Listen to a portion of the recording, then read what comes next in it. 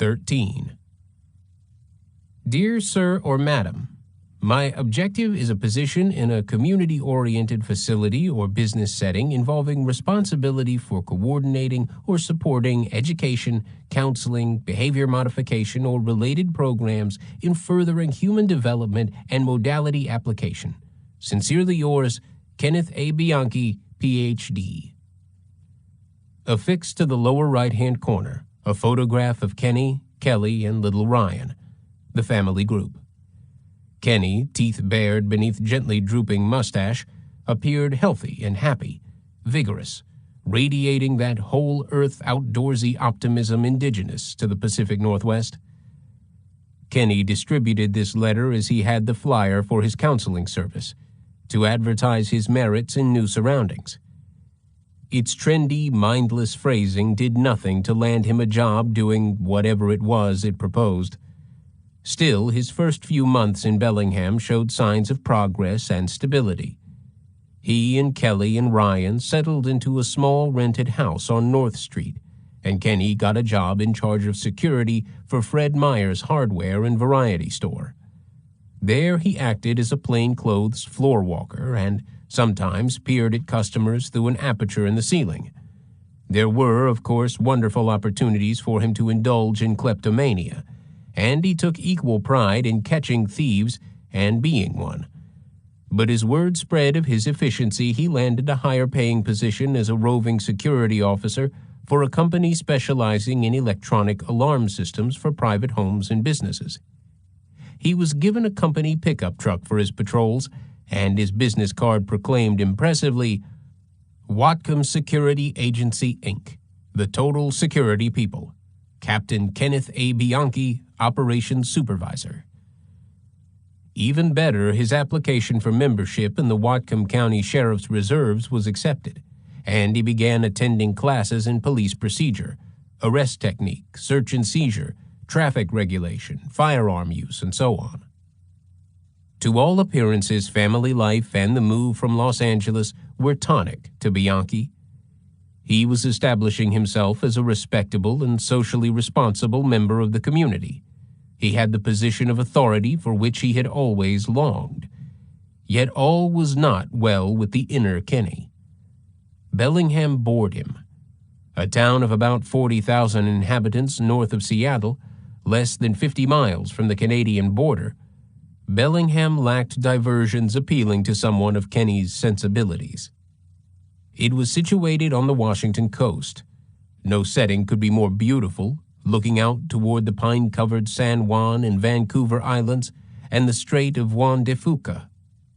It was a paradise for the woodsman and the fisherman, and for anyone fond of fresh air and water and the reassurance of a coherent community, where violent acts were neither common nor tolerated.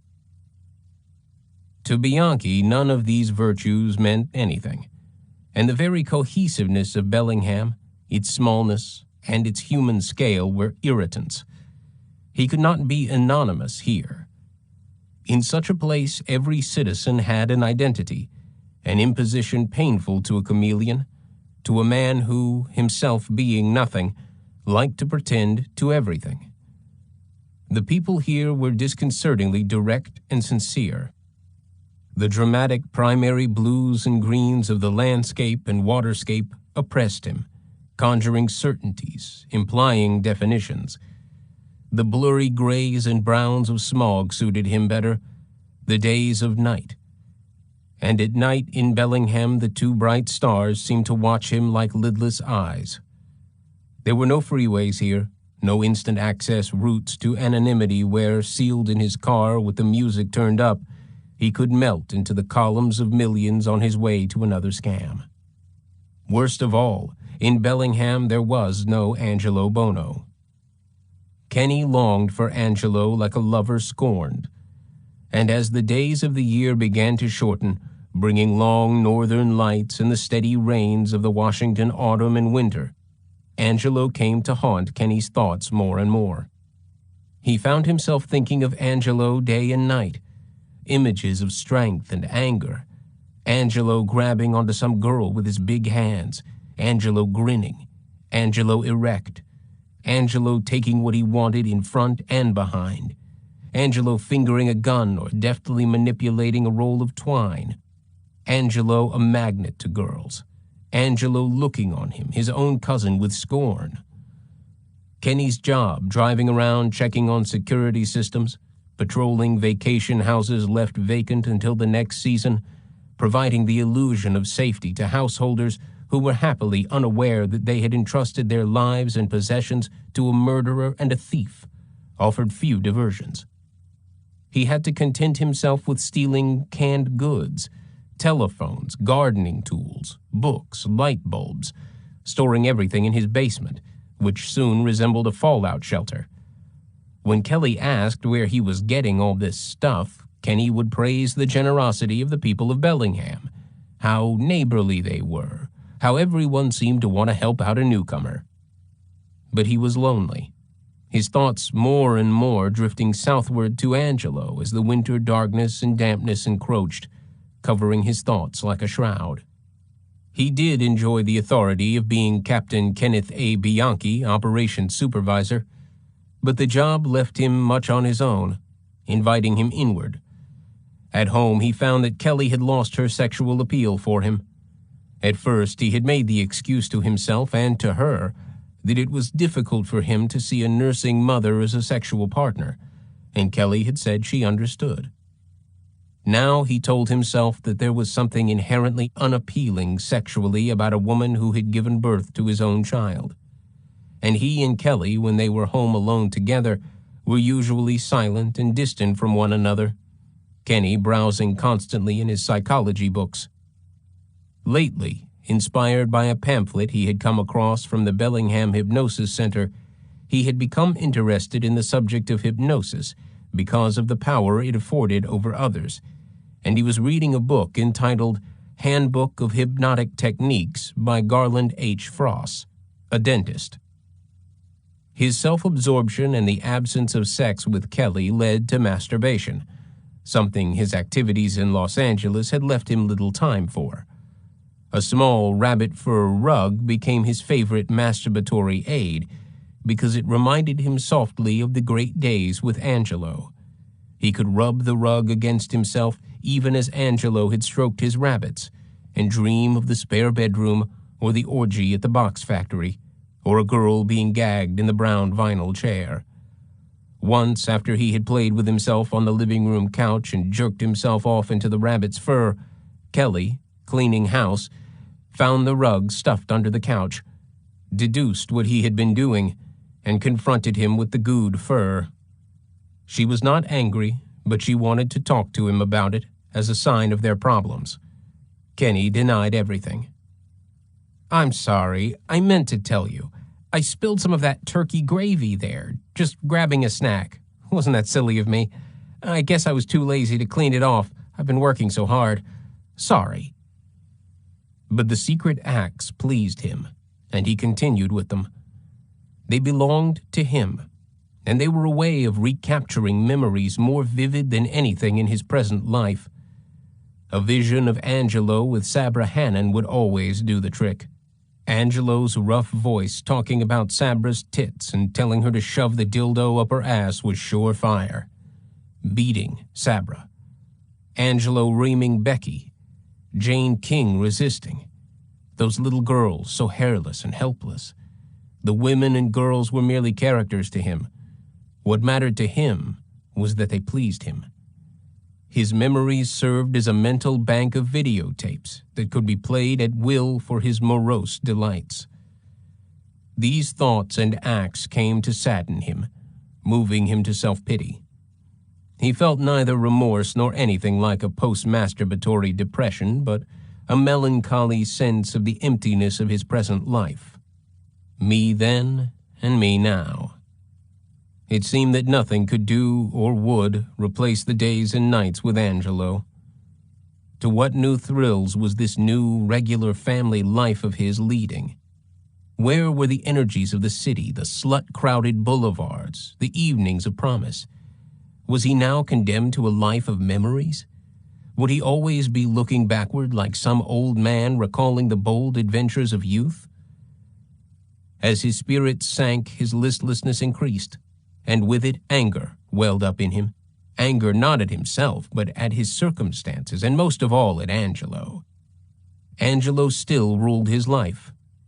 Somehow he must get rid of Angelo, and at the same time prove to him that he, Kenny, was worthy of respect, had been the perfect partner all along, and was also capable of autonomy. He must show himself his own man, deserving of recognition in his own right. Angelo must no longer think of him as a mere sidekick. But the more he tried to banish Angelo, the more he summoned him. Or did Angelo, in some mysterious way, will himself present to torture Kenny in reveries of painful pleasure across the hundreds of miles separating them? Kenny's obsession with Angelo intensified. He tried some new scams, telling girls he had met at Fred Meyer's store that he was going to open a photography studio, but his heart was not in it. He managed a couple of clandestine dates, achieving intercourse for a change, sending girls flowers and poems for Christmas, but memories of Colorado Street became all the more insistent. Kelly got fed up. She told him that he was a zombie around her. A husband who changed diapers was nice, but not enough. He did not seem to care even to take her to a movie. She wanted a man who could enjoy life. She suggested after Christmas that he move out. He begged to stay on. He wept, saying that his son was the most important thing in his life. He would get himself together, he said, urging her just to be patient. Kelly's latest declaration of independence helped convince Kenny to act. He had somehow to prove that he was not a man to be trifled with. Gradually, a plan formed in his mind. He would shake up this sleepy, complacent little town. He would bring a little of Los Angeles to Bellingham, a touch of California to Washington State. He would make a comeback. With renewed energy, Kenny set his scam in motion. Captain Bianchi would use his position to achieve his secret goal, just as Angelo had used his badge and then his sheltered secret house. How had Kenny failed to think of this before?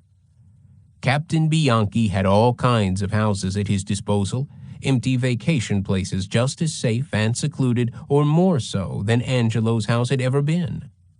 And he would out-Angelo Angelo. He would kill alone. He would make Angelo look like an amateur. Everything about the plan filled Kenny with eager anticipation. He moved swiftly to implement it, quickened by this new sense of purpose. On Tuesday, January 9th, Bianchi telephoned Karen Mandick, a girl he had met when working at Fred Meyer's Hardware. Her roommate, Diane Wilder, answered, saying that Karen was out. Kenny left a message for Karen to call him. When Karen returned his call, he told her that he had a house-sitting job for her if she wanted to make $100. A new security system was being installed at the Catlow house on Bayside Drive, and the house would be without an alarm Thursday night. The Catlows would be away. If she would stay in the house, it would help him out. He suggested that Karen bring Diane along to keep her company. And one other thing. It would be better not to say anything about this to anyone other than Karen. The Catlows might not like the idea. She knew how people were. Karen said that she and Diane would meet him at the house at 9 Thursday evening. On Wednesday evening, Bianchi telephoned the sheriff's reserves office. He could not make the class on first aid Thursday evening, he said. Unfortunately, he had to teach a class himself for his company. The next 24 hours Bianchi spent in a dream. He made several trips over to the Catlow house to check everything out and made sure that their daughter, who was in town, was not going to drop by Thursday evening unexpectedly. He decided that the basement would be the best place for action and left a length of strong cord there. He did not think through the details of his scheme so as not to spoil it. Improvisation had always played a part in Los Angeles, and not knowing everything that might happen added to his excitement. It was cold and wet in Bellingham that night when Karen and Diane arrived at the Catlow house. Kenny was waiting for them outside in his Whatcom security pickup. He suggested that Karen accompany him inside first to turn on the lights and check things out. They would only be a minute, he told Diane, and he was scarcely longer than that. Inside, he urged Karen down the basement stairs to check on the fuses, he said. And in the basement, he grabbed the cord and wrapped it quickly around her throat from behind and strangled her with quick, fierce, and deadly force. She did not even have a chance to cry out. So great was his fury that the rope cut right through her flesh. He would worry about sex later. He hurried up the stairs to get Diane and wasted no time with her either. Once she stepped inside the door, he shoved her down the stairs and strangled her immediately. It was done. Kenny was winded. He looked at the clothed bodies and pondered what to do next. He did not feel particularly aroused. More for form than from passion, he opened his pants and masturbated over the clothed bodies as a last rite. Where to dump them? He remembered a cul-de-sac near a school less than a mile away. He dragged the bodies one by one up the stairs and put them into Karen's hatchback Mercury.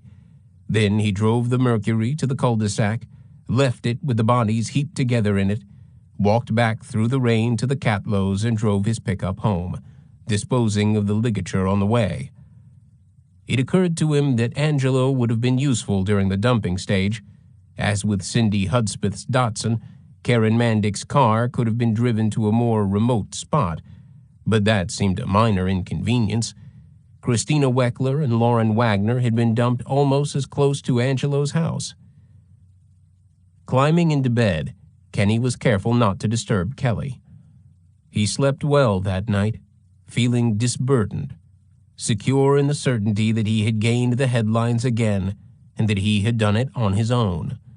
He hoped the news would reach Los Angeles. 14.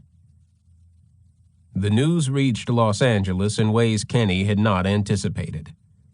He was checking on security the next day at the South Terminal, a waterfront warehouse filled with canned salmon that he enjoyed stealing, when he was arrested on suspicion of double homicide. Karen Mandick had told her boyfriend about the house-sitting job, mentioning Kenny's name, and in Karen's apartment the police found a note in Diane Wilder's handwriting saying that Ken Bianchi had telephoned. A search of Kenny's house turned up masses of obviously stolen goods, so the police booked him for grand theft as well, to make sure that they could hold him, first in the Bellingham City Jail and then at the Whatcom County Jail. The Bellingham police, noting Kenny's California driver's license, telephoned the Los Angeles County Sheriff's Department to check on the subject's background. They made no connection themselves between Kenny and the Hillside Strangler case, but their call was referred to Frank Salerno, who, once he heard Bianchi's Los Angeles address, knew what had happened. That telephone call was for Salerno a profane epiphany.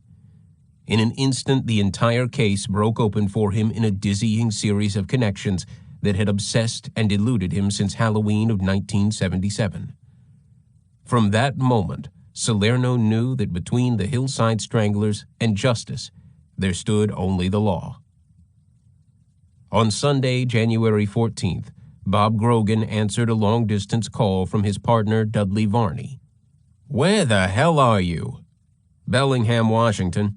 I'm up here with Frank Salerno." "What are you guys doing? Where in hell is Bellingham?"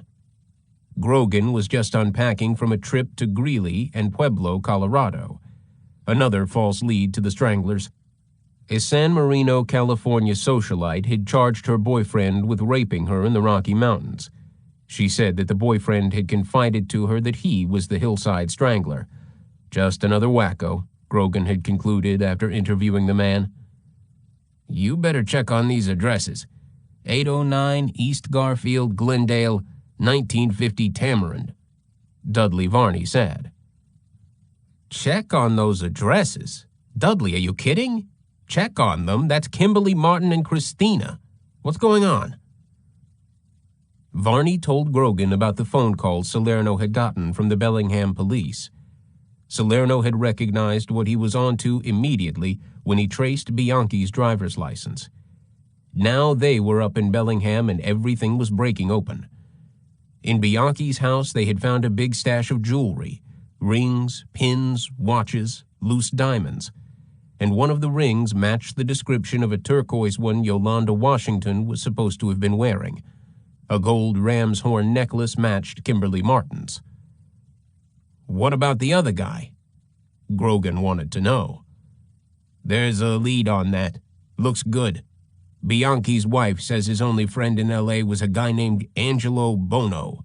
It's his cousin, some auto upholsterer on Colorado Street in Glendale. Kenneth Bianchi and Angelo Buono. Jesus Christ, Dudley, do you know what this means? That wacko German detective was right. 2 Italians. He said brothers, cousins is close enough. You said Bianchi has a wife, for Christ's sake. Common law. That's not all. He's got a baby. Little boy born right after Sidney Hudspeth. Excuse me, Grogan said. I gotta throw up. Yeah, I'm kidding Salerno about the Italian connection. Great family people. Grogan immediately telephoned Joe Wagner and Charlie Weckler. The Wagners were moving up to Oregon, and the Wecklers were thinking of moving to Hawaii, hoping a change of scene would blur memories, but Grogan had kept in touch with both. Then Grogan got busy. He arranged for surveillance of Angelo Buono. An undercover officer would stalk him everywhere. Grogan checked Bono's address on a map. It made sense. 703 East Colorado Street was in the center of a circle formed by the locations of the body sites.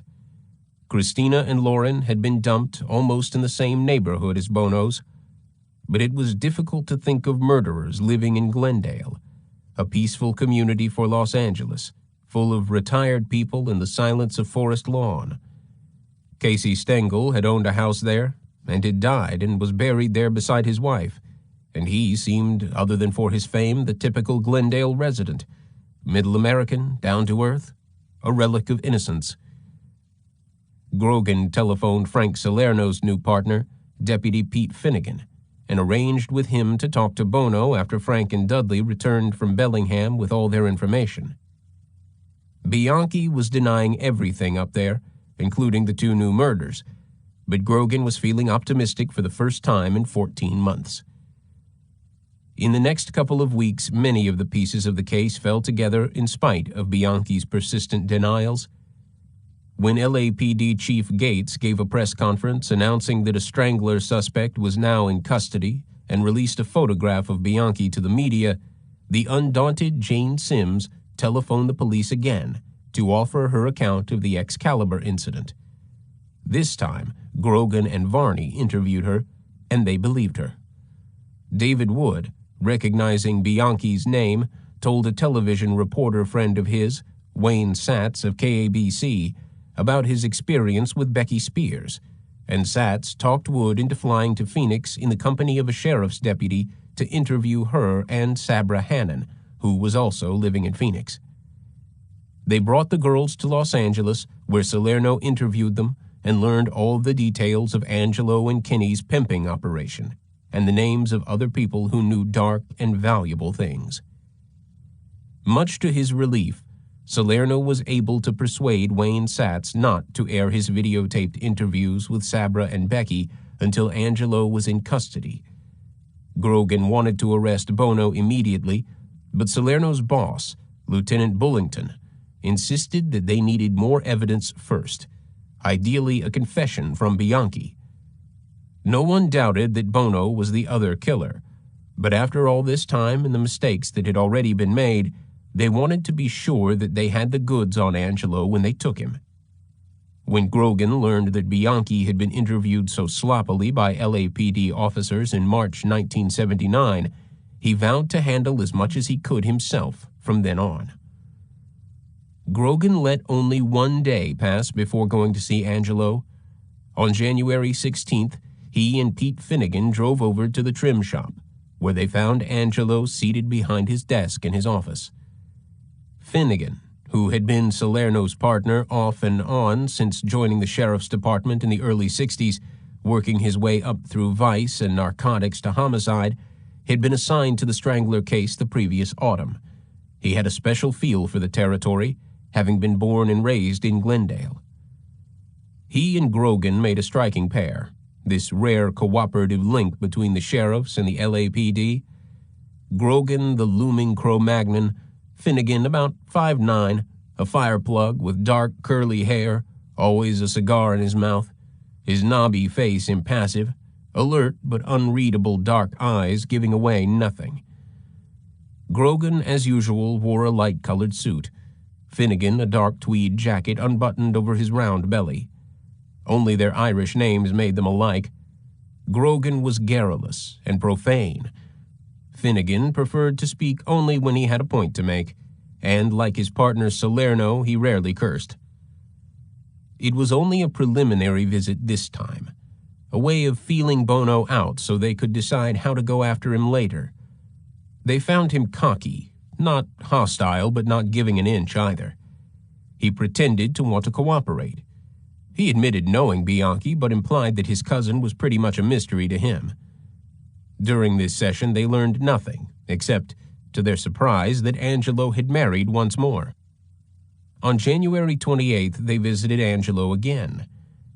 By this time, Sabra and Becky had been interviewed, but again, this was a preliminary session, so Angelo had to answer only general questions. They talked to him in his house and noted its extreme tidiness.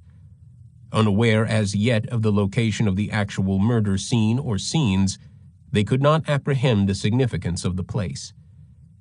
There was the gold-smoked mirror, the little sign saying, "Please remove your clothes," the brown vinyl easy chair, and beyond the wall, the spare bedroom. They knew that they were talking to the murderer, but not that they stood within the walls that had harbored his axe. Angelo broke things off by saying that he had to go buy rabbit food. With his beak of a nose and his dyed black hair and crooked teeth and slurred, rough speech, he seemed repulsive to Grogan and Finnegan. As they drove away, Grogan said that he could not remember seeing a human being before who so closely resembled a piece of shit. Yet, already, they had learned of his reputation as a stud. "Hard to imagine all those women going after that," Finnegan said. "Must have a big dick," Grogan said. "We'll have to check his pecker out."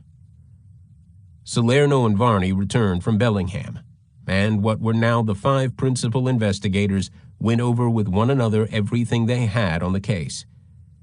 They also consulted the Glendale Police Department. Bianchi, Salerno reported, was pretending problems with his memory, but the evidence against him was already conclusive as far as the Bellingham murders were concerned. And fortunately, the courts in Washington were not as sentimental as the ones in California. Bianchi would get death unless they could get him to talk about the Hillside murders. Grogan and Finnegan prepared meticulously for their next interview with Angelo. They would lay everything they had on him and try to break him down. It might be that they could play one cousin off against the other. One Tuesday, February 6th, Grogan and Finnegan arrived at Angelo's at 5 in the afternoon, when they knew he would be closing up shop. They wanted no interruptions. Angelo had already figured out that he was being watched. He had popped into a police station one day to complain about it, the irate citizen invoking his civil rights. This time, Grogan carried a little tape recorder concealed in the breast pocket of his suit. He switched it on as he approached Angelo's front door. "Okay, it's 2679, and it's 1700 hours. Peter Finnegan and Bob Grogan at 703 East Colorado interviewing Angelo Buono. Maybe he's in the house." Grogan knocked. No answer. He and Finnegan walked up the driveway toward the trim shop. "Angelo," Finnegan called. "Where are you hiding?" "There you are." Angelo was stitching the seat on a sports car. "How are you doing?" Music blared from the radio, top 40 tunes. "Hi, Angelo," Grogan said, affable as could be. "How you doing?" "Okay," Angelo grunted. "Busy?" Grogan asked. "Yeah." "Well, that's good. Grogan said. "You're making money anyhow. I wonder if we could take a little bit of your time and chat with you. I know it'll be a pain in the neck, but, Why not?" Angelo said. "I didn't have a good day anyway." "We might as well put the finishing touches on it," Finnegan said, blowing cigar smoke. "Gee," Grogan said, "that's a nice car. Looks like an Austin Healey." Angelo led them into his office, where they sat down, Angelo behind his desk. A buzzer went off on the wall. Angelo explained that meant his wife was entering the house. That way, he knew what was going on, even though he couldn't see anything from his office. Grogan said that he understood that Angelo needed to watch his customers carefully. This guy, Grogan thought, lives like he's in a war zone. He remembered Becky and Sabra telling about how closely they had been watched. Grogan said that there were a few more things he and Finnegan wanted to clear up about Angelo's association with Ken Bianchi. The detectives asked Angelo about the restaurants he frequented, and Angelo named the Red Vest, the Copper Penny, and Henry's before it had closed. "Okay," Grogan said. "Did you ever go to the Robin Hood?" The question was important because Salerno had found a waitress at the Robin Hood Inn who said she had seen Angelo Buono talking to Cindy Hudspeth there when Cindy had been a waitress. She had told Cindy not to give Buono the time of day. He looked unkempt and crude. "Robin Hood? Where's the Robin Hood?" Angelo asked. "Up here on Glendale Avenue." "Is it an eating place?" "Yes," Finnegan said. "Restaurant and cocktail lounge. Robin Hood Inn. You're not familiar with it? It's on the left-hand side going up Glendale Avenue?" "Yeah." "Never been to the place," Angelo said. "You've never been there?" Finnegan pressed. "Do you know if Ken has ever been there?" "Don't know. I don't drink, so I don't go nowhere it has booze." They asked him about other restaurants, about where he used to go with Kenny, about whether his father had been a policeman or a security guard, and about his new wife. Angelo seemed concerned that they believed that he was truly married. He brought out the certificate of his marriage to Tae Fun Fanny Lung. The phone rang. "I'll get on his ass in the morning," Angelo said to whoever was on the other end of the line, and hung up. Did he have his father's security guard badge? Angelo said no, he had never had it. "I didn't take nothing of my dad's when he died. They haven't sent me anything and I didn't ask for anything, and that's the way I left it." "How about a gal by the name of Becky Spears?" Grogan asked abruptly. "Becky?" "Rebecca or Becky Spears." Grogan pulled a picture of Becky out of his pocket. "This gal here, did you ever see her before?" "The name doesn't sound familiar." "How about a gal by the name of Sabra Hannon? We've got a picture here. See if you know her." "What's her name?" Sabra Hannon." "I know her. Sabra." "Where do you know her from?" "From Kenny. I know her from Kenny." "What's the relationship with Kenny and her? Do you know? Was it one of his girlfriends or what?" They had a thing going. "Who? Her and Kenny?" "Yeah." "Do you know J.J. Fenway?" Angelo admitted knowing the owner of the Foxy Ladies out-call service and Fenway's driver, although he pretended not to recognize the driver's picture. He had met them through another guy, he said. He continued to refuse to admit knowing Becky. To try to throw him off stride, Grogan then asked about Israel Katz, the delicatessen owner, and his daughter Marlene. Had Angelo helped Kenny with his pretending to be a movie talent scout to Marlene? "No, he did that on his own." "Were you there when it happened?" "No." "How do you know he did it then, alone?" "How?" "How do you know?" "Her dad came over asking." "About what?" if Kenny was in the movies. I said, I don't know what he's in, man. If he told you he's in the movies, he must be in the movies. Well, what did you think?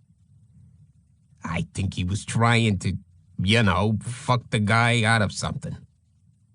Well, you knew Kenny wasn't in the movies. Did you tell her dad that? No. I told her dad if he said he was in the movies, I don't know, 'cause he came over and he asked me, if your cousin was in the movies. I said, wait, hey, man, I don't know what he does. I said, but, check on it. If he's in the movies, call the studio. Well, Grogan switched back. Did you know either of those two girls? One who you said was Sabra? Sabra. And the other girl who you didn't know the name of was probably Becky. Becky was... Angelo stopped himself. Sabra's friend was small. The girl was short and thin. Well, we're doing a lot of fencing here with you, Angelo, and maybe we ought to stop fencing. Yeah, this is bullshit. Ask what you want to ask. And start telling you that we've talked to a lot of people. I assume you did, and they all call me, man. Everybody you talk to calls me. Angelo was showing some irritation. Grogan hoped he was getting worried. They went back over here and I talked to them. Hey, Angelo, Grogan said. Why don't we tell you where we're coming from, too? Yes, right. Well, we don't work prostitution or pimping or any of those crimes. We work murders, so we really don't care too much about prostitution unless it's directly related to what we're doing. Were you running broads? Huh? No. Were you running broads? No, I wasn't running broads. Kenny was running broads. Okay. Did you ever have sex with Becky Spears or Sabra Hannon? Here at your house? Yeah. Were you aware of how old they were? Nope. The broads set up themselves. Out of your house. Out of my house. And you knew it. Uh-huh. You knew she was tricking out of your house. Yeah. Which one? Which girl? Yeah. They both did. They were both tricking out of your house? Yeah, with Kenny's help. And Kenny was doing the pimping. That's right. I don't have to pimp, man. Grogan brought up J.J. Fenway again, but got nowhere. He moved on. How about a girl by the name of Peaches? Sure. Who is Peaches? Peaches. What's her name? I just know her as Peaches. Well, is she a whore or what?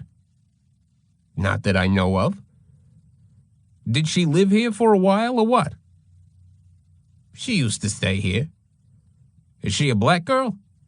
She is a Negro. Grogan went around with Angelo about Peaches but could not get him to pin down dates. The investigators had not found Peaches yet anyway, and so had no idea what she might tell them. Angelo said that he thought she was probably someplace back east. Grogan had started to ask more about Kenny when a customer appeared. While Angelo went out to deal with the customer, Grogan, first switching off his tape recorder, told Finnegan that he was going to try another approach. Okay, Pete, we're gonna squeeze the bastard. You can tell he's basically a coward. He's already trying to put everything off on Bianchi. He acts cocky, but underneath he's yellow. Angelo came back into his office and sat down behind the desk. Grogan stared at him, saying nothing for half a minute. Then Grogan got up, walked slowly over to Angelo, looking down at him, bulking over him. He began. You know about politics, don't you, Angelo? Right. Well, see, we got a political problem here. We got one strangler, We need to get the other, understand? And guess what? You're it. We don't even give a shit whether you did the murders or not. We just decided you're it, Angelo, so you better start copping out. Because if you don't, guess what? You're it anyway, get me? You talk, maybe you don't get the gas chamber. Angelo said nothing. The color rose in Grogan's face, and he started breathing heavily. Angelo showed some signs of alarm, looking down and away. I think I've got him, Grogan thought. I think the little shit is going to break. Suddenly, Grogan reached down, grabbed Angelo by the shoulders, lifted him out of his seat, and screamed into his face, shaking him around like a toy. Listen, scumbag, you know what we know? Everything. No point wasting time. We know about Becky, and we know about Sabra. We know about you beating them and threatening them and all of it. We got plenty to show you did the murders with your chicken shit little cousin. You keep shitting on us, you get the chamber seat, just like you electrocuted Lauren Wagner, just like you gassed Christina Weckler. He threw Angelo back into the chair.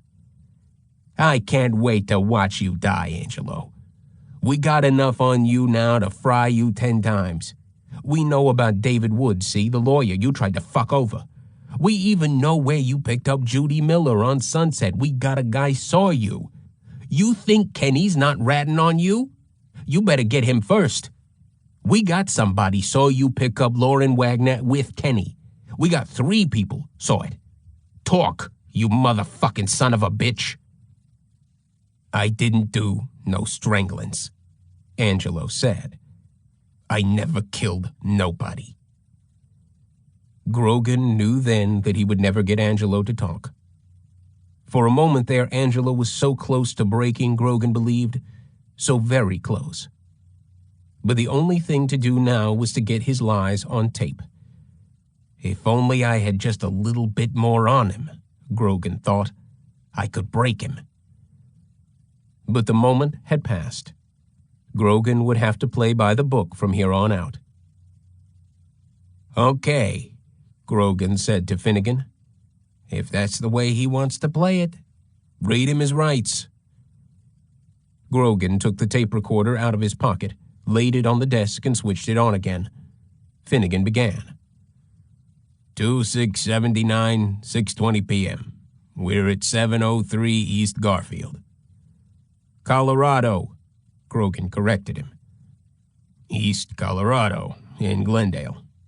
This is an interview with Angelo Buono, Jr. He went on to tell Angelo that he had the right to remain silent, to be represented by an attorney through the public defender's office if he could not afford one.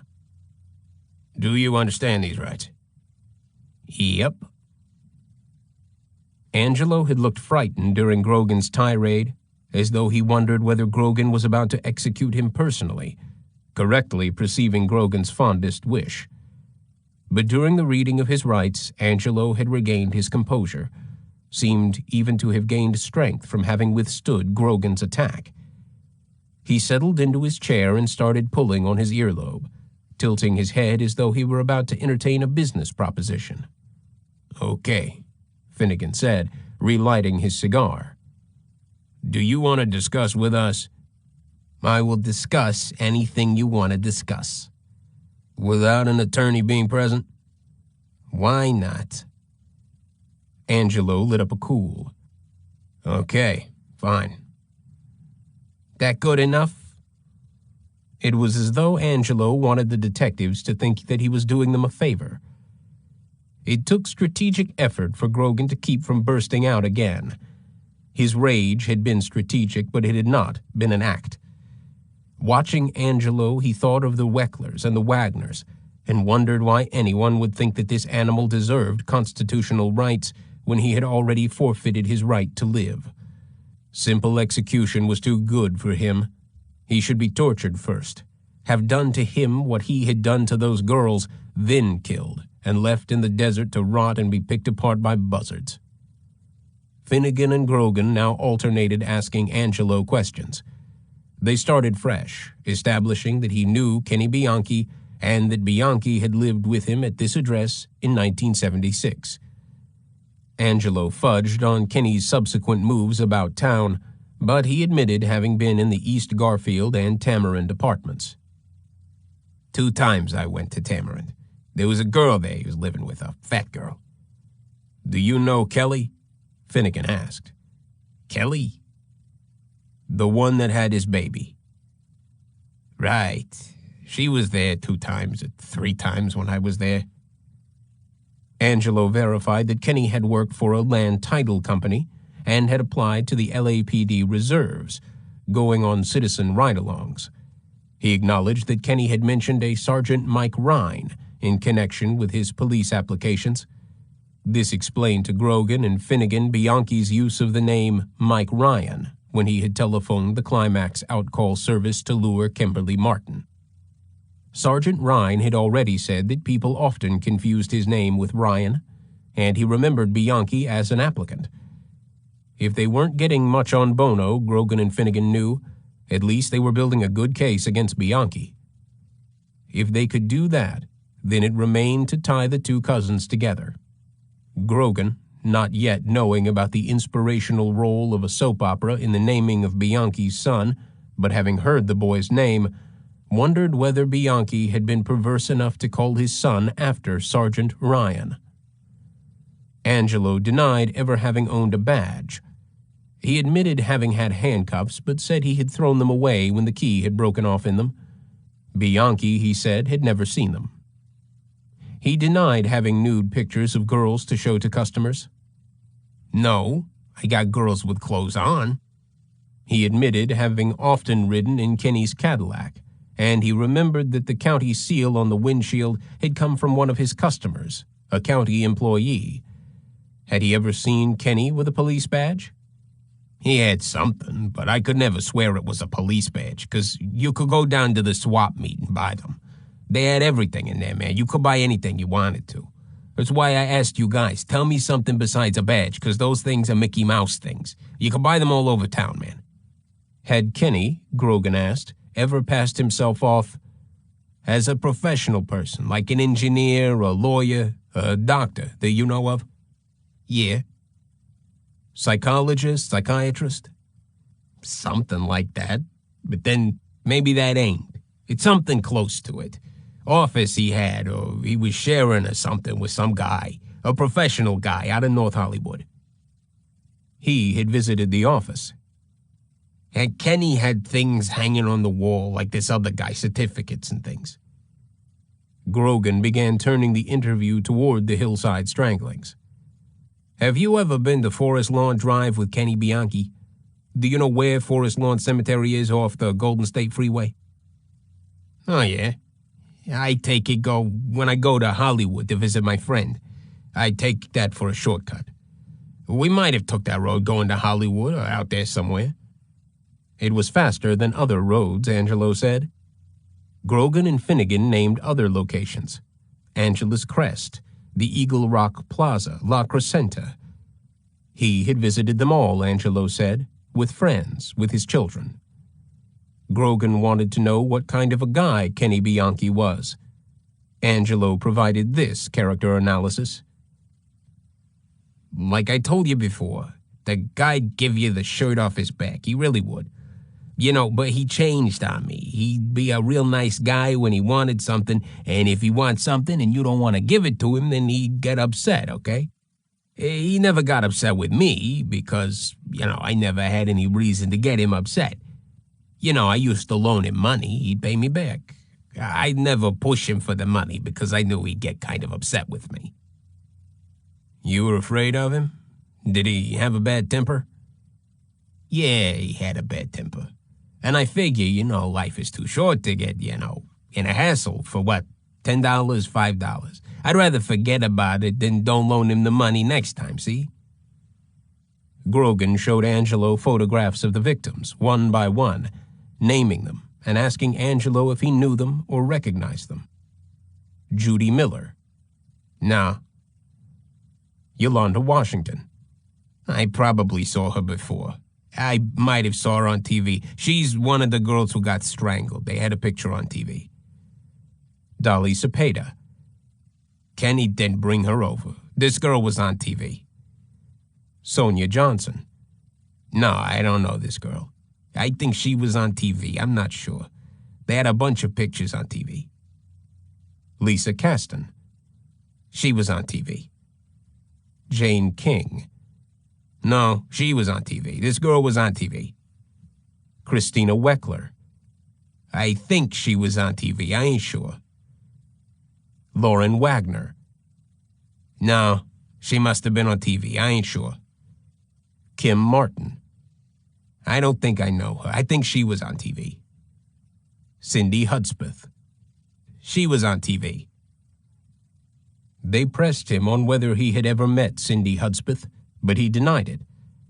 Grogan then asked Angelo specifically whether he was involved in or had anything to do with the Hillside Strangler murders, and Angelo denied it. Any knowledge I have is by the media. Finnegan asked him whether he thought it was possible that Ken Bianchi could have been involved in the Hillside Strangler cases. Could be. Like I said before, you never know. The guy's mind could have jumped time, or he might have had a revenge. Grogan wanted to know whether, in watching coverage on television and in reading the papers, Angelo had formed any opinions about the Hillside Strangler. I don't buy no paper, okay? Only thing I would know by the news media is with the TV if I don't fall asleep by 11. But he went on to offer this interpretation. I commented to friends of mine when they brought the subject up, and I said, why didn't they look at two girls doing it, or a guy and a girl? Because, usually a girl will jump in the car quicker with a guy, or a man and a woman in the car than with two dudes. Or she would jump in a car with two girls much easier. I don't hitchhike myself, never have. And when a girl hitchhikes, she's taking her life in her hands, man. She doesn't know who she's getting in the car with. It could be a guy escaped from a crazy house and stole a car and driving down the street, see a girl hitchhiking and pick her up. But I tell my own daughter, my own kids, even my boys, and they can take care of themselves. I don't even do it. Did you ever discuss the Hillside Strangler cases? Finnegan asked. At the time they were on the news with Ken Bianchi?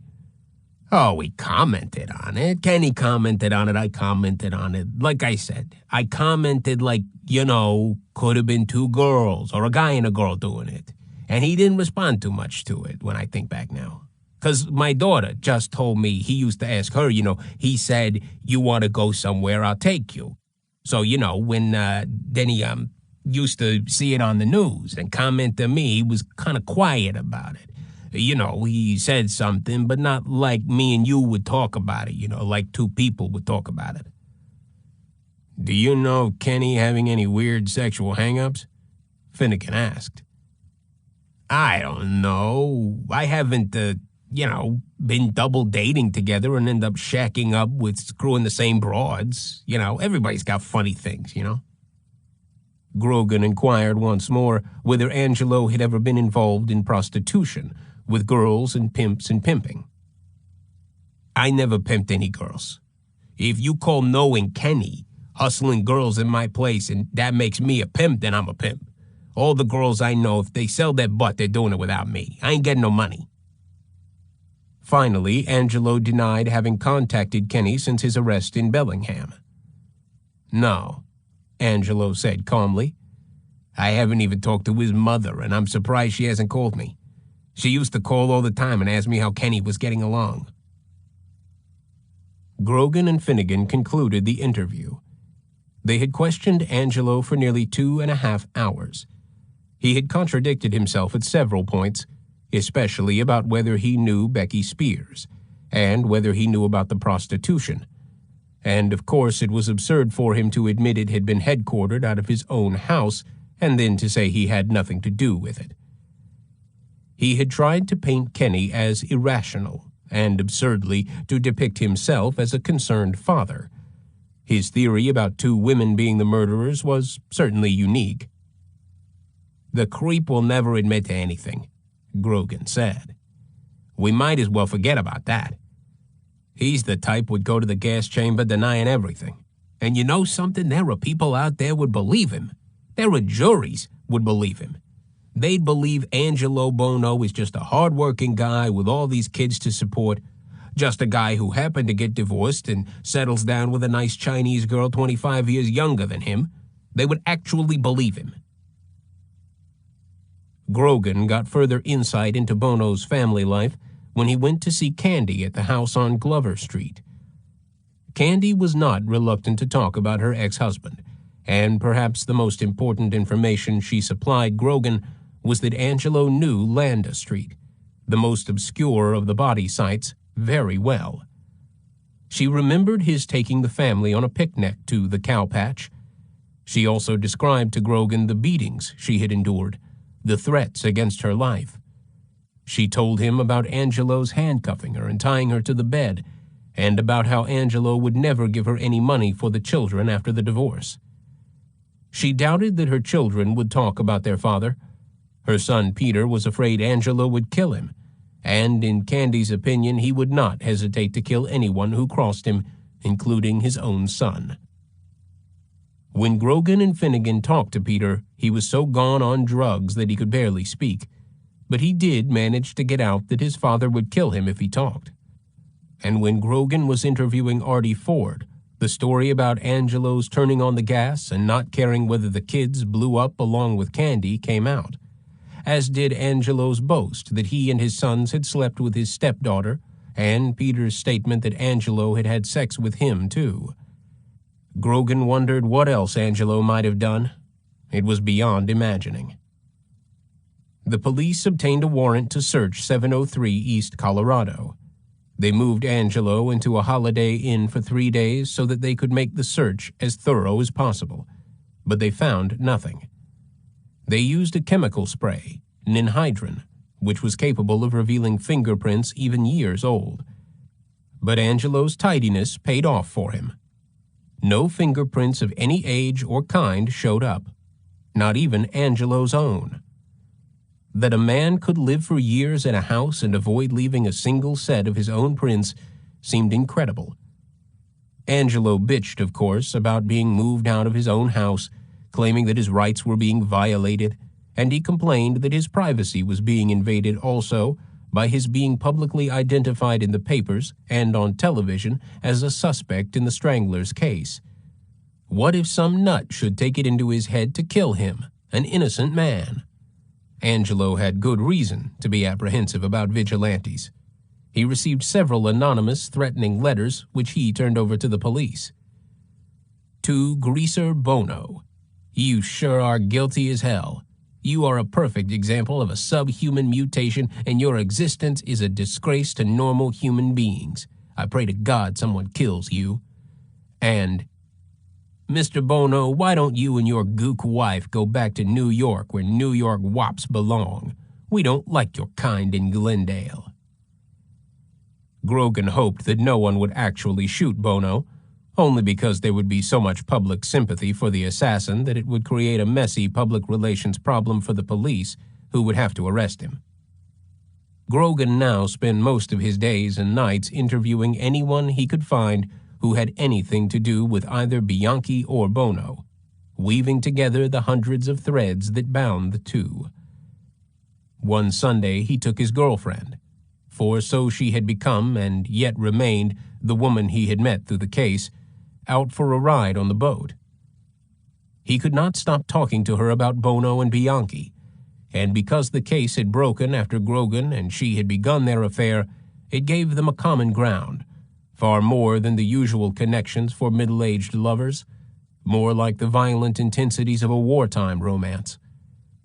When Grogan was not actually working on the case, he was thinking and talking about it. At night, he dreamed about it, reenacting the stranglings as he imagined them, Angelo's flesh-crawling voice ever in his ear. That Sunday, he piloted Sunny 10 miles out toward Catalina Island and cut the engine, letting her drift.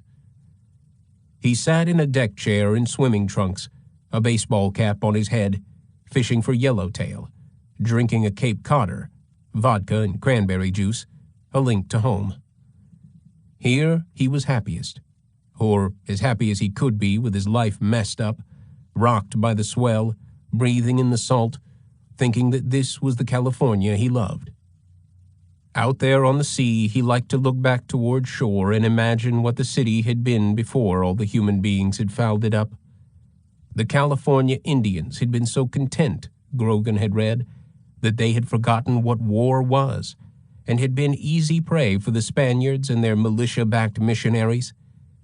Then there was the pueblo that became the city of Our Lady, Queen of the Angels, a paradise for a while of sun and sea. But everything was only for a while. The good old days had lasted about 60 years. Looking windward, Grogan observed Catalina, a hump of the state preserved, owned for years by Wrigley, the chewing gum mogul, a remnant, a deep green bushy haven rising softly out of the ocean. Beyond it, nothing till Hawaii. Often he had dived for abalone there, spent cool, damp nights on the boat, moored in the quiet harbor of the isthmus, forgetting everything. But now he could not get Angelo Buono out of his mind. "That is the coldest, most dangerous son of a bitch I have ever met," Grogan shouted at the sea. His girlfriend listened as she sunned herself on the deck. He rattled the ice in his glass. "That guy would stop at nothing. And look, he's lived in this town for 40 years. 40 years. Like a snake, waiting to strike. And look who he strikes, Lauren and Christina. A guy like that, gassing's too good for him. You wouldn't believe how cold. And all those kids of his. But you just wait. Some nitwit is going to come along and say Angelo's mother was mean to him. Poor Angelo. I tell you, this world is so fucked up it isn't even worth saving. We ought to never leave this boat." Another thing Grogan said he could not understand. How could all those girls go for Buono? He was so ugly, slimy. But more girls were turning up every day. Frank Salerno had found another one. Frank had been over at the trim shop, and Angelo had actually introduced him to her. She was Melinda Hooper. It so happened that she lived on Alta Terrace, just down the street from where Judy Miller had been found, so it was a great break in the case. It linked Angelo to another dump site. But what did all these girls see in Angelo? "I mean, this guy has shit coming out of his pores," Grogan said. "How do you figure it, K.O.?" Grogan called her by her initials because, he said, she was a knockout. Sometimes he called her TKO. K.O. said that she did not find Angelo's attractiveness to women so difficult to understand. It was like Beauty and the Beast. Even Quasimodo had his appeal. Some women thought ugly men were cute, like newborn babies, which was what Quasimodo's name meant in French. She started to explain, but Grogan cut her off. "You're talking like a goddamn English major." But K.O. said that she could explain without recourse to literary references. Grogan had been talking so much about Angelo that her curiosity had gotten the better of her. She had decided that she had to get a look at the guy herself. "You didn't go over there." Grogan swung around and stared down at K.O. "Yes, I did," K.O. said. "I went over to the trim shop." "You must be out of your mind." "I pretended I needed some upholstery work done on my car." "You talked to him?" "He was talking to some other customers, they must have been. He gave me a look. I'll never forget it. He looked right through me. I must have been standing about 10 feet from him, if I hadn't known who he was." "Yeah? You what?" K.O. grinned. "I might have taken my clothes off right there. No kidding. The guy is magnetic." "I suppose you think he looks like a newborn baby." "Well, not exactly." "Jesus Christ. Don't you ever go near that place again. Do you know we're getting calls from the neighborhood? People are afraid, and they should be. Are you nuts? Are you kidding me?" K.O. shook her head. "Oh, Lord, what is life? Why didn't my mother tell me about life?" Grogan put down his fishing pole and his drink and hurled himself over the side, disappearing.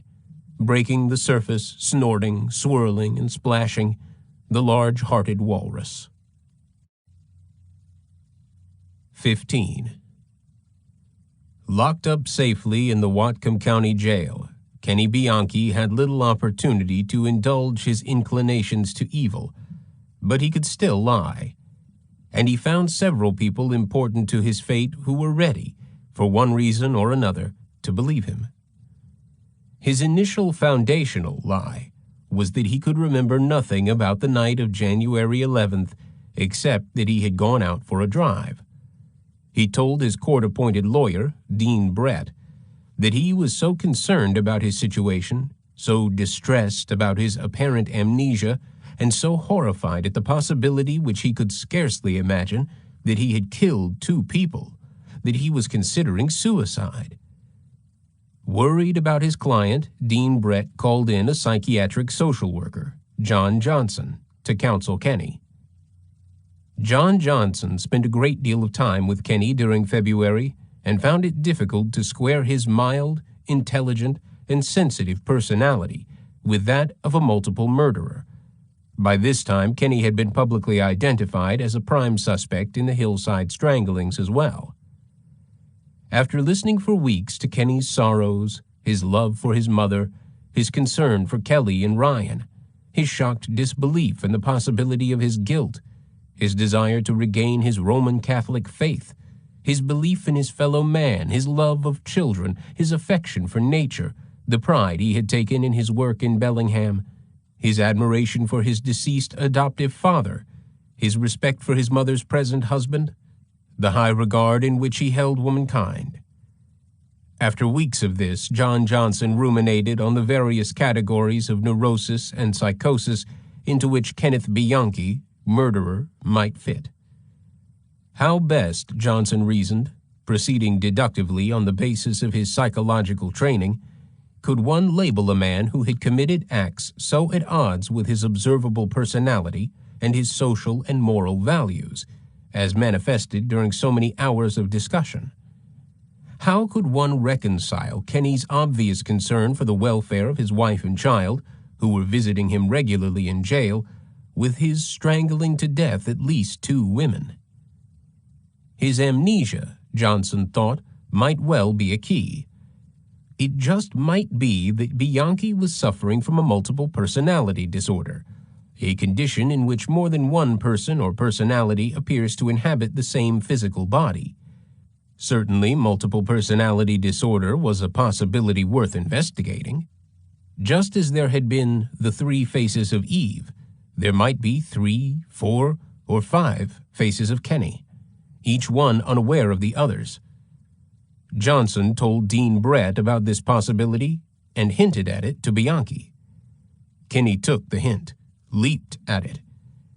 He remembered having seen the movie of the 3 Faces of Eve years before, and his considerable readings in psychology and psychiatry told him that here just might be a golden opportunity to beat this rap with an insanity plea. He would have to be careful. He would have to pretend complete ignorance of his supposed illness, and yet manage to behave exactly as someone suffering from it might behave. This role would be quite a challenge, perhaps the greatest of his life. But if he could fool Dr. Weingarten into believing that he, Kenneth Bianchi from nowhere, was a bona fide psychologist and renting him an office, why couldn't he convince another shrink that he was suffering from some fantastic lunacy? As usual, Kenny had faith in his abilities and undying hope that somehow everything would turn out all right for him. And after all, he had already apparently convinced a highly educated psychiatric social worker without even trying, without even knowing what disorder was supposedly afflicting him. The rest might be a snap. At John Johnson's suggestion, Dean Brett called in a forensic psychiatrist, Dr. Donald T. Lundy, author of Murder and Madness, and a professor at Stanford University, to examine his client. The first interview was scheduled for March 11th, and Bianchi tried to prepare for it by pumping John Johnson. Kenny was nervous. This new scam might be all that stood between him and the electric chair. In Washington, he knew they still fried people. But then fortune smiled on Kenneth Bianchi. On the evening of March 9th, just 2 days before his session with Dr. Lundy, Kenny was flipping the dial on the television set in his jail cell and stopped at Channel 8 BCTV, whose signal came to him from across the border in Canada like a protective blessing from his guardian angel. The Friday night movie was, to Kenny's delight, the story of a multiple personality case, Sybil, starring Joanne Woodward, who had played Eve in The Three Faces of Eve, and this time played the psychiatrist, and Sally Field, who played Sybil and her other personalities, including Vicky, Peggy, Marcia, and so on. What a break. Kenny watched Sybil with all the intensity of a college student cramming for a final examination. He noted that as the mystery of Sybil's illness unfolded, tremendous emphasis was placed on the role of early childhood traumas. According to the movie, Sybil had been sexually abused, and her music teacher had been a tyrant. As an adult, Sybil suffered from monstrous headaches, accompanied by terrific noises in the head, and she endured frequent nightmares, many of them featuring little animals and fantasies of pursuit and entrapment. Dreams and headaches, Kenny told himself. Headaches and dreams. I am going to have plenty of both. Watching Joanne Woodward brought back memories of The Three Faces of Eve, which assisted Kenny in his research. And now he studied the kinds of questions she directed at Sybil, asking her what other personalities were inside of her and how she felt about one or another. Marcia is going to kill Sybil someday, Sybil said. Marcia is the only one with any joie de vivre. He watched as Sally Field skillfully took on the radically different characteristics of the various personalities. He concluded that he would have to invent someone opposite from his own sweet-natured public self, someone surly, foul-mouthed, and arrogant, someone rather like Angelo. For the moment, he did not worry about naming this other self. A name would come to him in due time. He knew that if he over-prepared, he might come off phony. After all, he was not supposed to know about these other selves yet. His performance, like Sally Field's, would have to suggest a tormented voyage of inner discovery. As it happened, Dr. Lundy did not try to investigate the question of multiple personalities. He focused on Kenny's apparent inability to remember anything about the Bellingham murders, and he suggested that either amytal, a barbiturate sometimes given to reduce anxiety, or hypnosis be administered to explore Kenny's faulty memory. Kenny, of course, preferred to be hypnotized, or rather, to be given the opportunity to pretend to be hypnotized. He had read a book on the subject, and he knew that no one could be hypnotized against his will. There was no telling what he might say if drugged, but if he could fake being hypnotized, he might be able to convince anyone of anything. To his relief, Dean Brett decided to call in Dr. John G. Watkins, who had extensive experience for over 30 years in the field of dissociative reaction, including amnesia and multiple personality. Although it is the generally held view among psychiatrists and psychologists that multiple personality disorder is an extremely rare phenomenon, Dr. Watkins was one of a growing number of clinicians who believed that it was not nearly so rare as had been supposed, and that amnesia could, more often than one might think, be a sign of the disorder, since one personality was typically unaware of what another had been doing, resulting in amnesic gaps. At least twice as many cases of multiple personality had been reported since 1970 as during the previous 100 years. Medical literature had become full of controversy about the phenomenon, with skeptics arguing that doctors themselves tended to induce the disorder by making implicit and explicit suggestions during therapeutic sessions, which usually involved hypnosis. The skeptics argued that too many therapists, egged on perhaps by the appeal of the phenomenon or the Gothic corners of the popular imagination, and insulated from criticism, or so it appeared, by the reluctance of professionals to call one another quacks, were finding multiple personalities with increasing frequency. A rapist, William Milligan, had used multiple personality disorder as a successful not guilty by reason of insanity defense in Ohio in 1977. Dr. Watkins, who was a professor of psychology at the University of Montana and a diplomat of the American Board of Professional Psychology and the American Board of Psychological Hypnosis, and who, like Bianchi, had a degree, although a genuine one, from Columbia University, was a firm believer in the prevalence of multiples. When Frank Salerno learned that Dr. Watkins was being called in to examine Bianchi, Salerno and Pete Finnegan rushed up to Bellingham to be present at the session. They knew that Dr. Watkins's participation represented a move toward an insanity plea, and they greeted that possibility with dismay.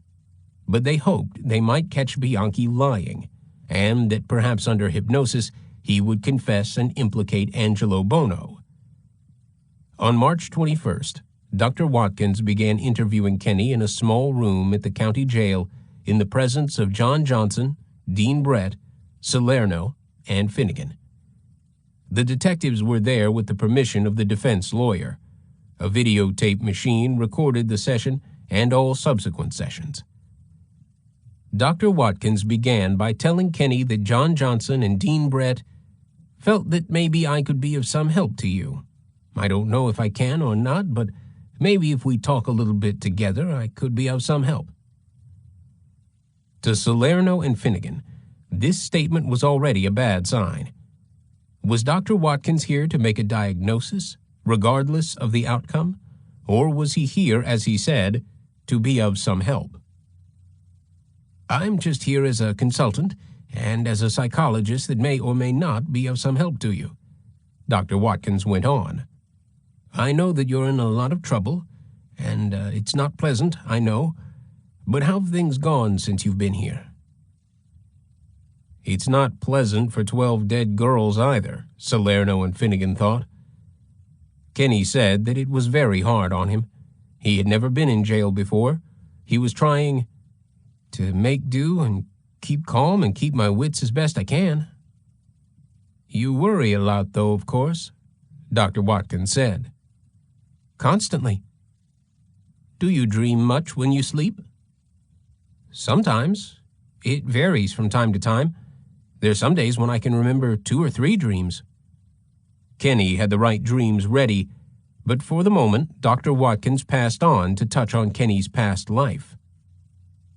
John was telling me a little bit about your life. I understand it's been kind of a rough one. It hasn't been all peaches and cream, your life altogether. I thought maybe you might tell me a little bit more about you. Kenny was prepared. He knew that he would have to come across as an abused child, and that he somehow had to wriggle out of all the nice things he had said to John Johnson about his mother. So he began, If you would have come talk to me about 3-4 weeks ago, you could have talked till you were blue in the face, for example, about my mother, trying to discredit her, and I would have fought you tooth and nail, thumb and screw. I mean, I would have disagreed with whatever you had to say bad about her because I've always had a respect and a deep love for her. And on what foundation, I don't know. It's just something I've always felt all these years. But now, seeing that I had problems, some more serious than others, which could develop into serious problems, it leaves a question there. You mean, Dr. Watkins encouraged him, you feel that maybe you've kind of forgotten the unpleasant sides of the picture that might have happened then? What you're saying, in a sense, is that the picture isn't as rosy as you thought of it. It's a lot less pretty than you thought it was. It's a possibility, you know? I know. I thought about it. It's like skeletons in a closet, Kenny said aptly. Dr. Watkins praised Kenny's courage in facing up to his problems and his unrosy family life. You started on the road to becoming a more authentic person. Salerno and Finnegan winced at this.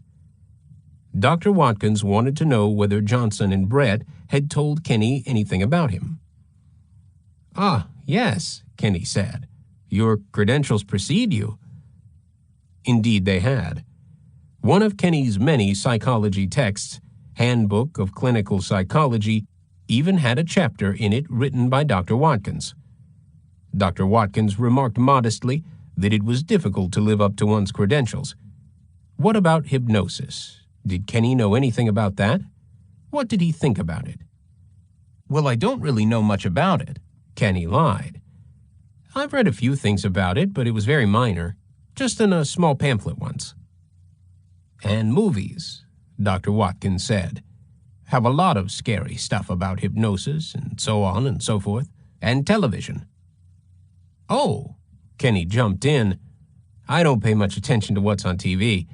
Just a lot of junk, you know. The thing I feel bad about is that I'm locked in a little cell, and I not only have to contend with myself, I have to contend with the boob tube, you know?" "Yeah," Dr. Watkins agreed. "It rots your brain," Kenny said ruefully. "Yeah, but it consoles me once in a while." In truth, Kenny had had the chance to study Sybil yet again before meeting Dr. Watkins. The movie had been shown again on BCTV the evening of March 12th, the day after the session with Dr. Lundy. When Dr. Watkins said that now he would explore Kenny's feelings about hypnosis, Kenny said that it would be a new experience for him, and that he was fearful of what might happen, what he might find out about himself. "It sometimes hurts," Dr. Watkins said. "It isn't always pleasant." "Life isn't easy," Kenny philosophized. "Huh?" "As they say, life isn't easy." "No, that's very true." "Well, my curiosity has really been aroused." After some brief discussion about how Kenny felt when he learned that he was adopted, about his father's death, and about his dreams, "I imagine that some of the dreams you have are sort of upsetting and frightening," Dr. Watkins suggested. Dr. Watkins began his hypnotic induction, telling Kenny to take a few deep breaths, to stare at his hand, to feel heavy, to really go down into the most beautiful and relaxed feeling, and so on. The induction took about half an hour, and then Dr. Watkins said, "But I would like to kind of talk to you. And I've talked a bit to Ken, but I think that perhaps there might be another part of Ken that I haven't talked to. Another part that maybe feels somewhat differently from the part that I've talked to. And I would like to communicate with the other part. Part, would you please come to communicate with me? And when you're here, lift that left hand off the chair to signal to me that you are here. Would you please come, part, so I can talk to you? Another part. It is not just the same as the part of Kenny I've been talking to. Part, would you come and lift Kenny's left hand to indicate to me that you are here?" Slowly, Kenny raised his left hand. "All right," Dr. Watkins soothed. "Part, I would like for you and I to talk together. We don't have to talk to Ken unless you and Ken want to, but I would like for you to talk to me. Will you talk to me by saying, 'I'm here'? Would you communicate with me, part? Would you talk with me, part, by saying, 'I'm here'?" "Yes," Kenny said, his voice lower than normal. "Part, are you the same thing as Ken, or are you different in any way? Talk a little louder so I can hear you, huh?" "I'm not him," Kenny said. "You're not him. Who are you? Do you have a name?" "I'm not Ken." "You're not Ken. Okay. Who are you? Tell me about yourself."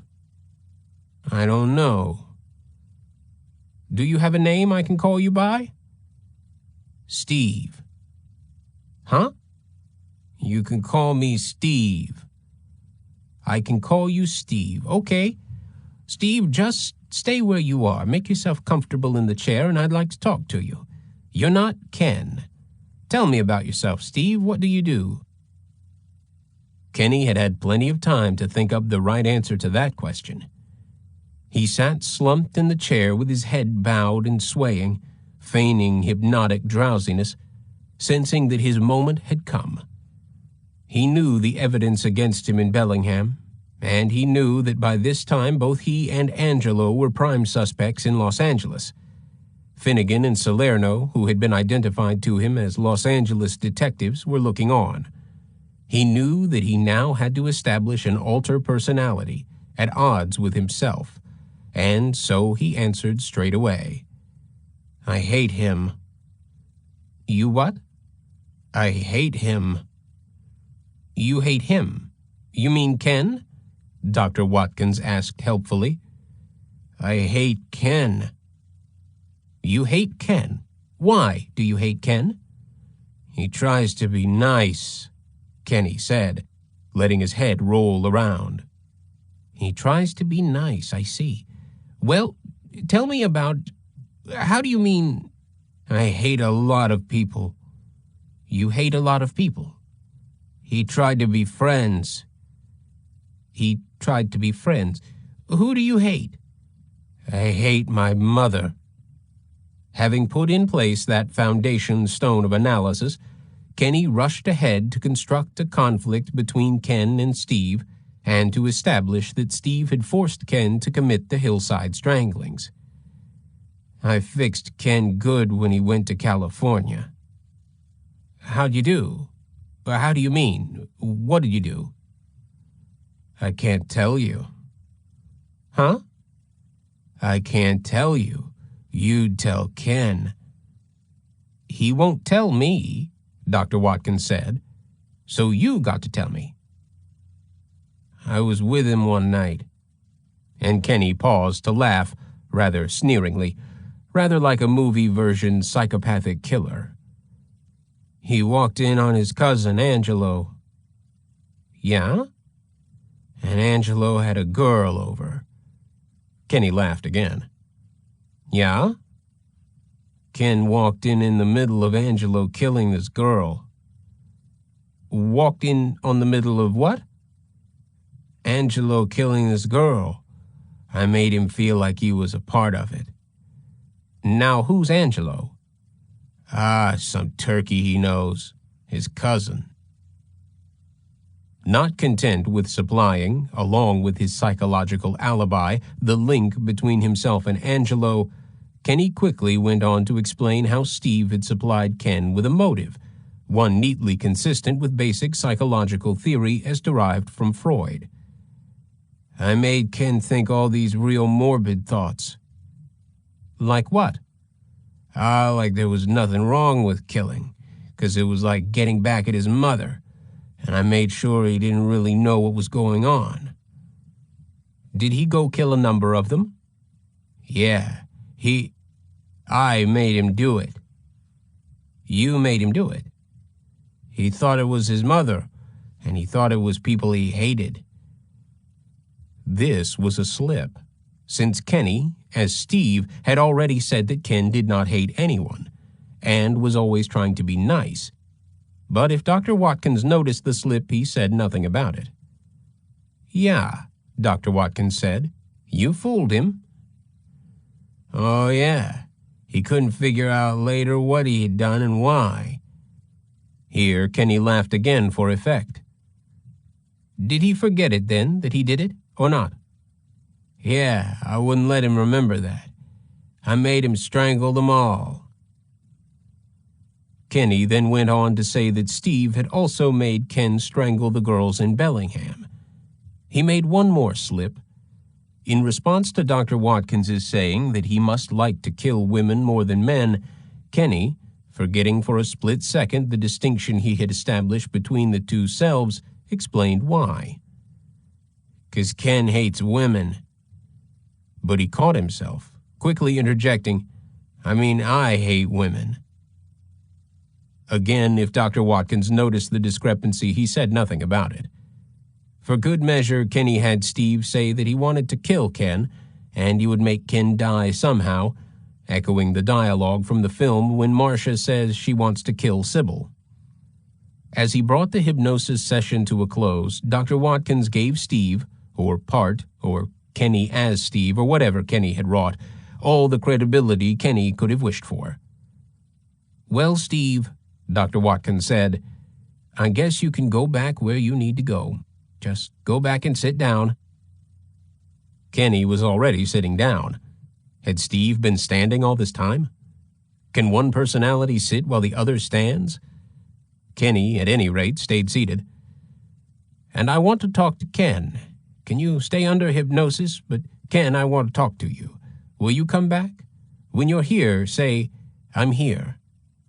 "I'm here," Kenny said. "Ken, do you know anything about Steve?" "Steve?" Kenny said, drawing out the vowel, knitting his brow. "Does that mean anything to you?" "Who's Steve?" Dr. Watkins told Kenny that during the coming weeks he would come to know more about Steve, and in doing so become stronger and stronger and stronger with each passing day, while Steve would become weaker and weaker and weaker. He, Ken, would find out more and more through thoughts, memories, dreams, and so forth until he fully understood what has happened. He would have more energy. More of the energy of your whole body is going to flow into Ken, give him strength and courage and memory, until pretty soon there is just Ken. Do you understand that? Okay. Dr. Watkins counted to 5, telling Kenny that he would be wide awake and alert. "Open your eyes." "Hi," Kenny said, shaking his head. "God, what happened? I feel in a daze." Dr. Watkins told him that he would come to understand in his own way, through his own strength, that it would be up to him to discover himself. "Okay. Real good," Kenny said. "Thank you, sir. Thank you very much."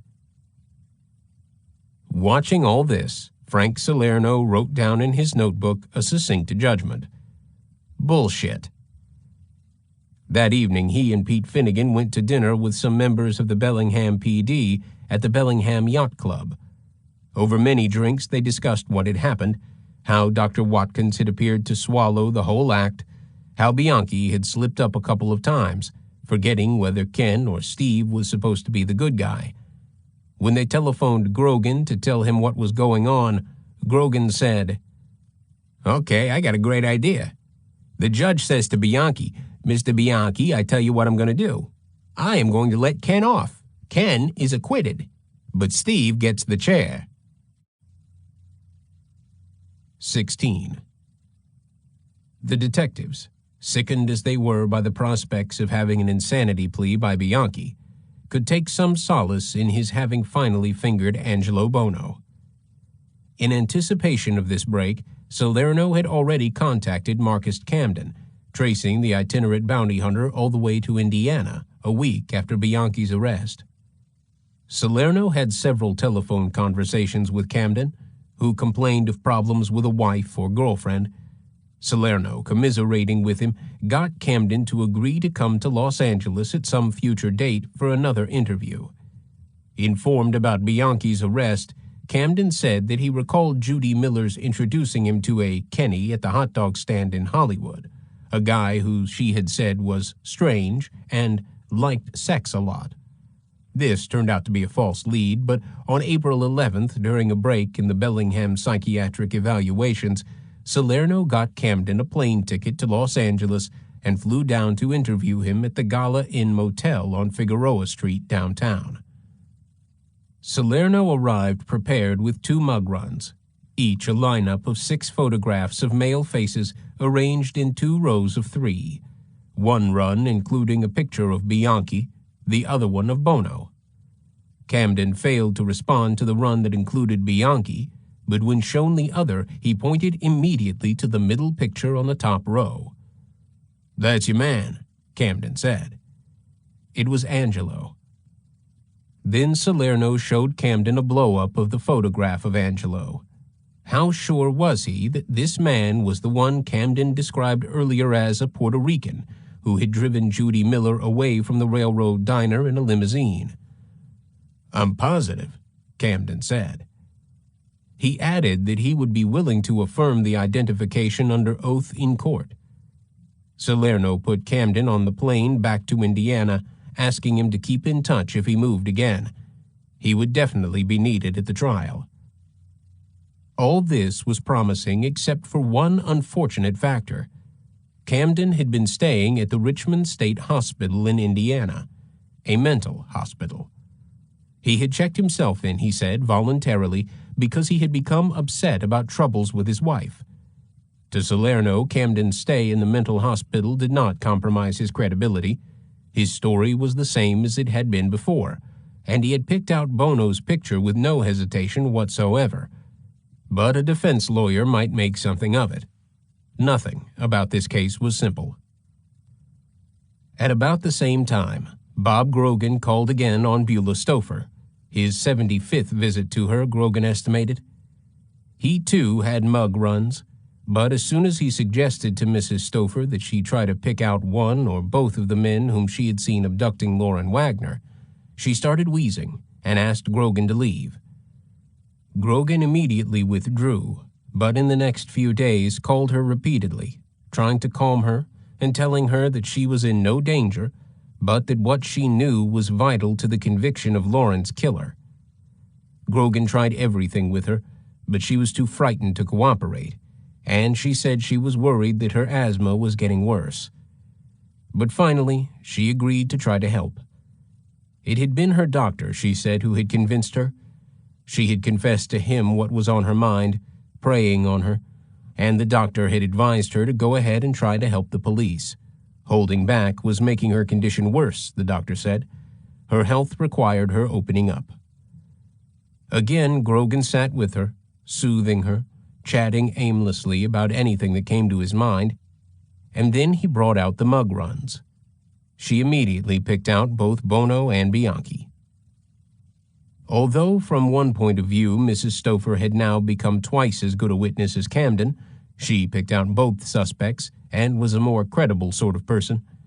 From another point of view, she posed serious problems. Grogan still could not get her to say what he believed was the truth, that she had gone outside her house to get a very close look. She had poor eyesight, and it was doubtful that a jury would believe that she could have seen Buono and Bianchi clearly enough through her window to identify them, particularly at night when light reflections from inside would have made seeing even more difficult. Worse, shrubbery had begun to grow up in the yard near the fence, obscuring the view of the street, and by the time of a trial it might obscure it completely. And what would happen to her on the stand? She might have an asthmatic seizure and collapse entirely. Meanwhile, Kenny, performing again as Steve for Dr. Watkins, added that the killings had taken place at Angelo's house, named Christina Weckler as a neighbor at the Garfield Apartments, alluded to dump sites off the Golden State Freeway, and spoke of alternating with Angelo in doing the actual stranglings. He improved his characterization of Steve, building on his received hypothesis that Steve was supposed to be an alter ego, as opposite as possible from the kindly Ken. He added sprinklings of profanity. "They're fucking bugging me, damn it, leave me alone. Fuck, what a drag. You know I just want to be me. Fucking shrinks." And a snarl to his delivery. And he laughed frequently, like the villain in a melodrama. The more extreme this bizarre impersonation became, the phonier it appeared to Salerno and Finnegan. Salerno wrote bullshit twice more in his notebook. But Dr. Watkins showed not a sign of disbelief. Ken, Steve spat, was an asshole and a motherfucker whom Steve controlled totally. Steve had tricked or forced Ken into bad habits, not only murder but thinking dirty and smoking cigarettes. Kenny also had Steve develop a spontaneous case of faulty grammar. "We didn't keep no tabs," and turned on the sympathetic, solicitous Dr. Watkins, calling him a drag. "All right," Dr. Watkins shrugged. "I'm a drag. I'm sorry." The primary source of Kenny's creative characterization of Steve was Angelo Buono, the one person he had ever been close to who acted consistently like a classic tough guy, and who certainly could be said to have functioned as Kenny's alter ego in Los Angeles. Angelo was indeed the perfect model for Steve, so like any artist, Kenny was able to draw a character from life. But art, too, begets art. And Kenny also had in his mind the example of Sally Field portraying one of Sybil's alter egos as a rough-edged prostitute, the flying nun become a whore. Although his theatrical methodology was sound enough, and his performance was convincing to Dr. Watkins, Kenny would never have passed a screen test.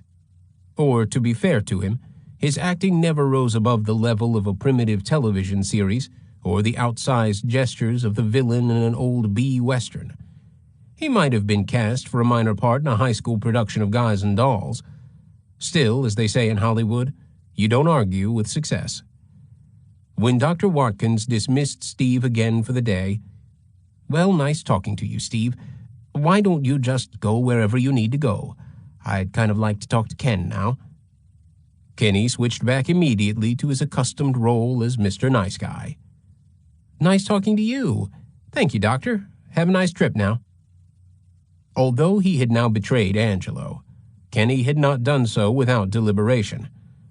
After his arrest, his first impulse had been to cement the pact of silence with Angelo, and he hoped to use his cousin as a character reference, just as he had done on job applications. Between the two of them, Kenny thought, alibis at least for the Los Angeles killings could be cooked up. He quickly wrote Angelo a letter alluding to their family ties. But Angelo's response had been a phone call to Kenny threatening to kill Kelly and Ryan if Kenny snitched. Angelo used cryptic language, assuming that the jailhouse phone was bugged, which it was not, but Kenny got the message. When Kenny later disclosed the threatening call, Grogan and Finnegan knew that they had caught Angelo in another lie, since he had denied contacting Kenny in Bellingham. On February 27th, Kenny tried to reach Angelo indirectly.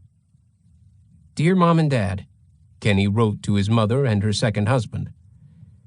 "Angelo took me in sight unseen in 1976. He's a loner and took me in.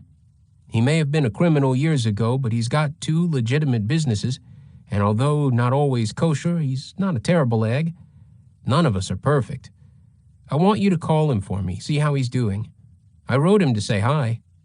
Tell him this, that I wish he could write the letter I asked him to write. P.S. Don't tell Kelly. She dislikes Angelo because he used to tease her all the time."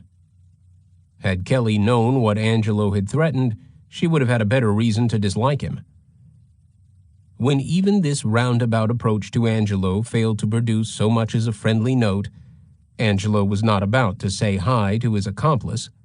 Kenny knew that his only hope to save himself lay in implicating Angelo. If he could incorporate the betrayal into the multiple personality act, he might walk. But like almost anyone facing possible execution, Kenny was willing to try anything, and he could hardly be sure the multiple personality scheme would work. An alibi would be even better.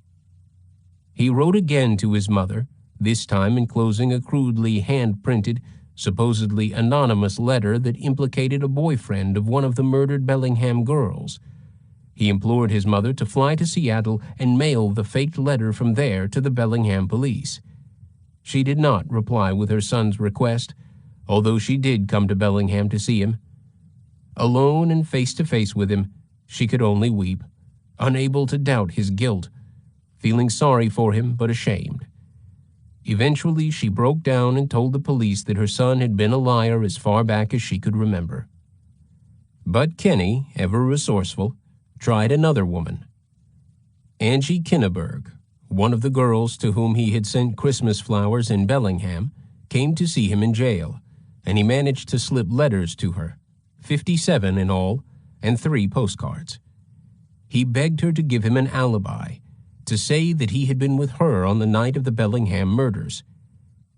"If I had come over, I could have you testify under oath of my whereabouts Thursday night. I have no alibi from 8:10 till 9:50 p.m. To Angie, he maintained his innocence. "I could never take another's life. I was set up. I keep dreaming like an old Perry Mason show that all of a sudden somebody steps up to say I was with them the night in question. Please help me if you can. I'm begging for my life. When I read the autopsy reports, I became sick. Karen was a nice girl when I knew her several months ago. I'd like to get my hands on who did this to these girls.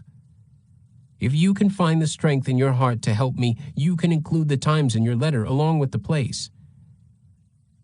To try to tempt her, he began talking to her about collaborating on a book about himself and alluded to a possible $100,000 advance. He professed his love for her and, of course, proposed marriage. Angie told Kenny's mother about the proposal. His mother said that Kenny would never get out of prison, so Angie might as well accept to make him happy. Angie did go so far as to write Kenny a note that provided him an alibi, but conscience-stricken, she told Dean Brett that it was a lie and asked him to tear it up. As Kenny's multiple personality ruse began to look as if it might work, he dropped the search for an alibi and admitted to Angie that his other self might have done the killings. He had been merely a watchful voyeur. He could never take a life. That was the reason he had avoided going into the army. Even the thought of something like prostitution turns me off. I've never condoned the selling of one's body for any reason. The body to me is sacred, and I'm not even religious. He asked her to go to the library and read up on everything she could find about multiple personalities, to help him understand himself, he said. At the same time, he began seeing a Catholic priest, Father Don Warner, and spoke of regaining his faith. Father Warner gave him a rosary, and Kenny began carrying it and displaying it during subsequent interviews with psychiatrists. 2 more doctors arrived to interview him, one at the request of the court, the other called by the Los Angeles County Public Defender's Office. But since neither employed hypnosis, Kenny had to keep Steve under wraps.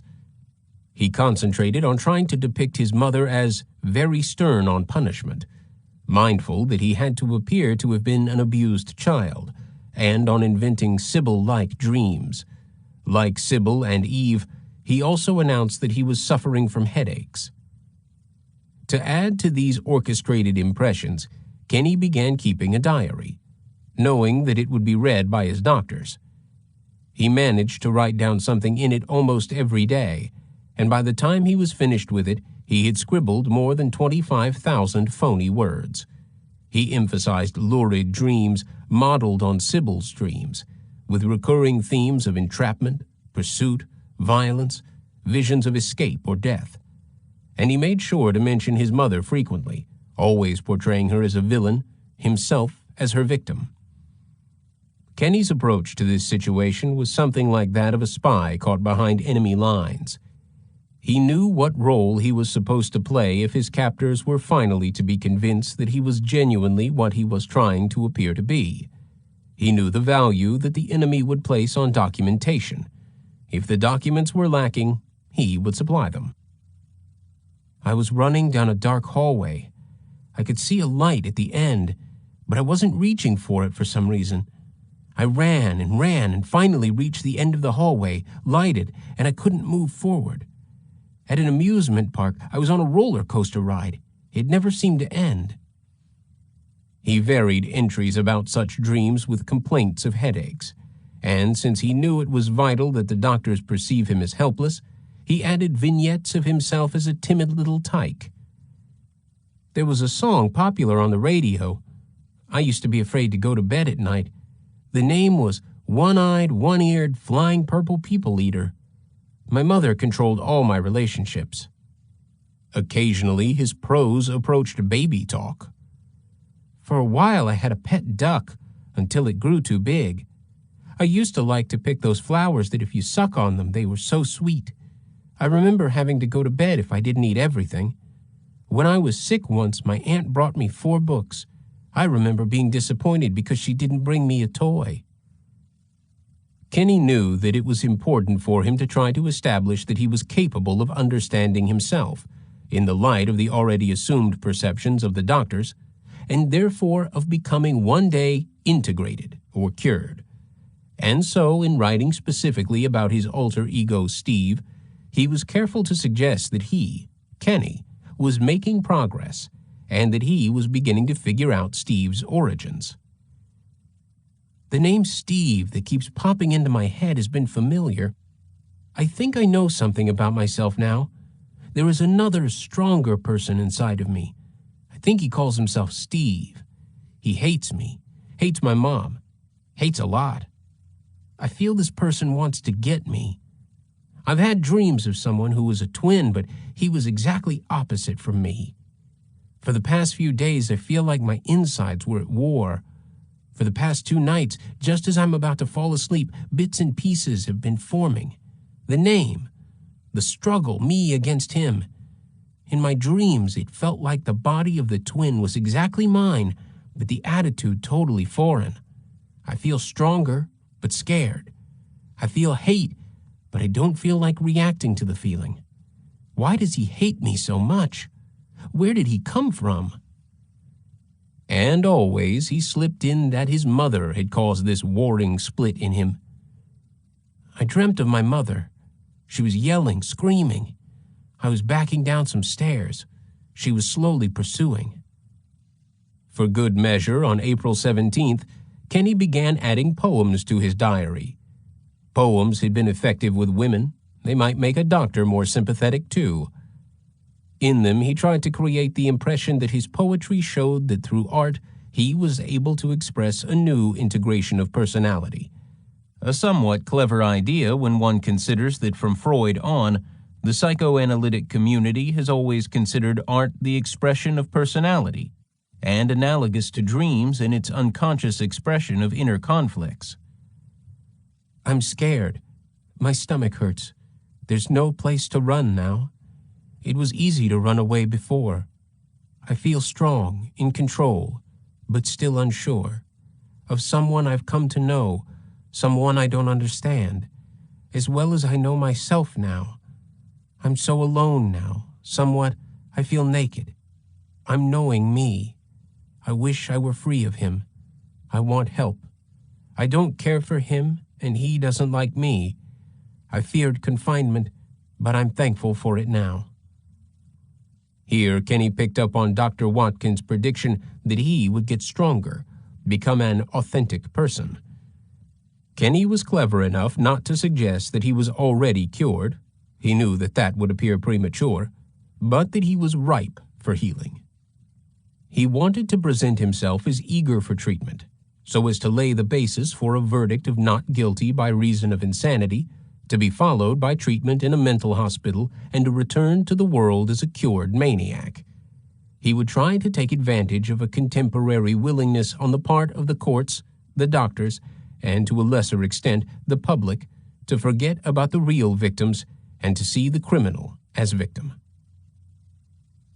With Dr. Watkins's blessing, Bianchi and his lawyer made known to the court that they intended to enter a plea of not guilty by reason of insanity. The court, recognizing that whether Bianchi suffered from a multiple personality disorder now represented the crucial issue in determining his ability to stand trial, called in Dr. Ralph B. Allison, a psychiatrist from Davis, California, who had the reputation of being an expert on multiple personalities and was at the time completing work on a book entitled Minds in Many Pieces. Dr. Allison began interviewing Kenny on April 18th. That morning, Kenny wrote in his diary that he had had a dream the night before about his twin. He told me life wasn't what I thought it was like. He said there are no rules. You have to make your own. He said he wanted to get me away from people I was leaning on for help. He said he would hurt my kid. I became angry. I stood up and grabbed him, told him I didn't like him. I punched him. He broke free. I ran after and reached to grab him, and he just disappeared. I felt an easy, cool breeze. Slowly, it turned warm. As if he worried that the doctors would be unable to interpret the significance of this invented dream, Kenny decided to help them out by suggesting an interpretation, which he added in the margin. This doesn't feel like a dream. Like the dreams I used to have of my father, it seemed so very real. Too real. If this person is more real than just my dream, and if this is the same person haunting me, which is more than likely, then this person could have been responsible for the uncontrollable violence in my life, the instigator of the lies I've done, the blank spots I can't account for, and the deaths of the girls, all the ones in California and the 2 here. But if he is insane, then he killed them using me. Why can't I remember for sure? I want to know if this is so." "Make sure you don't miss this, Doctor," the entry beckons. But there was no chance that Dr. Ralph Allison would miss it. Dr. Allison was alert to every hint of the presence of multiple personalities. His new book was about them, and he had already published 5 articles and, for a time, had issued a newsletter on the subject. And for the past 3 years, he had moderated programs at the American Psychiatric Association meetings on multiples, as they were called in the trade. Dr. Allison thought that multiples were about the most exciting phenomenon current in psychiatry, and if anyone was going to recognize one, or them, when he saw it, or them, surely Dr. Allison would. Before the session, he read over Kenny's diary, perused his medical records, and viewed the videotapes from the sessions with Dr. Watkins. He had seen Steve. He was ready, and Kenny was ready for him. In a gentle, avuncular voice, Dr. Allison sat opposite Kenny in the small interviewing room and began by asking general questions about Kenny's life, tracing his movements from the east to California and up to Bellingham. Then he told Kenny to respond to certain finger signals which would, supposedly, trigger his unconscious memory. The number of fingers held up represented the years of Kenny's life, and when the fingers added up to a year that contained some memory, Kenny was supposed to tell Dr. Allison about that memory. At 9, Kenny began talking about his playmates at that age, and when he said that he had enjoyed playing games of hide and seek, "I like hiding. It's easy to hide away from everything," Dr. Allison took the bait. If John Johnson and Dr. Watkins and Sybil had given him early leads and suggestions, he was now able to lead Dr. Allison. Progress, of a kind. Dr. Allison asked, "Do you ever hide inside your own head?" Kenny knew where to go from there. "Sometimes, just to get away." "What do you do in there?" "Talk." "Anybody else in there to talk to?" This was getting to be old hat for Kenny by now. But again, he was duly cautious, not naming Steve yet. Kenny knew that he had to make Dr. Allison feel that he, the doctor, not the patient, was bringing out the alter ego. Kenny identified the other person as simply, "my friend." "Who's that?" Dr. Allison asked obligingly. "Stevie," said Kenny, adding the diminutive in consonance with a juvenile memory, or rather the invention of one. "He's my second-best buddy." So now Steve had an origin as Stevie. "Does he have a last name?" Dr. Allison asked. This question posed a challenge for Kenny. He had not anticipated being asked for a last name, and he did not want to screw up now, having come so far. "He did have a last name." Kenny stalled. "What is it?" "I can't remember." "Well, what's Stevie?" "Walker." Kenny mumbled, barely audible. "Walker?" Dr. Allison repeated. "Where'd he get that name? Do you know his parents?" "He didn't have parents. Stevie was alone." After further infantile excursions, Dr. Allison asked Kenny to grow up to his current age and said that he wanted to talk to Stevie now. "What's your name?" "Steve." "What's your last name?" This time Kenny decided not to play the last name game. He was uncertain about the wisdom of giving Steve a last name and decided to concentrate instead on getting into character as quickly as possible. So he replied, "You're the motherfucker who's been trying to get me to leave Ken."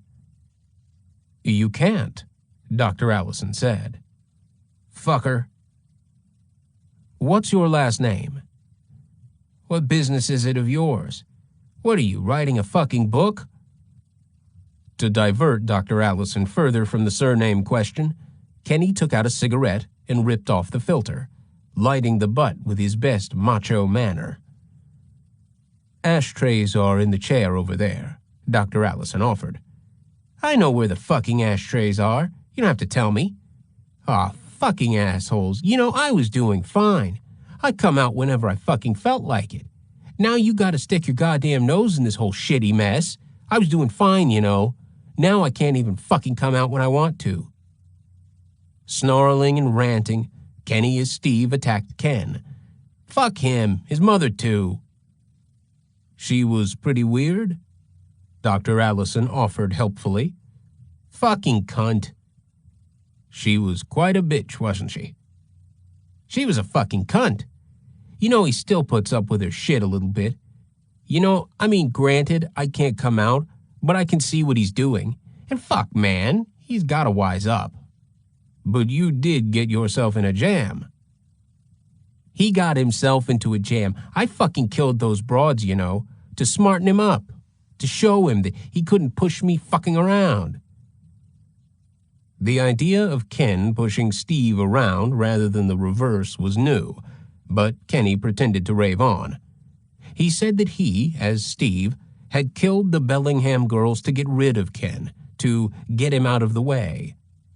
This concept derived, of course, from Kenny's attempt to banish Angelo from his thoughts by doing murder on his own. In this sense, Angelo remained Kenny's constant inspiration, acting not only as the model for the Steve character, but as the source of Steve's motives, as Kenny invented them. Let me clue you, Kenny said. It's a fucked job you've got. True, Dr. Allison said. And that's, you know, you should go out and live a little bit. I find my job interesting. I bet you do. How about down in L.A. with Angelo? Angelo, now he's my kind of person, Kenny said, silently indicating the Angelo-Steve identification, but not so that Dr. Allison would notice it as the source of fiction. How so? He doesn't care a fuck about life. It's great. Other people's life. Doesn't give a fuck. That's great. That's a good attitude to have. Kenny went on to elaborate on the Angelo-Steve connection, describing how Angelo and Steve had killed the girls in Los Angeles, with Ken an innocent bystander. It was, with all the evidence against him, as close as Kenny could get to blaming everything on Angelo. But then, pride surpassing discretion, Kenny suggested that Steve had given Angelo the idea in the first place, and that Steve had killed the first girl, some black broad, on the freeway. When Dr. Allison began to press for details of the killings, Kenny, not wanting to reveal too complete a capacity for recall too soon, decided to heighten the impression of Steve as a wildly irrational creature, menacing, out of control. He jabbed the air with the defiltered cigarette and stood up, shouting, "That's Ken's problem. It's not my fucking problem.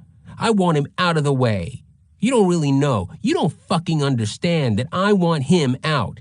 I don't want to sit here anymore."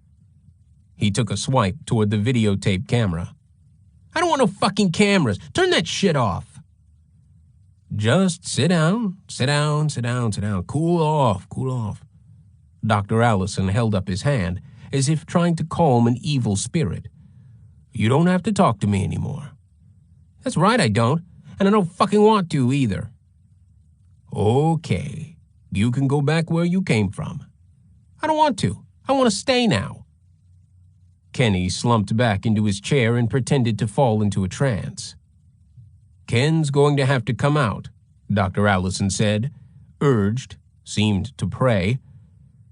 "Ken is going to have to come out. Come out, Ken. Come out, Ken. Ken?" "Yeah?" "You here?" "I'm here." Dr. Allison pointed to the cigarette in Kenny's hand. "When did I take this out of my pack?" Kenny asked in his sweet-tempered Ken voice, acting for all the world like a bewildered child. I don't remember taking it out of my pack." "That's right," Dr. Allison reassured him. "You were in a trance at that time." "Why's the filter broken off?" "Just a hand broke it off. Don't you break off filters?"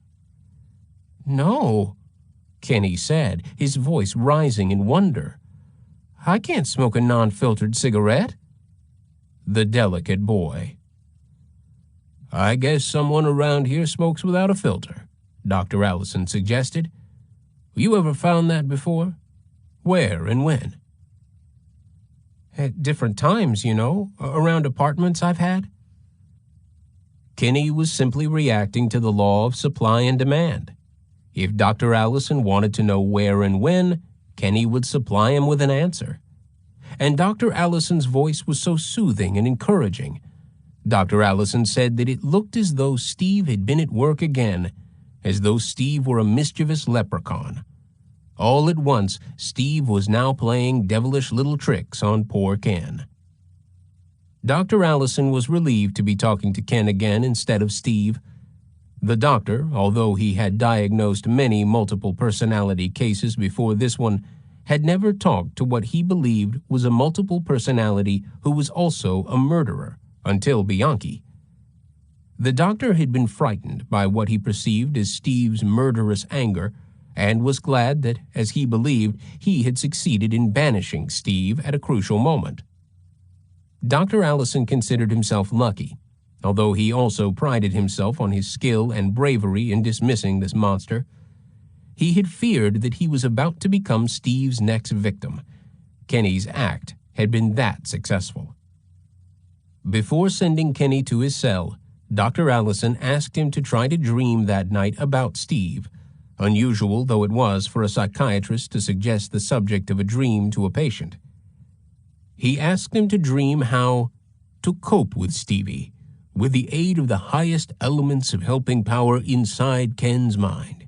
That will be the job for tonight. Dr. Allison's voice was soothing. He added, "I want you to keep that diary going.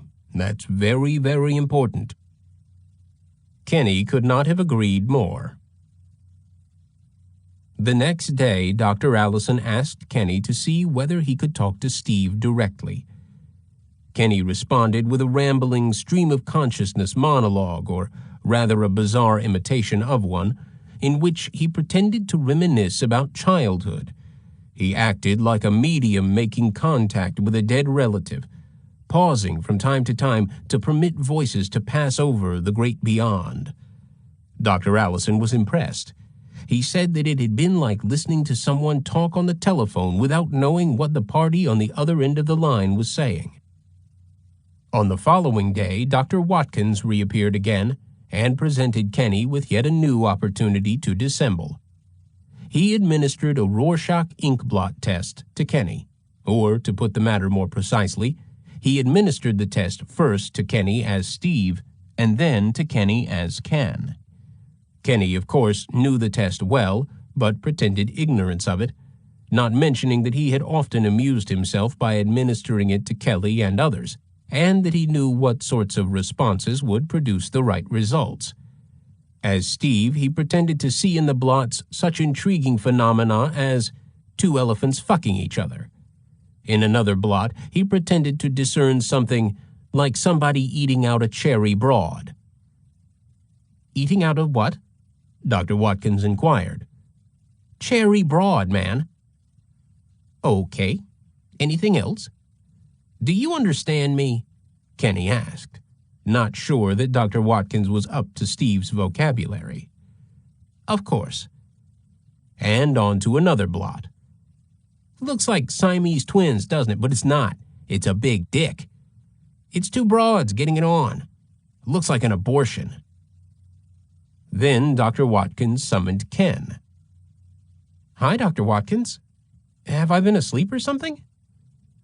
As he pretended to awake from the trance, Kenny made a fuss over finding his rosary on the table, saying he had no memory of putting it there, and drawing a parallel between this mystery and that of the torn cigarette filter with Dr. Allison. "What do you think happened?" Dr. Watkins asked. Steve again? Yeah, Dr. Watkins agreed. What would Steve think of next? Kenny complained sorrowfully about the headaches he had been having. That's Steve trying to get out, Dr. Watkins said. I wonder why, 'cause I usually don't get headaches. Now it was time for Kenny as Ken to take the Rorschach test. Where Steve had seen elephants fucking and so on, Ken saw people dancing in a discotheque, children playing London Bridge, 2 men carrying a bucket, a butterfly, a snail, a moth, a steamboat on the water, 2 little Indians, a leopard, rocks beside a pond, and the Asian continent. For good measure, not to appear absurdly saccharine, he added 2 dogs fighting over a bone and an unborn fetus, as photographed by means of a radioscoptomy. You, Ken, are getting stronger every day, Dr. Watkins said before leaving. I don't know how everything's going to come out, but I suspect you'll be able to handle things better. It hasn't been easy for me, Kenny said. To Dr. Watkins, the Rorschach tests substantiated a diagnosis of multiple personality. But to verify the results, he forwarded them to Dr. Erica Fromm, professor of psychology at the University of Chicago. He told Dr. Fromm nothing about Bianchi, permitting her to assume that the subjects, identified simply as Mr. K and Mr. S, were 2 persons. Dr. Fromm wrote formal evaluations of the tests, finding Mr. K to be, on the whole, a near normal man, mildly neurotic, mildly introverted, who possesses a great deal of fantasy. Mr. K also has greater creative ability than he actually makes use of in his ordinary life, and spends a great deal of time in daydreaming. Of Mr. S's responses, she wrote, however, that this is one of the sickest Rorschachs I have seen in working with this test for more than 40 years. It is clearly that of a patient in whose mind sexuality and violent aggression against women are fused. I would expect him to be a rapist and a killer. For the sake of society, as well as for his own sake, he should either be in prison or in a closed ward in a state hospital. Yet he was not a psychopath. Since she knew nothing of Bianchi's background, Dr. Fromm was not in a position even to guess that he might have faked both tests. Her evaluation suggested that Kenny had managed to give precisely the impressions he had intended. In an informal covering letter to Dr. Watkins, Dr. Fromm said that she wondered why she had been sent 2 such radically different personalities to evaluate. One seemed to her likely to be a criminal, but the other seemed so normal that she could not imagine why he should be in court. Was it possible, considering Dr. Watkins's interest in multiple personalities, that the 2 tests represented different personalities of the same man? One response by Mr. S, "Some cat got hit by a car," made her wonder whether Mr. S might be a black man. The word cat might be black slang, cat referring to a man. If so, Mr. S's aggression would be directed against men as well as women, yet he was clearly not a homosexual. Dr. Watkins was now sufficiently confident of his diagnosis to give an interview to Time magazine. In the issue of May 7th, he was quoted as saying that Kenneth Bianchi, a very pure psychopath, had a doppelganger inside him, who from time to time seized control of the normally mild-mannered Bianchi. Dr. Watkins stated that he himself had been afraid of being attacked by Steve, who had first emerged when Bianchi was 9 years old and was a product of Bianchi's unhappy childhood. The Time interview was too much for Bob Grogan. Alarmed by what Salerno and Finnegan had told him about the goings-on in Bellingham, Grogan had been monitoring the videotapes of the psychiatric sessions. Under Washington law, discovery worked both ways.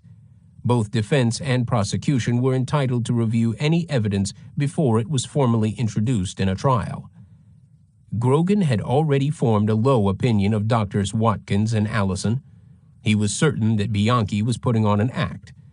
And now, On a piece of plain stationery, identifying himself simply as an outraged citizen, he wrote a letter to Dr. Watkins in Montana.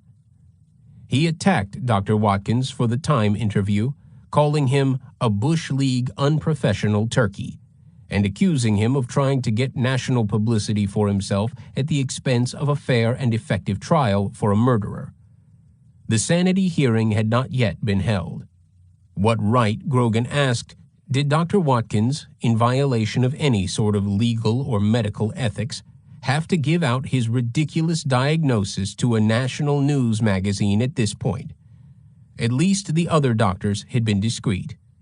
He signed the letter simply Bob Grogan, not wishing to take advantage of his police affiliation, nor to end up being accused of trying to intimidate a witness. Dr. Watkins replied, defending himself.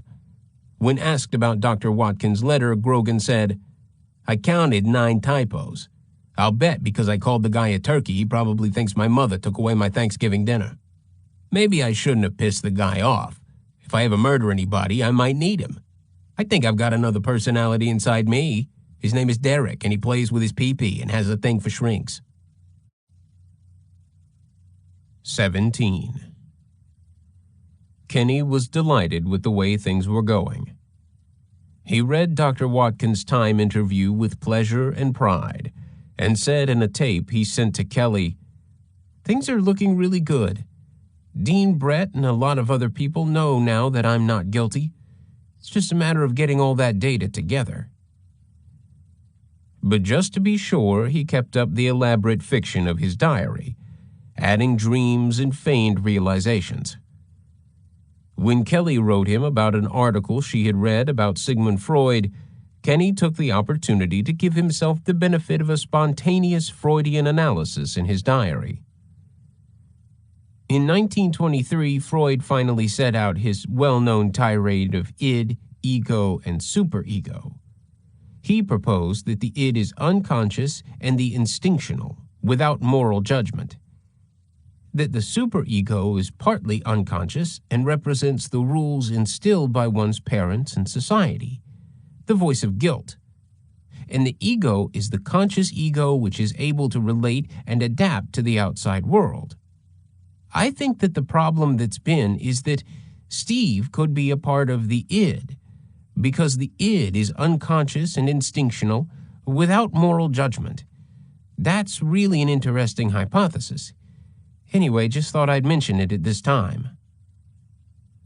As always, modern psychological theory offered him an agreeable escape from personal responsibility, and he liked playing in his diary with the word responsibility, as though it were something apart from himself, an idea, a thing, a curiosity, occasionally toyed with and questioned but never assumed.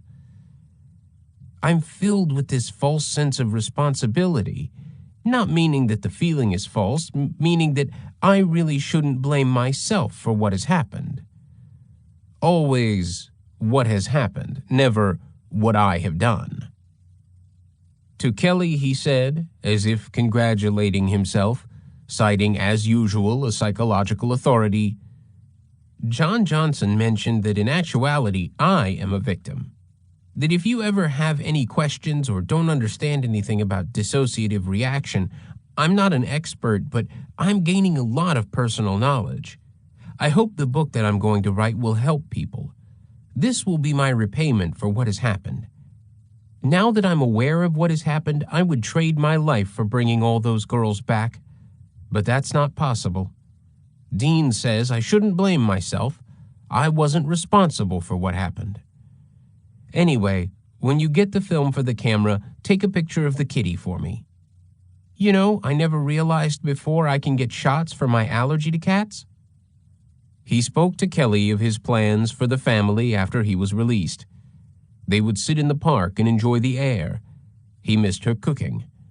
Money would be no problem. When I get out, honey, I know that the publishing deal's going to go through. The book would be a bestseller, and once it hit the bestseller list, there would be still more money. That's the reality of publishing a successful book, a popular book. Fortunately, I won't even have to have the book started before they come across with the money, just a contractual obligation. Of course, Kenny did not tell Kelly that he had already proposed marriage and a book to Angie Kinneberg, nor did he tell her that he had asked Angie to spy on Kelly, whom he suspected of two-timing him. Perhaps Kelly could become his full-time secretary when he got out, as she knew every worthwhile thing in life is won with hard work and practice and patience. Kenny always remembered his dear son Ryan in these letters and tapes. Well, sweetheart, I think I'll end this for now. When I think of you and Ryan, I have a tendency to get mushy. I don't want to get too mushy here. I don't know how you'll take it. This part is for Ryan. Ryan? Kenny crooned, called. Ryan, Daddy's here. Come on, Ryan. Talk to Daddy. Say hi. Say hi, Ryan. Come on, say hi. Come on, Tinkers, my little Tinkers. Daddy's little man. Perhaps Daddy will be home soon, sweetheart. I love you and miss you, you little man. Bye-bye. Bye. The detectives were as depressed by the way things were going as Kenny was pleased, but they were not giving up. Meticulously, they scanned the videotapes of the Watkins and Allison interviews, trying to spot a significant slip-up. Not that they had any hope of convincing the doctors that Bianchi was pulling a scam. The doctors, Grogan said, obviously had a will to believe Bianchi. Grogan called them true believers and compared them to religious enthusiasts. He said that they approached the multiple personality idea as the church faithful view an apparition of the Virgin Mary. Bellingham was becoming like Fatima or Lourdes, and the next thing you knew, Bianchi would start healing cripples. A political analogy also occurred to Grogan. They believe in this thing like my father believed in the Democratic Party. It's like I told my dad, you'd vote for Mao Zedong if somebody told you he's a Democrat. But the prosecution was going to call in its own psychiatrists. Grogan knew one of them by reputation and predicted that this doctor, Saul Fairstein, would help to turn things around. Fairstein's no fool. Fairstein's a hard-ass. He'll nail that bastard, I predict. Then, at last, Salerno and Finnegan thought they might have caught something on the videotapes. It was indistinct, mumbled, but with the volume at full blast, they heard Bianchi give Steve the surname Walker, and they heard Dr. Allison repeat the name. It rang a bell. Somewhere in Bianchi's papers, the ones discovered in his attaché case, they knew they had come across a reference to a Stephen Walker. They searched through the papers and found what they needed: the letter to the registrar at California State University at Northridge, asking for a diploma with the name not filled in, signed Thomas Stephen Walker. The letter said that a $90 money order was enclosed, and the registrar or his clerk had stamped the letter paid. The detectives also found Cal State transcripts with Bianchi's name on them. This was obviously another one of Bianchi's scams and fit in with all the other fake degrees and diplomas he liked to collect. Salerno and Finnegan hurried down to Los Angeles and on to Northridge. They showed Bianchi's supposed transcripts to the registrar, who checked out the Social Security number and confirmed that the transcripts were actually those of Thomas Stephen Walker. Then they traced Walker to his apartment in Van Nuys, and interviewing him learned that he had responded to an ad in the Times and had forwarded his transcripts in applying for a job. A search of Times back issues revealed the ad, in which Bianchi had represented himself as Dr. R. Johnson, but had given his Verdugo address. They now had everything they needed to show that Bianchi had made the mistake of giving his phony alter ego the name of an actual person. But to round out the picture of Bianchi as the con artist of psychology, they went to see Dr. Charles Weingarten. Kelly and other witnesses had confirmed that Kenny had rented an office from a legitimate therapist, and his counseling service flyers had listed the address. Salerno and Finnegan wanted to establish that Kenny had been able to fool a professional psychologist even before Bellingham.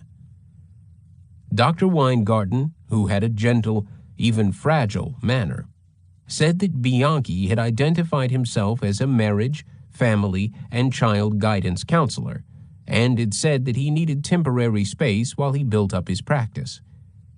Dr. Weingarten described Kenny as very sincere and pleasant, and said that the young man had discussed Gestalt therapy and transactional analysis with obvious expertise. The interview had taken about 15 minutes. Dr. Weingarten had been reading about Bianchi's multiple personalities. "From what I've read about Steve," Dr. Weingarten said, "I feel I met Ken." Somehow it had not occurred to Dr. Weingarten that even as he had been duped, other doctors were being fooled now. But neither Salerno nor Finnegan had the heart to deepen Dr. Weingarten's disillusionment by asking him what on earth made him think that Steve wasn't just another Bianchi con. By the time Salerno and Finnegan had completed all this important work, the prosecution had brought in a very big gun to train on Bianchi. He was Dr. Martin T. Orne, head of the Unit for Experimental Psychiatry at the Institute of Pennsylvania Hospital in Philadelphia, and a professor at the University of Pennsylvania.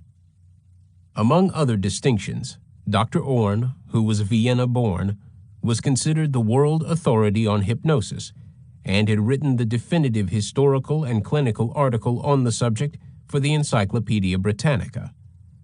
In that article, published in 1974, Dr. Orne took a cautious view of the uses of hypnosis and warned of its limitations and potential abuses.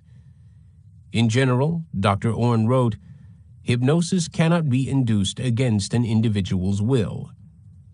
Of equal significance to the Bianchi case, Dr. Orne warned that when unhypnotizable subjects are asked to simulate hypnosis, their performance can deceive experienced hypnotists. Simulating subjects convincingly perform extraordinary feats of strength and memory.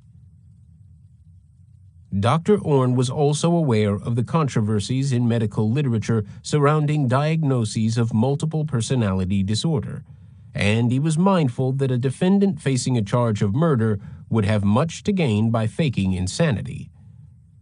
Dr. Orne approached Bianchi with an open mind and in a truly scientific spirit, assuming nothing except the scientist's responsibility to prove or to disprove a hypothesis.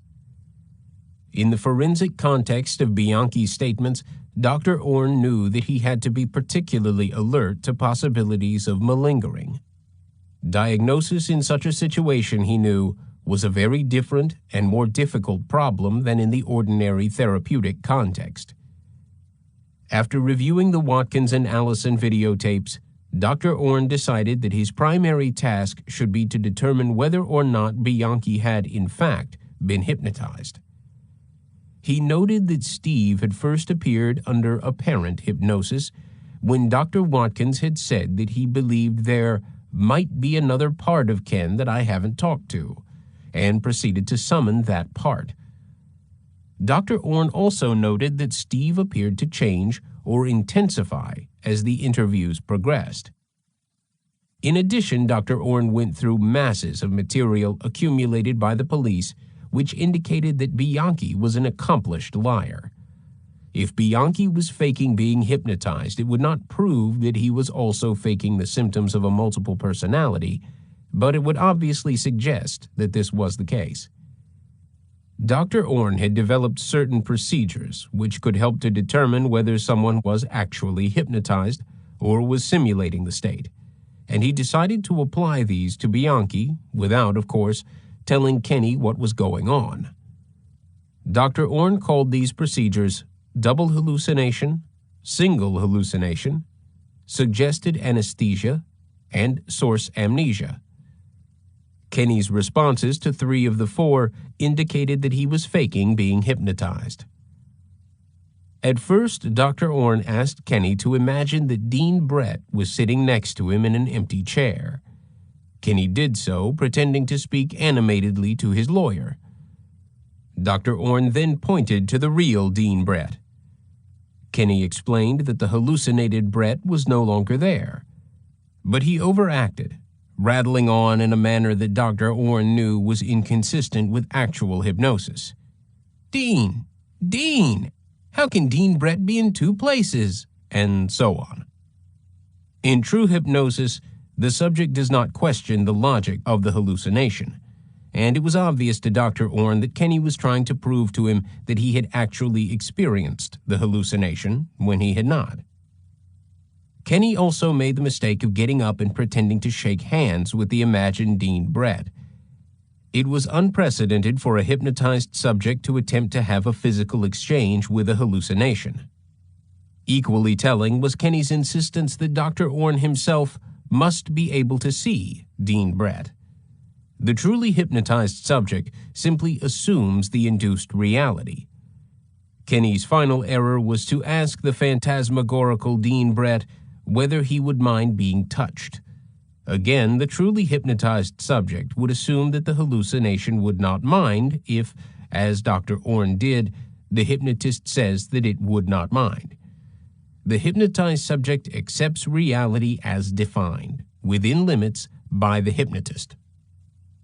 The suggested anesthesia procedure also worked on the principle that the truly hypnotized subject acts according to the logic of the hypnotized state, as defined by the hypnotist, not according to waking normal logic. This test involved Dr. Orn's drawing an imaginary circle on the back of Kenny's hand, and telling him that he would feel pressure when touched outside the circle, but feel nothing when touched inside the circle. He was supposed to say yes when touched outside the circle, and even though he could supposedly feel nothing, say no when touched inside the circle. By normal waking logic, of course, the subject, supposedly feeling nothing when touched inside the circle, would say nothing. Kenny, seeing the test in this way, trying to prove he was really hypnotized, said nothing when Dr. Orn touched him inside the circle. But he was wrong. The truly hypnotized subject would have gone along with the hypnotist and said no when he was supposedly feeling nothing. Dr. Orn knew at that moment that Kenny was faking. Kenny thought that he had outsmarted Dr. Orn, when in fact he had demonstrated that he was being logical and fully awake. Kenny's reaction to the source amnesia procedure, however, was inconclusive. In this test, Dr. Orn asked Kenny 3 easy questions, including, "What is the capital of the state of New York?" and 1 difficult question, "What color does an amethyst turn when heated?" Kenny did not know, and Dr. Orn gave him the answer: yellow. Dr. Orn then told him that when he woke up, he would not remember yellow as the correct answer. Kenny did not remember, but this was an inconclusive response. About 1/3 of all deeply hypnotized subjects do recall the correct answer, but cannot remember the source of their knowledge. Sometimes they make up a source, such as a book or a college course. Thus, Kenny pretending not to remember the correct answer at all did not prove by itself that he was faking, only that he had failed to give absolute proof of having been deeply hypnotized, as he would have had he remembered the correct answer but not the source of it. Some hypnotized subjects behave as he had, failing to recall the correct answer altogether, so this test could not be used as certain evidence of his lying. In some, however, the tests added up to conclusive proof that Kenny was malingering, as Dr. Orn would phrase it, and his behavior in general convinced Dr. Orn that here was an actor.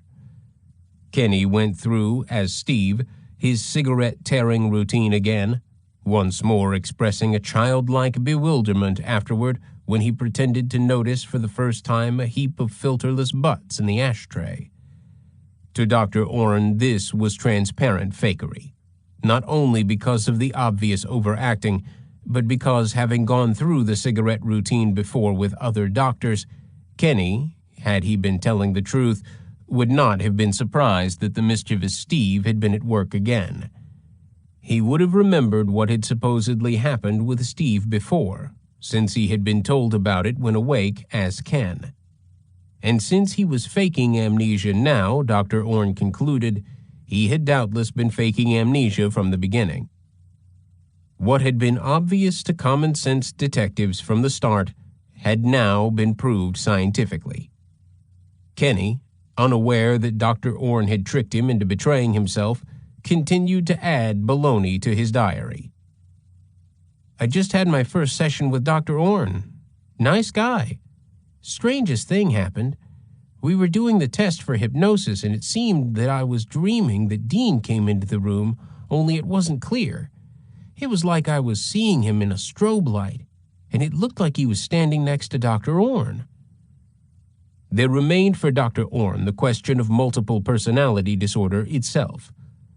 Dr. Orne cagily admitted to Kenny that there might be a problem with the multiple personality diagnosis. Although Dr. Allison had asked whether there were more than 2 personalities involved, so far only Ken and Steve had emerged. That's pretty rare for there to be 2, Dr. Orne suggested. Usually, he said, there were more than 2, 3 at least, and sometimes 8 or 10 or more. Dr. Orne conducted this discussion when Kenny had not been hypnotized, or rather, without giving Kenny the opportunity to pretend to be hypnotized. Dr. Orne wanted to establish that Kenny was reacting to cues and clues thrown out by the doctors. If Kenny was faking multiple personality, he would find a way to invent a 3rd personality. Dr. Orne hinted that it was an important matter and that he was worried about there being only 2 parts. Dr. Orne went through a hypnotic induction again and summoned Steve. He then sent Steve away and began exploring whether or not a 3rd personality might exist. Kenny crouched down into his chair and began whimpering. "Are you Steve?" Dr. Orne asked. "Tell me about yourself. What's your name?" "I don't know." "It's all right. Tell me." Kenny began crying, like a frightened child, and pleaded, "You're not going to hit me, are you?" "No, I'm not going to hit you. It's all right. I'm not your mother. She hit you a lot?" "Yes." All this was Dr. Orne's way of setting Kenny up. All he had to do was throw out a cue, and Kenny would pick up on it. Deliberately using the same language as Watkins and Allison, Dr. Orne then asked to talk to that part that was trying to get out, a part separate from Ken and Steve. Kenny was having trouble coming up with another name. Muling about, he finally called his new self Billy. But poor Billy was afraid. Billy needed more time to come out. That was just fine with Dr. Orne. As far as he was concerned, Billy could keep his own schedule. There was no need to rush. Dr. Orne suggested that they break for dinner. "Billy, all right? I will soon wake you, and the next time you may talk to me. Is that all right?" "Yes," Kenny said, whining. Dr. Orne offered him a Kleenex. Kenny had 2 hours to get his new self together, and sure enough, after dinner, Billy emerged right away. He was a little boy. He did not know his last name. Did he know Steve? "He's a bad egg," Kenny said in his new Billy voice, small and scared, full of infantile metaphors. Billy did not get into trouble like bad Steve. Billy did not know foolish Ken. Billy liked to eat tuna fish, yum yum. But under Dr. Orne's questioning, which deliberately suggested more of a role for Billy than a mere baby Kenny, Billy grew up a little and took responsibility for the psychologist scam in Los Angeles. He had just done it for fun, he said, posing as a psychologist. Dr. Orne told little Billy not to worry himself, that was not a serious crime. With his faint German accent that made sarcasm easy but not blatant, Dr. Orn remarked, "Los Angeles people don't take these things that seriously. There are so many quacks." No doubt Dr. Orn was thinking of one or two quacks he had encountered himself. "I was introduced to the existence of Billy," Kenny wrote in his diary that night. "I wonder what he's like." Dr. Orn had proved that Kenny had been faking multiple personality disorder. All one had to do, he saw, was to suggest a new self, and Kenny would invent one, given enough time and sufficient guidance. But unlike Dr. Watkins, Dr. Orn did not take his findings to the press. Rather, he kept them to himself until the appropriate moment in the judicial process, working over his conclusions and phrasing them precisely. Dr. Orn was not one to criticize his colleagues. He was content to let his work stand on its merits. He went so far as to invite Drs. Watkins and Allison to write up their own diagnoses of Bianchi for Dr. Orn's Journal of Experimental Hypnosis, where he published his diagnosis as well. But later Dr. Orn did say publicly that it was probably easier for someone to fool a professional than a layman when it came to hypnosis. Although they were deceived by Bianchi's multiple personality hoax, Drs. Watkins and Allison can in no way be accused of unprofessional conduct. In truth, they were being so thoroughly professional that what was obvious to the layman was not to them. The detectives saw the fraud at once. A BBC producer who was filming a documentary about Bianchi sensed the fakery after viewing the videotape of one session with Dr. Watkins. A writer who was doing a book about the Stranglers recognized the sham at once. The writer's daughter, who was 15 at the time and who knew nothing then about the case, happened to see 5 minutes of a tape showing Bianchi playing Steve for Dr. Allison and commented of Kenny, "What a lousy actor." How can it be that professionals were so easily hoodwinked? A key lies in Dr. Watkins' comment to the skeptical BBC producer that Bianchi could not possibly have known enough about hypnosis and psychology to fake multiple personality syndrome. Dr. Watkins said Bianchi would have to have had several years of study in Rorschach tests and graduate study in psychology for him to be able to do that. So great is the belief of some professionals in the intricacy and obscurity of their specialty that they can become blind to the obvious. Nor was Dr. Watkins impressed by Bianchi's library of psychology texts. After all, Bianchi did not have a degree. Fortunately, not all professionals have so deep a belief in credentials. Kenny sensed right away that however friendly Dr. Orn had appeared, this psychiatrist might be less gullible than others. He actually seemed to be looking for the truth. Nor had Dr. Orn said anything about trying to help Kenny, or even to cure him, as had Drs. Allison and Watkins. Dr. Orn was alarmingly precise and dispassionate. Kenny started trying to cover himself. He wrote in his diary, "I don't envy Dr. Orn his position. I don't have any real ideas except I don't see how he can reach a definite conclusion. I'm beginning to wonder if the personality I've been told about is not being truthful with me. The doctors, that is. What bothers me is I'm told I have a problem. I'm told what it is. I'm told because I don't know. Now I don't know what to think." In other words, Kenny was already trying to find a way of blaming Drs. Allison and Watkins for the entire scam, just in case he was found not to have multiple personalities. Something in Dr. Orn's manner, his scientific approach, had made Kenny begin to worry. Dr. Saul Fairstein, who followed Dr. Orn, did nothing to reassure Kenny. Dr. Fairstein simply made Kenny talk, as Kenny, about his past and about the murders, and elicited a history of lies.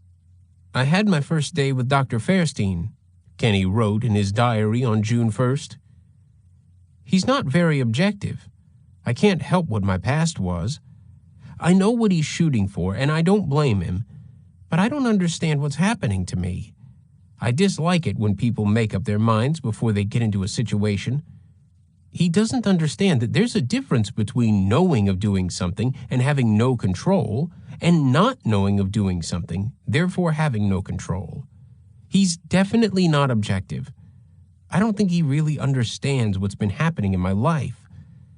Dr. Fairstein feels, I believe, that if I have knowledge of things now, I have had such knowledge all along. When Kenny wrote that Dr. Fairstein was not very objective, he expressed a quite reasonable fear that Dr. Fairstein was being entirely objective and was disturbingly, to Kenny, immune to the Bianchi charm and alert to the Bianchi lies. Dr. Fairstein's indifference to the Steve and Billy charade worried him, and after a second session with this alarmingly skeptical doctor, Kenny wrote a new kind of entry in his diary. I, Kenneth A. Bianchi, being of sound mind and body, do hereby write this, my last will and testament. To my son Ryan I leave all my worldly goods, as little as that may be. It goes to him with my deepest love. It is profound to me that I have had to experience more confusion and mistrust and insincerity in society. If only the right people had been wise enough to follow through with their responsibilities during the years of forming me into the mold of adulthood, I wouldn't be where I am now. There's a sadness in misunderstanding, an emptiness like a hollow egg. The egg which can produce life in two ways, one in creation and one in sustenance, and not realizing the potential of either. Of course, Kenny did not have to write a will to leave his son the only Bianchi legacy, malignity and shame. But the will does serve as testament to his final thoughts whenever he would come to breathe his last. Whatever I have done, be sure to blame someone else. The will is, in its own way, and with its banal final simile, an eloquent statement of an approach to life not unique to Bianchi in the 20th century. But if Kenny felt discouraged, Dr. Allison did not. Dr. Allison reviewed the videotapes of Dr. Orn's interviews, and, ignorant of Dr. Orn's techniques and conclusions, saw there not a refutation, but further confirmation of a multiple personality diagnosis. Why, a third personality had emerged. Billy. If Billy would talk to Dr. Orn, surely Billy would talk to Dr. Allison. Here was a challenge. Now that Billy had arrived, could additional personalities be far behind? Dr. Allison began his new interviews on June 28th. Bianchi had now been talking to psychiatrists and psychologists for 3.5 months.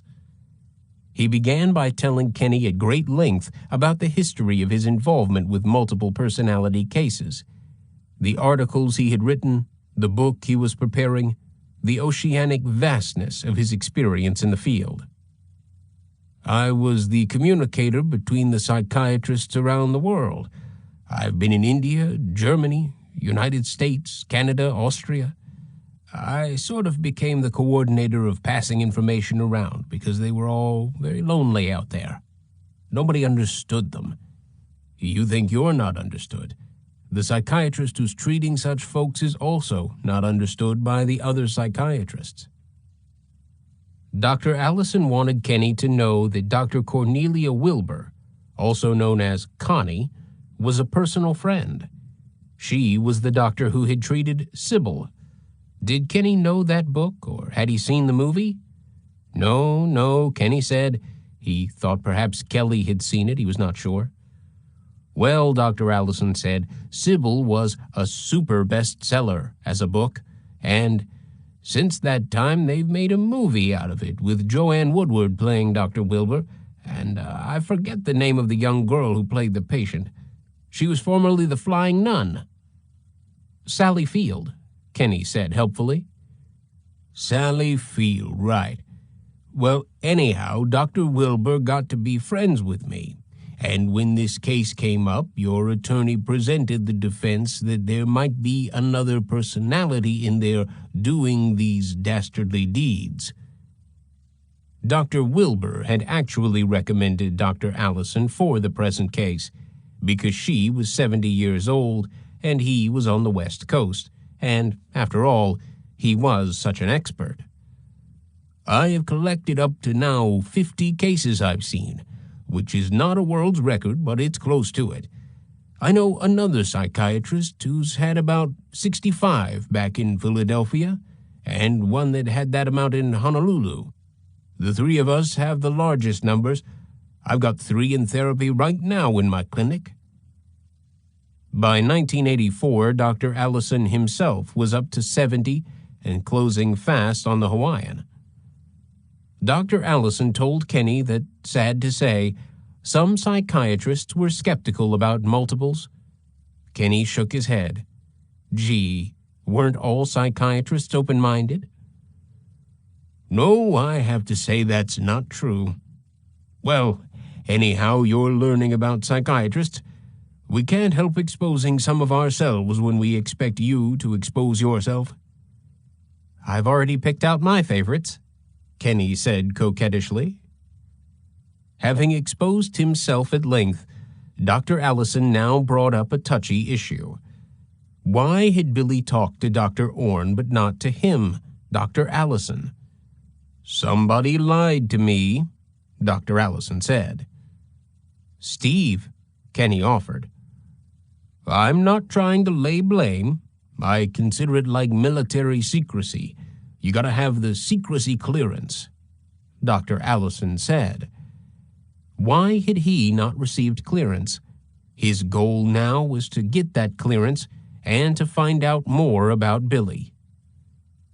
I like you, Dr. Allison, Kenny said. I feel comfortable with you.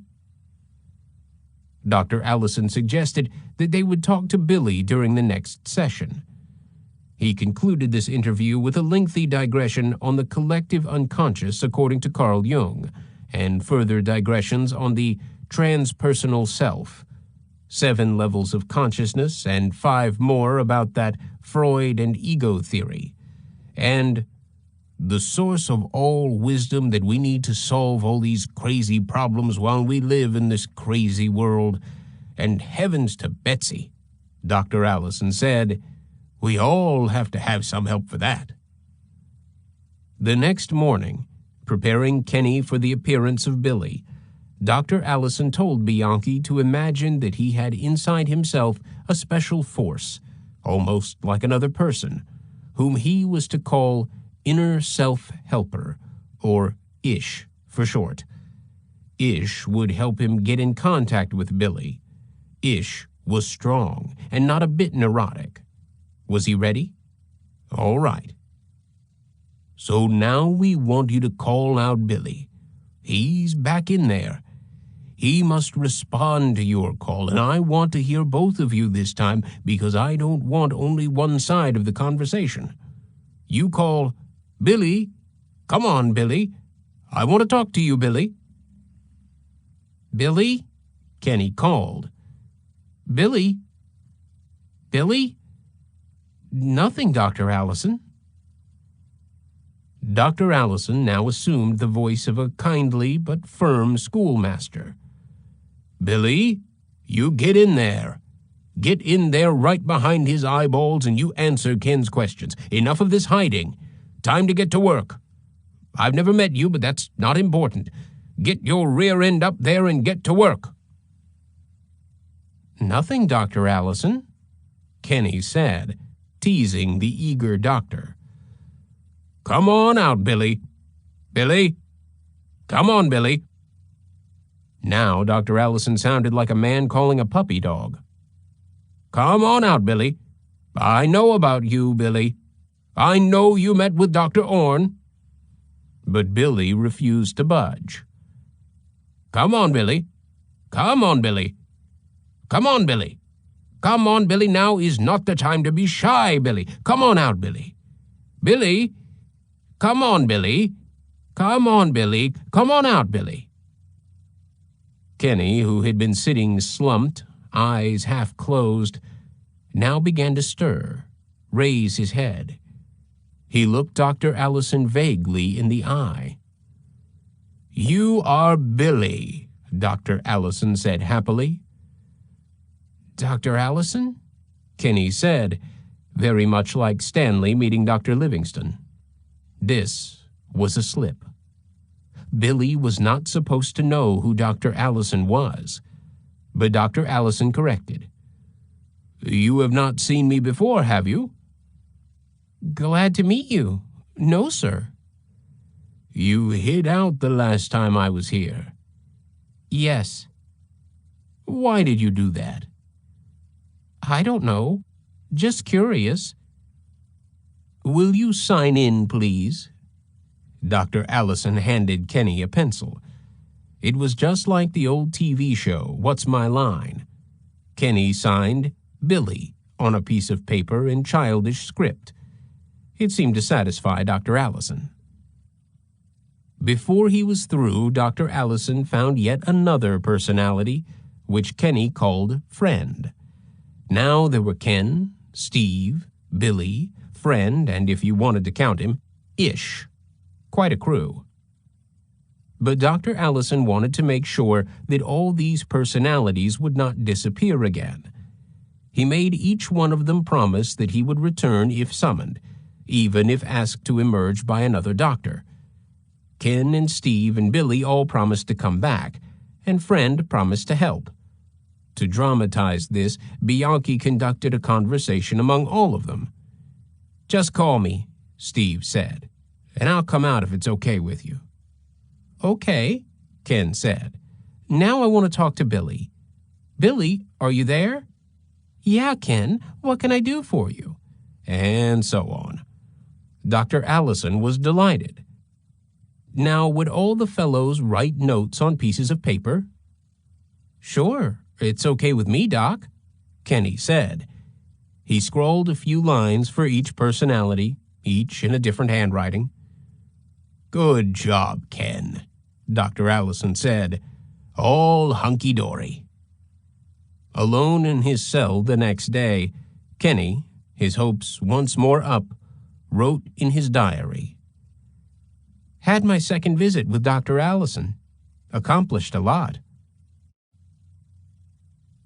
18. "Those whipsock shrinks," Bob Grogan cried after he had seen the new series of Allison Bianchi tapes. "Too bad the Marx Brothers aren't still making pictures. I'd buy the rights myself." Grogan was enjoying a couple of cocktails with friends at the night watch, washing his rage in laughter and Jameson's. "You heard of the Three Faces of Eve? I call this one the Four Assholes of Bianchi. Let's see. Groucho would play Steve, right? Chico, he always had a scam going. He'd play Ken. And Harpo would be a natural for Billy, you know. Shy, can't talk, sensitive. Zeppo, he never did much anyhow. He could play Friend. Wait a minute, I forgot about Ish. Fuck, I could play inner self-helper. I come out and jerk everybody off. I couldn't miss. Call Paramount, give me Zanuck. And we'll hire Allison and Watkins as technical advisors.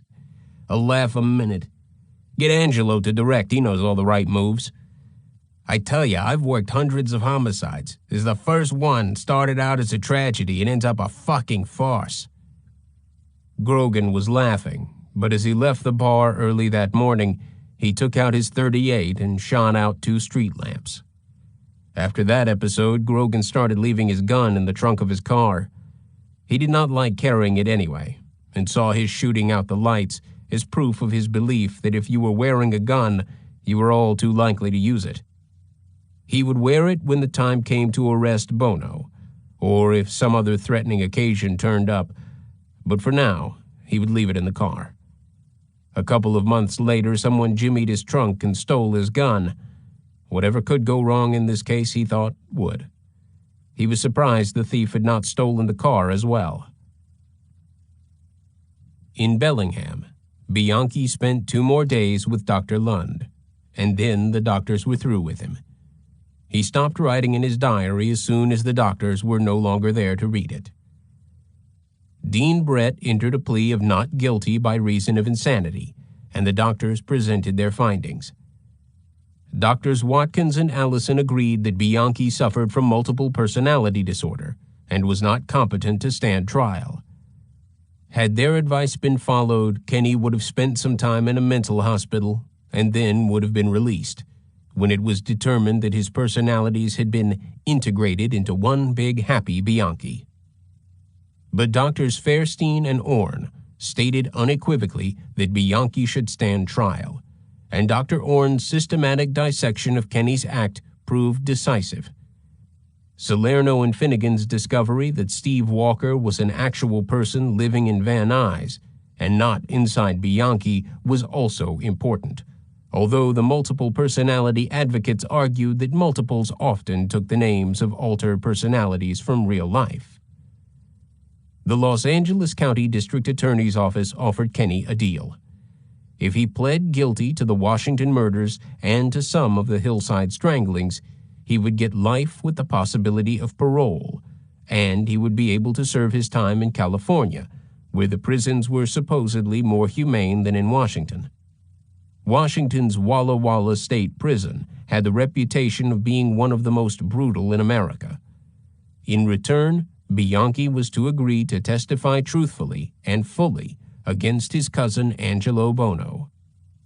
For Bianchi, the choice was between death in Washington or life in California. Since this time the life involved was his own, he chose life. Besides, Kenny thought, plea bargaining was also a way for him to buy time. You never could tell what might happen in the months to come. To test his credibility and his willingness to talk, the Los Angeles detectives would now interview him in the Whatcom County Jail. If he proved a cooperative witness, the plea bargain would be formally signed. Kenny braced himself for interrogations he knew would be less pleasant than the ones with the doctors. Bob Grogan was delighted that he would now get the chance to question Bianchi face to face, but he wondered how much he would be able to extract from a man for whom lying seemed not second nature, but first.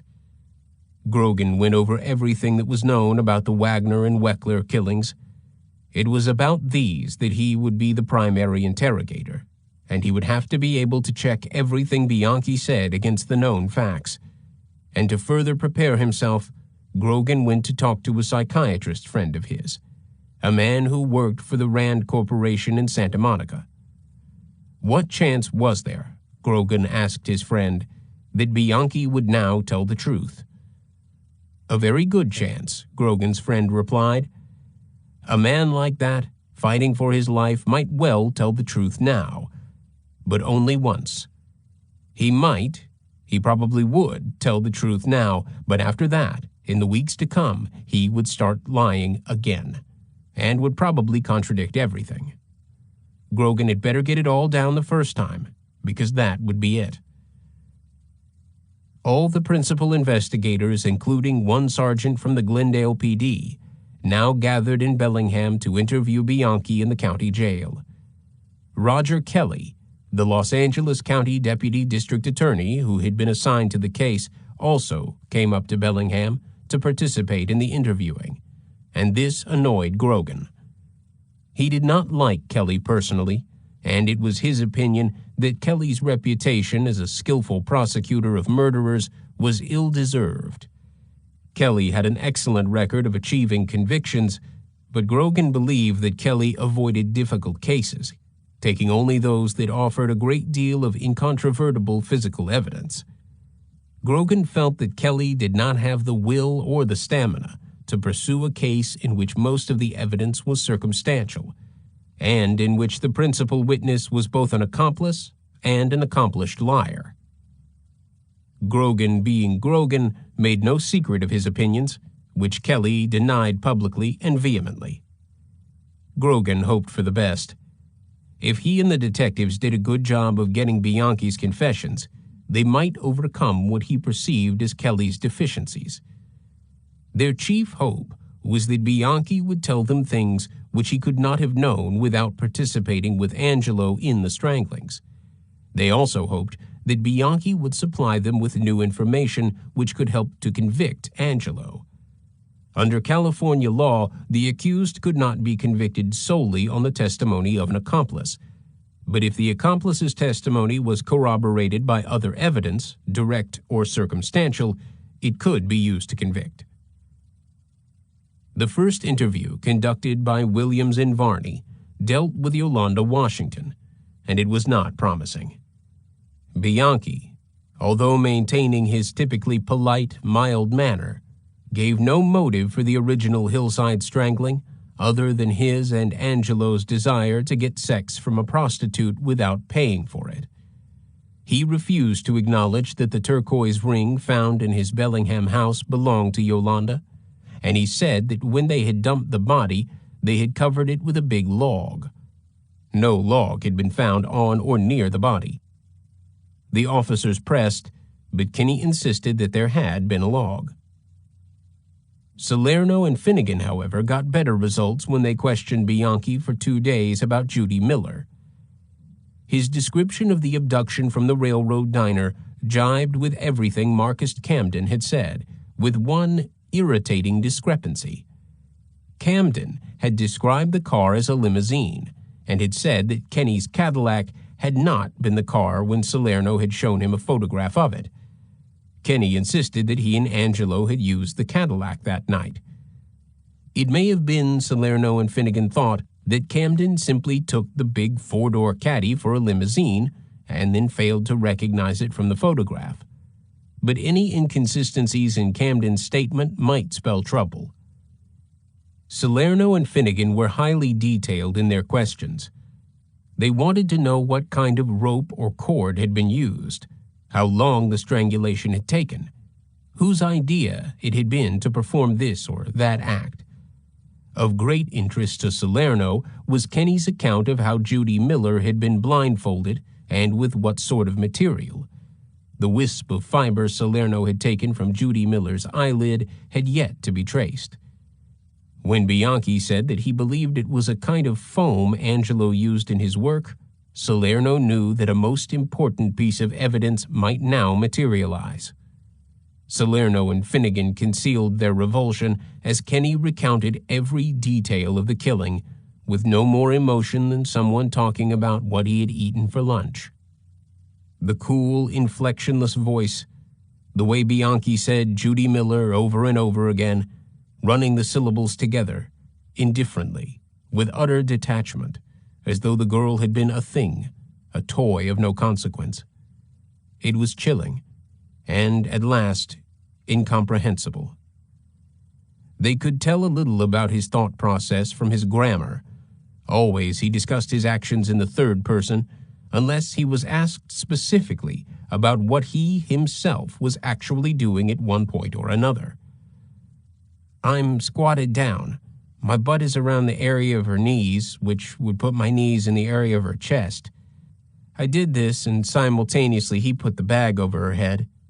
But she was squirming and arching her back and groaning and making noises, you know. The bag was put over her head. The body was placed as though something or someone other than himself had been doing all of this. Salerno managed to elicit vital circumstantial evidence from Bianchi about the dump site. When we first went through this, Salerno said, you were having difficulty recalling the dump site, and then something triggered in your mind about why that dump site was picked. His girlfriend, Bianchi said. Salerno already knew that this was Melinda Hooper. He asked Bianchi who this girlfriend was. I don't know if it was his girlfriend. Some girl he knew, or he had gone over there to dinner. He knew the location. I don't know her name. Tell us about that. How do you know he knew? What conversation led you to believe? 'Cause I asked him how he knew the spot, and he pointed down the street, and he said, down there is the house with this girl.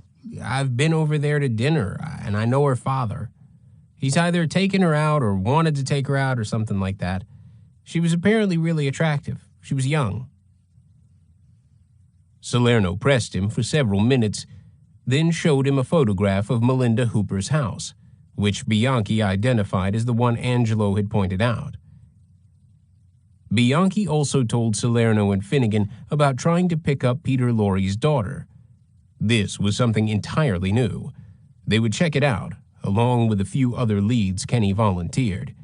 Anything that added to his credibility would help. Grogan and Varney's interviews were equally revealing. Only Bianchi's version of how he lured Christina Weckler outside her apartment did not seem to ring true. Kenny said that he had invited her to a party, but everything Grogan knew about Christina and her opinion of Bianchi made it unlikely that she would ever have considered accepting such an invitation. It must have had something to do with a police ruse, Grogan figured, tricking her in some way. The bull about the party was Bianchi's bizarre pride showing up. He would, for the most part, tell the truth this time, as Grogan's psychiatrist friend had predicted, but he would still fib here and there, for reasons of pride and for devilment. He refused to admit stealing either Yolanda's ring or Kimberly Martin's necklace for the same reasons. To him, being a thief was less glamorous than being a murderer. When Grogan asked Kenny about the needle marks on Christina's inner arms, Kenny added a needle mark on Christina's neck. The left side, he said. Finnegan, who was listening in an adjoining room, looked at the coroner's photographs of Christina and found the mark. No one had noticed it before. Even more revelatory was Kenny's description of the gassing. No one had known anything about the gassing before this moment. Grogan asked Kenny about what sort of gas pipe had been used, and Kenny described everything in convincing detail, down to the absence of a stove in Angelo's kitchen, the location of the outlet, and how the gassing had been accomplished. When Kenny described how the flexible pipe had been placed alongside her neck and the plastic bag pulled over her head and tied off around the pipe, Finnegan again checked the photographs, and sure enough, there was a vertical line on the flesh, a bruise from the pipe that, like the needle mark, had not been noticed before.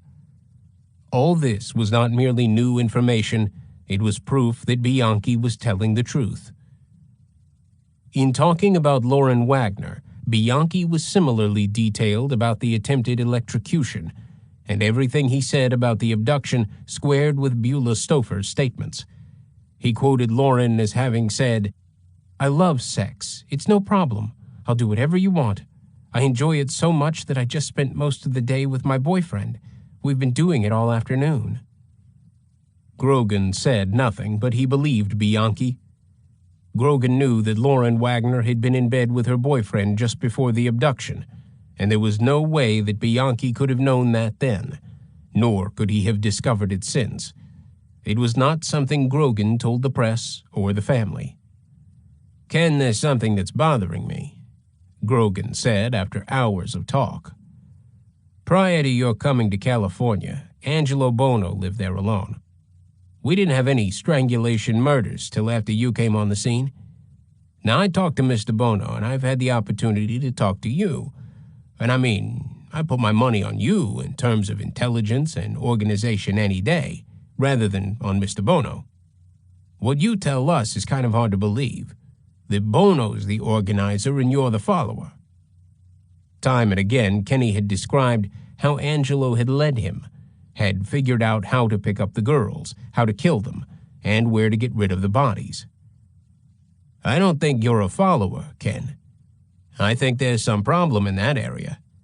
I don't know if you're being candid with us or you're just trying to lay all the blame on Angelo Buono, and you don't want to accept any of it. You want to comment on that?" "Yes, I think it's best not to shortchange Angelo Buono. There's more there than meets the eye. This has been very obvious to me. I've had pretty close contact with him throughout this thing. He can come off as a real dumbo, just really off the train, and it's not him. He's not the most trained person around, but he's very, very, very streetwise, and he's also a little wise in other things, too. He can come off any way he wants to." "How did it all start?" Grogan asked. "I'm not going to sit here and say that there perhaps wasn't something in the back of my mind as a fantasy sort of thing. It may have been just the chemistry between two people." "Did this become a sexual motive? Why the sex?" I thought about this a lot. Was this a thing to get the thrill of killing and the sex was just an extra bonus? Or was the sex the main thing and the killing was just a necessity afterwards? I'm not sure. It could be either one of those. It could be a variation of both of those. How lucid, Grogan thought. How perfectly well-formed his thoughts are. He knows as much about it as anyone ever will, and he is telling us so. Of course, Grogan knew Kenny was leaving out the original or immediate motivation, to take revenge for Sabra's and Becky's running off and for the bad trick list, which by now the police had become aware of. But all in all, Kenny was telling the truth. Sex or murder or a variation on both. Nor had Grogan really doubted that Kenny had been more of a follower and Angelo more the leader.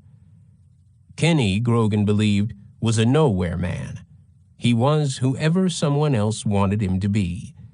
He would never have taken this or any initiative on his own. After the Lauren Wagner interview was finished, Grogan drew his chair up to Kenny's as the others were drifting out of the room and talking amongst themselves. "This is off the record," Grogan said. "Just between you and me." Grogan wanted to see whether he could break through Kenny's psychological defenses. With Angelo, he had tried and failed with threats and a little physical persuasion. With Kenny, he would try the buddy-buddy approach. "There's no tape recorder going now, Ken. And I'm not taking any notes, and this isn't going to affect what happens to you one way or the other. You know something, Ken? I think you and I are a lot alike, you know that?" He let this sink in. Kenny said nothing. "I'll tell you what I mean. Look at us. Two Catholic boys from the East, right? Me from Boston, you from Rochester. Catholic school. The nuns doing what's right. You know what I mean. Okay, then we get to California, and what happens? I'll tell you what. I meet a bunch of cops, and I join the police force, and, well, here I am. We both had that Catholic guilt, right? Don't do this, don't do that. And you wanted to be a cop, too. We wanted the same thing, had the same background. But what happened to you?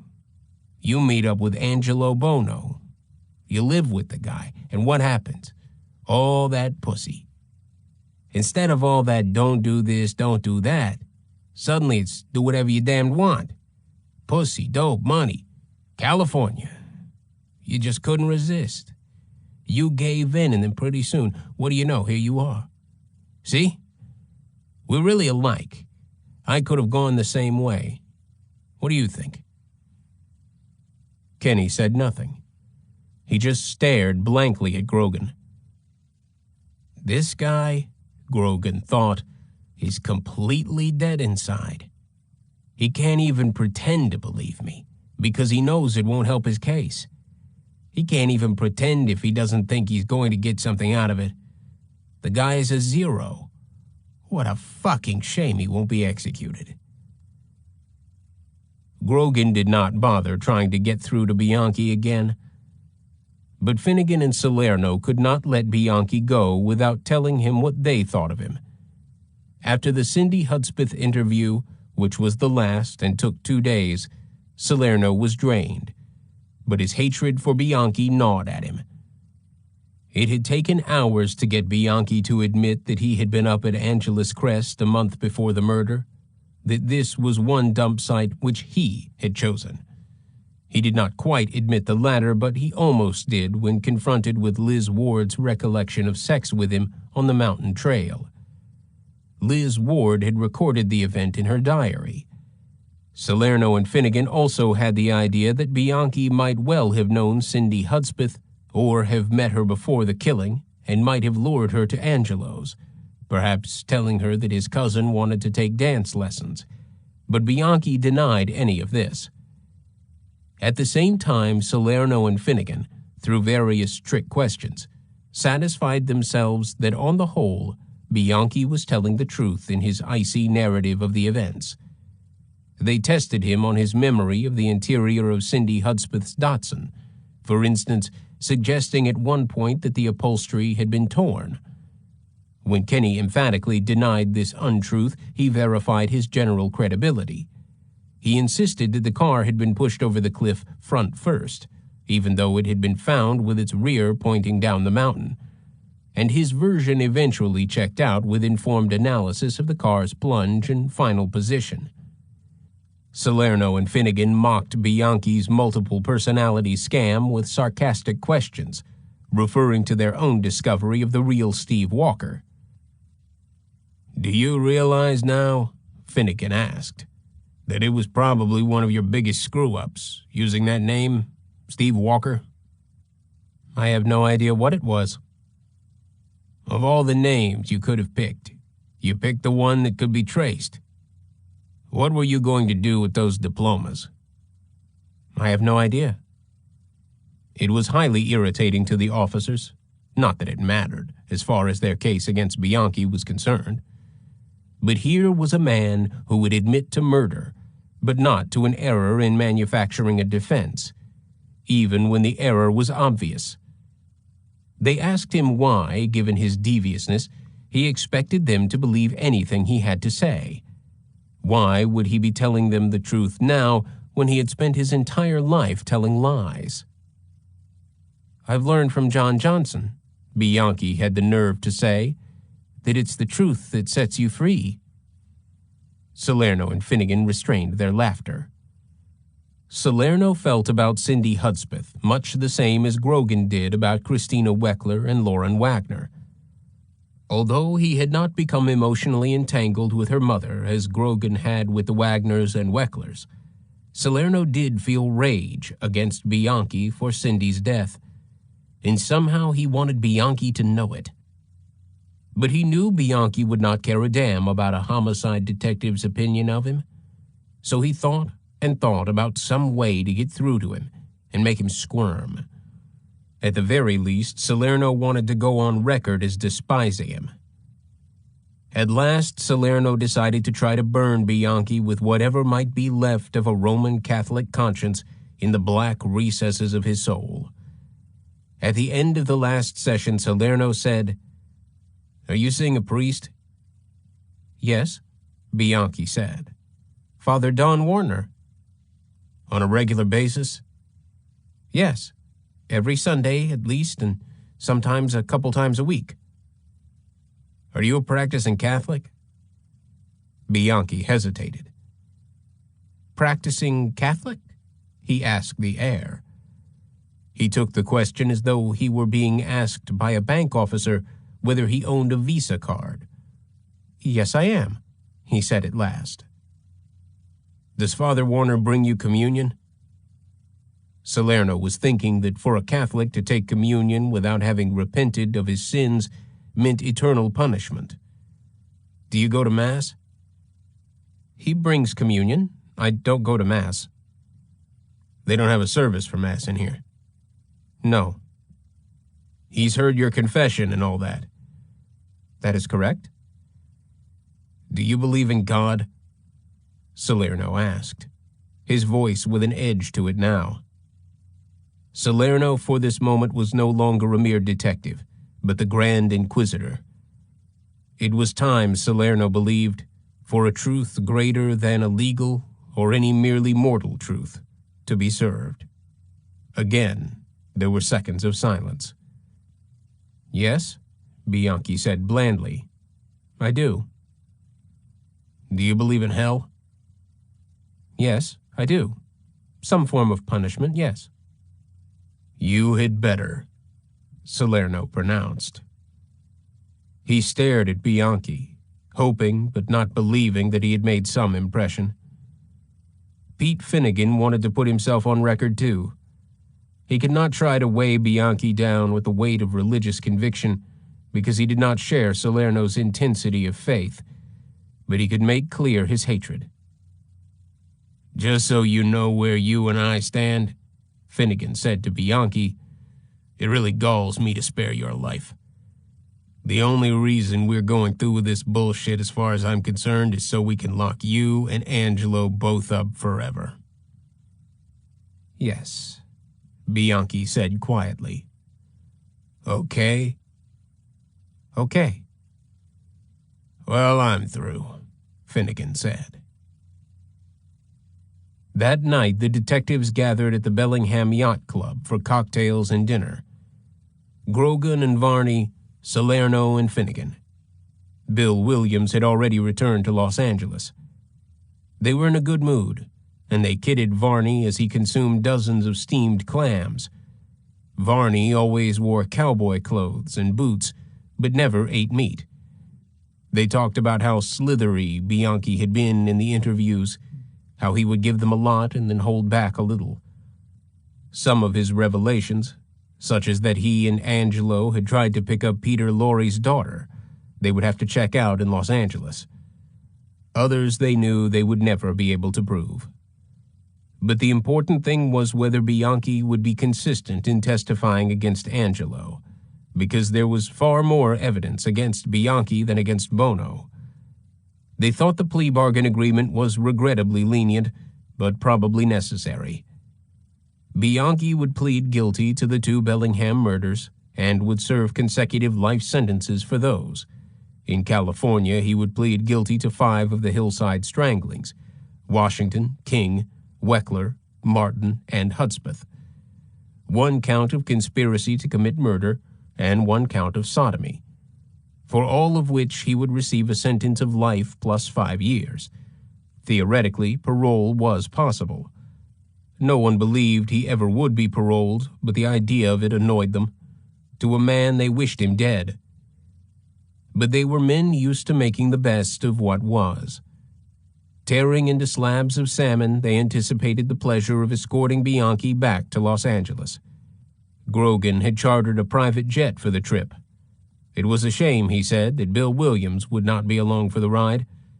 After a couple more bottles of wine, all the detectives agreed to chip in and pay Williams's way up from L.A. so he could be in on the fun. "It's only right," Grogan said. He rushed off to telephone Williams. Back at the table, Grogan became philosophical. The world was turning rotten. In the old days, men like Buono and Bianchi would have been hanged without claptrap, and decent people could go on with their lives. Yet he wondered. The problem was with human beings. The world was populated by shits. History was nothing but betrayal and killing. He had been reading a book, The History of the Irish Race, by Seamus McManus. "We were a great people," Grogan said. "Read that book. What happened?" He ruminated about what cold bastards Bianchi and Buono were. They were the worst he had encountered, but the world was full of such people. Not all of them murdered, but everywhere you looked, there were cold sons of bitches who would as soon cut your throat as ask the time of day. His wife was a decent person. Did he know any others? The devious, sleek, self-gratifying phonies were conquering the world. You met them every day of the week.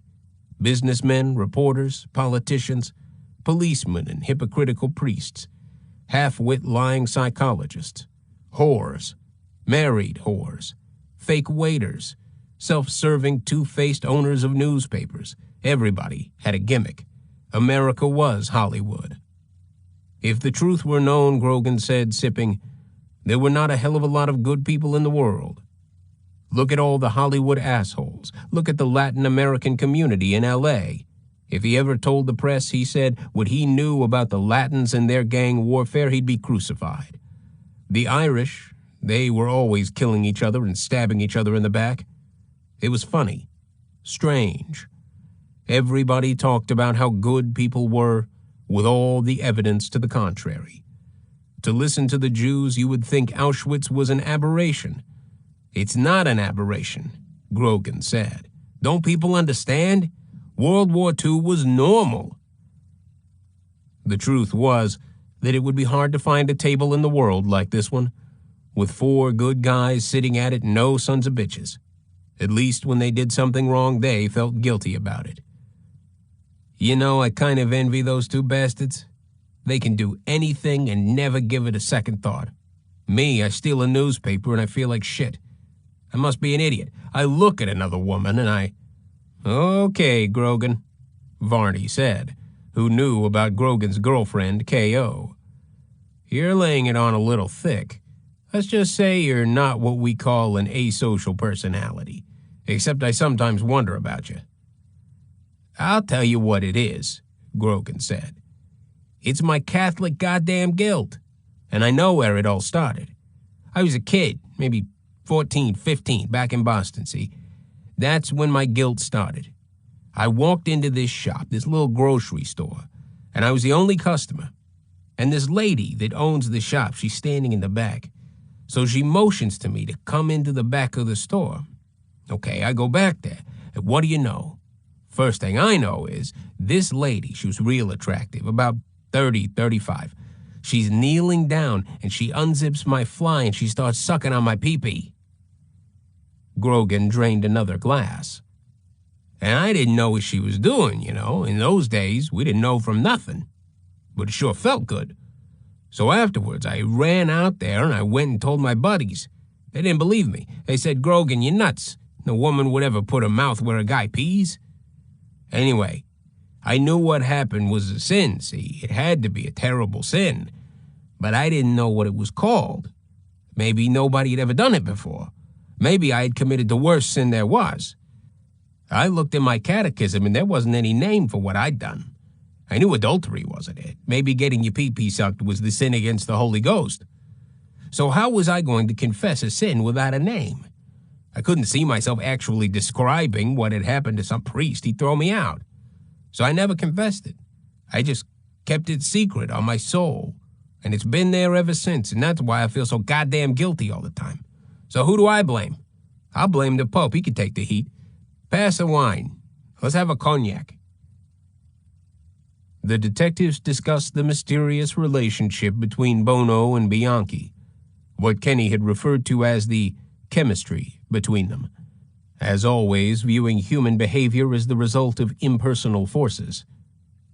Dudley Varney stressed a homosexual link and argued that Buono and Bianchi had actually been having sex with one another. Grogan doubted this, while accepting that Buono was basically a sodomite and didn't care what sex he plunged into. To Grogan, Buono and Bianchi had been engaged in a sexual competition, each one trying to prove to the other what a master he was of women. A competition like that was obviously homosexually inspired, but actual sex between the two would have spoiled the game. Of all the detectives, Salerno was most content simply to call Angelo and Kenny evil. Neither the detectives nor anyone else had picked up on a revealing tidbit Bianchi had unknowingly dropped during the Lisa Caston interview. He had said that Buono often called him by an Italian name during the killings. Bianchi had mispronounced the phrase, not knowing how to spell it or its meaning. It's Italian. It's slang. Minuni. It means, I don't know, I can't really interpret it. It's more of a feeling. It's a slang word in Italian, and it has all different types of meanings. It means it's not something really nice. It's not cussing somebody out, but it's not real nice. Like Dumbo or something like that, you know? It's just Minuni. He calls me Minuni, and he did that with Antoinette Lombardo. Called her Minuni. She understood it better than I. You know, I've always had a feeling for what it meant, but she seemed to understand what it meant, and I never asked her about it. No one followed up on the term. It seemed so trivial. The implications of Minumi remained hidden. The mystery of the Buono-Bianchi relationship continued to haunt everyone, especially Grogan. Back in Los Angeles, he asked everyone who was willing to talk about it, and what he heard more than anything else was that the two cousins had appeared to hate one another, and that Angelo especially was contemptuous of Kenny, throwing him out of the house and continuously bad-mouthing him as a lazy bullshitter. Finally, Grogan went to see George White, Jenny Buono's second husband, the old Indian who had seen the family from the inside, but not as a blood relation. George White tried to be loyal to his stepson, and, like the others, said that Angelo had hated Kenny, but Grogan probed and probed, I know you don't believe Angelo did anything, George. But just suppose for a minute, just suppose he did.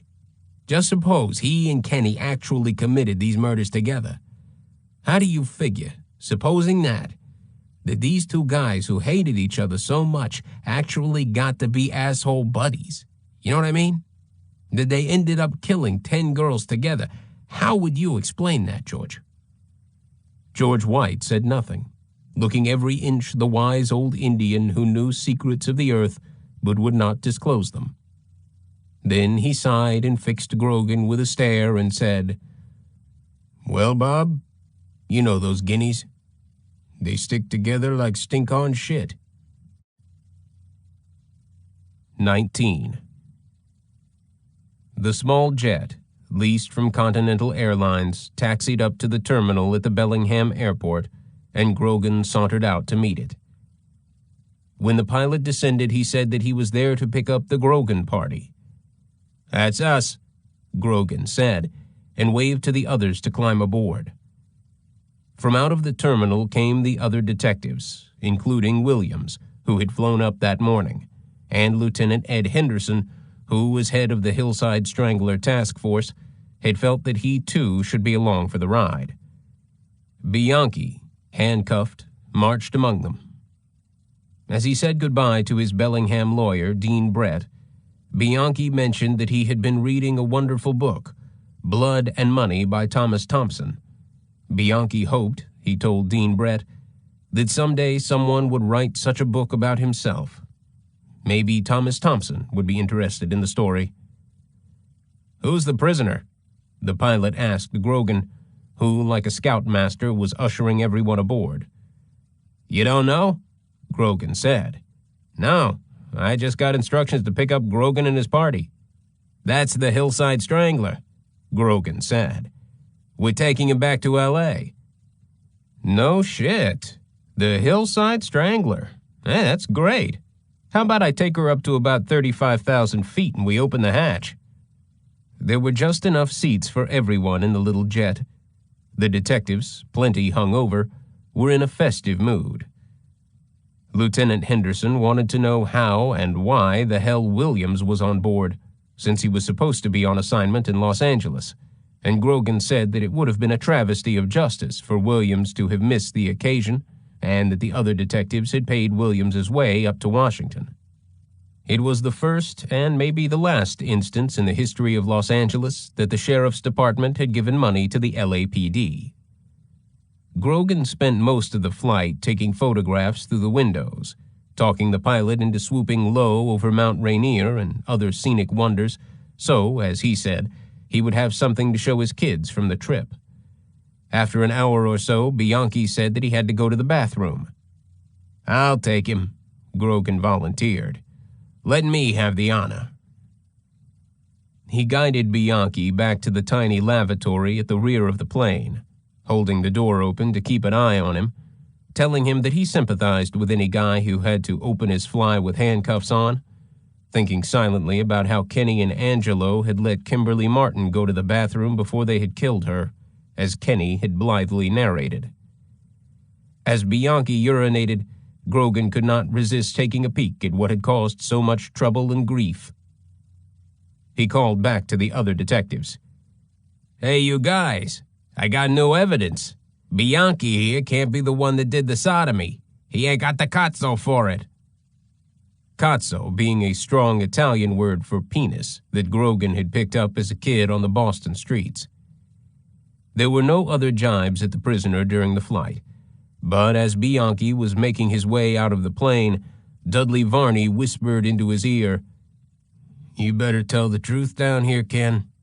If you don't, I'll personally escort you up to Walla Walla and give you a little present of a jar of Vaseline so you can enjoy getting what you gave to Dolly Cepeda and Sonia Johnson." On October 22nd, the posse finally captured the Buzzard, descending on Colorado Street accompanied by the press and television reporters and their lights and cameras. Angelo affected his usual jaunty cockiness, strutting about as though he were a celebrity, which he was. As Grogan put the handcuffs on him, he asked Angelo for his wallet. "I never owned no wallet," Angelo said. "Never owned a wallet in my life." But with one hand still free, he reached into his pocket and pulled out a big roll of bills, $1,500, which he said should be given to the owner of the glass shop next door, who would pass it on to Te Fun Fanny Lung Bono. The police honored his request. Grogan had not expected Angelo to surrender his wallet. It had, Grogan assumed, now become methane gas in a rubbish dump, like the victim's clothing. But at that moment, Bill Williams was snooping around the little office in the trim shop. He opened Angelo's desk drawer, and there it was, a light tan leather wallet. Williams flipped it open and found no police badge but 2 pinholes on the leather, and on the plastic windows holding photographs of young girls, the distinct outline of a shield-shaped badge. Williams rushed out to show his find to the other detectives. No one could imagine how the cautious Angelo, the guy who had not left a single other clue, could have been careless enough not to have disposed of the wallet long ago. At last, they now had at least one piece of physical evidence of Angelo's police ruse, if not of murder. It was not enough by itself, but it was something. In the county jail, Angelo was put in a cell on B row, in what was known as the high power, or special security section, reserved for prisoners who were either a danger to others or themselves in danger, or both. 2 kinds of prisoners were automatically placed in high power: snitches, informers, and baby rapers, rapists of underage girls or boys. Bono was in the latter category, and if not carefully guarded and protected, would have been attacked sooner or later by other prisoners. His fellow inmates on B row included a member of the Mexican Mafia who had a contract out on his life, prisoners who had assaulted deputies, a man whose father was a judge, an FBI informer, a parricide, a man whose father was a member of the state parole board, a member of the American Nazi Party, and for several months, Peter Bono, in for grand theft, who was given a cell next to his father's. The police had hoped that Angelo and Peter might say something incriminating to each other, but they hardly spoke, playing checkers with each other through the bars. Angelo did make the mistake of speaking at one point to another prisoner, however, Stephen Barnes, a former member of the Aryan Brotherhood, a prison gang he had betrayed. "How come you killed all those girls?" Stephen Barnes asked Angelo. "They were no good," Angelo said, braggadocio overcoming smarts. "They deserved to die. It had to be done. But I only killed a couple of them, I ain't worried. My cousin's gonna go into his little nut bag." Barnes reported the conversation to the police. Such jailhouse confessions were generally not powerful evidence, since the prisoners teemed with men anxious to help themselves by snitching on others. But this one might help a little. The language, as reported by Barnes, was pure Angelo. Several other witnesses, including Bianchi, said that "some girls deserve to die" was one of Angelo's favorite phrases, and it was unlikely that Barnes, who knew nothing about the psychiatric interviews in Bellingham, could have made up the bit about the little nut bag. Indeed, Bianchi had already gone into that bag.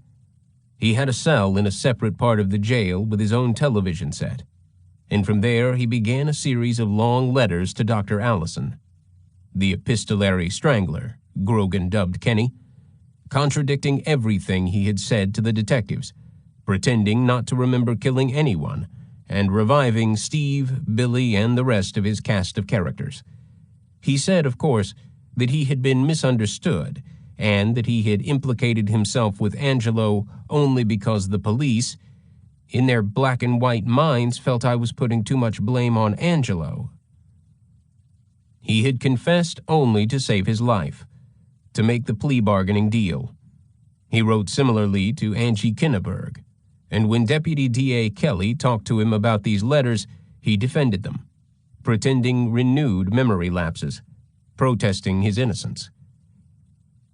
Kenny's motives in changing his story were simple. Roger Kelly had 5 Los Angeles murder counts dismissed. Had Kelly not dropped these charges, they could have been held over Bianchi's head as a threat to make him stick to his plea bargain agreement. Now he no longer had to fear the death penalty, since he had already been sentenced for the 5 other Los Angeles murders and the 2 in Bellingham. But as a snitch against Angelo, he would be subject to the code among prisoners for death to informers. Therefore, if he could make himself useless as a witness, he could avoid having a canine jacket put on him. Prison lingo for being fingered as a snitch, K9 being the classification for imprisoned informers.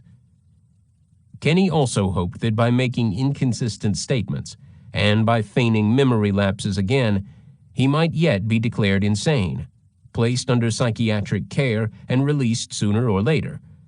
As usual, hope never left him, and never did he give up scheming and scamming.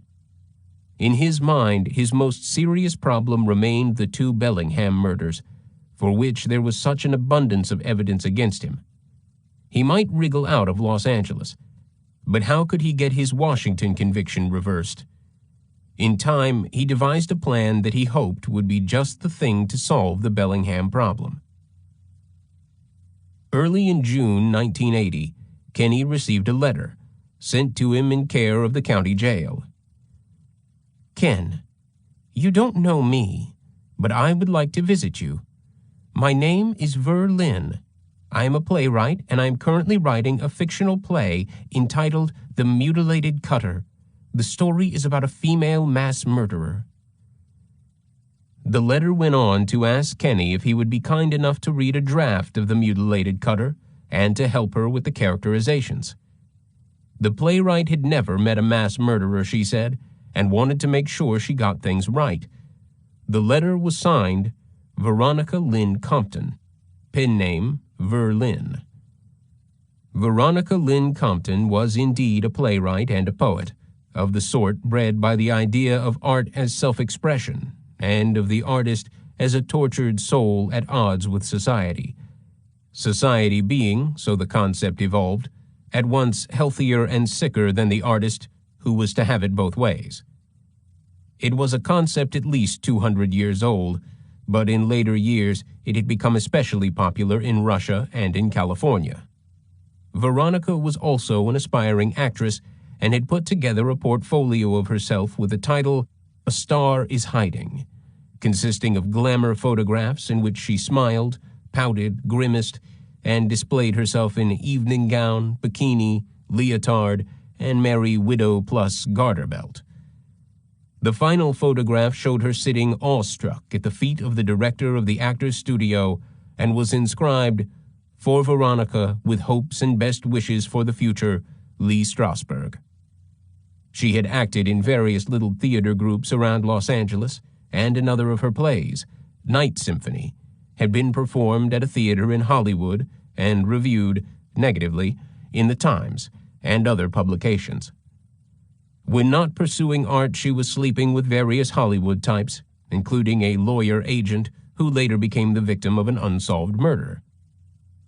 The Hillside Stranglings and all the publicity attendant on them had inspired The Mutilated Cutter. Her idea for the play was to add a feminist twist to multiple murder. The heroine, she planned to play the part herself, would strangle a female victim and then traumatize the corpse's vagina with a specially designed hollow dildo through which semen, previously collected for the purpose, would be squirted, thereby foiling and thwarting the male-dominated oppressive forces of society and law. Kenny at first made no response to the letter, but Veronica persisted. In every sense, she was a striking woman. 23, in appearance a dark Latin spitfire, her burnished flesh emanating equatorial heat. She had been baptized Veronica Lynn Barrera de Campero. Her figure merited an olé. She was a beauty except for her nose, which was upturned to the point of snoutishness, and lent to her face a porcine effect. She wrote Kenny several times, again in quick succession. She had seen him on television, and never had she been so moved. When sentenced in Bellingham, Kenny, alert to the cameras, had put on a lachrymose act of contrition, blubbering that his entire purpose in life was now to put Angelo Buono behind bars. She was committed to art, Veronica wrote. I adore art. I live for art. Yet art was such a strain. Whenever I complete a play, I get depressed. She believed in freedom and extended her beliefs to her parakeet, which, she wrote proudly, she permitted to fly about the house, his droppings a small enough price to pay for the exhilaration she felt at his liberty. She wrote that she identified with Kenny and knew that fate had willed them to meet. Things of nature are meant to be. Such were two victims, a he, a she. Musical magic it dispossess, rose-tinted fragrance is its dress. Veronica, who was the daughter of the editorial cartoonist for a Los Angeles newspaper, had been briefly married and had borne a boy child, with whom she lived in a trailer park. Of her little boy, who was 8 years old, she wrote, He enjoys a good robust nude by Picasso, but prefers the marble sculptures of grand breasts and proud ass. He is terribly erotic, and no, I do not condone incest, and loves to nestle and fondle my breasts. He tries to court my female lovers.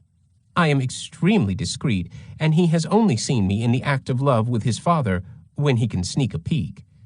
I worship the little fellow with all the maternal zest of Mother Earth.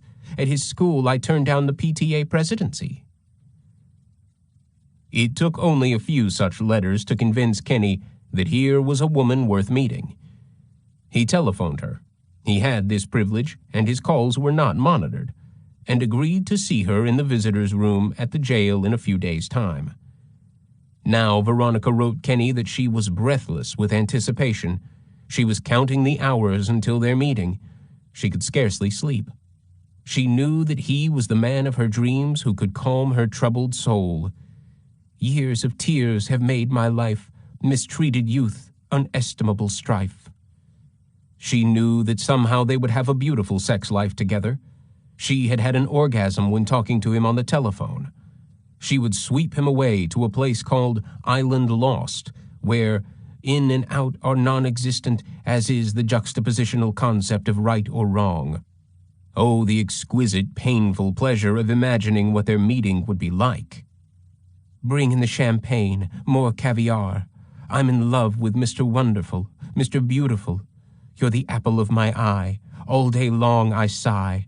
My buttocks matched, so firm, robust, to dainty melons ripely just. Her every dream was of him. My dearest, what a wonderful sex-filled night I had. It was so exciting, and the man was so mysterious. Took a long, hot bath at my house, and he looked so tempting as the steam rolled off his body. You will never guess who it is. All night he stayed here with me. I can't tell you how magnificent it was. It was simply outrageous. You know him well. In fact, you know him very, very well. Do you want to guess? Forget it. You can't in 1,000 years. You know why? I will tell you. Because my lover was here in spirit, not in body. It was a dream, my precious, a dream about you. Do you realize it's only 51.5 hours until we see each other? Did I excite you with curiosity in the beginning of the letter? And then, like a pedantic creative writing instructor, Veronica explained her literary devices. Technique employed was suspense. Suspense adds to drama. Wait till you read King Lear Revisited. It is a play I'm currently working on. I hope you like it. I hope you can appreciate the enormous amount of work I had to invest in it. She went on to suggest that Kenny memorize Hamlet's to be or not to be soliloquy, so that he could recite it to her when they met. At last, the fateful meeting. Their romance exfoliated like a bruise. They talked for hours through the jailhouse glass, long visitors' sessions being another of Kenny's privileges.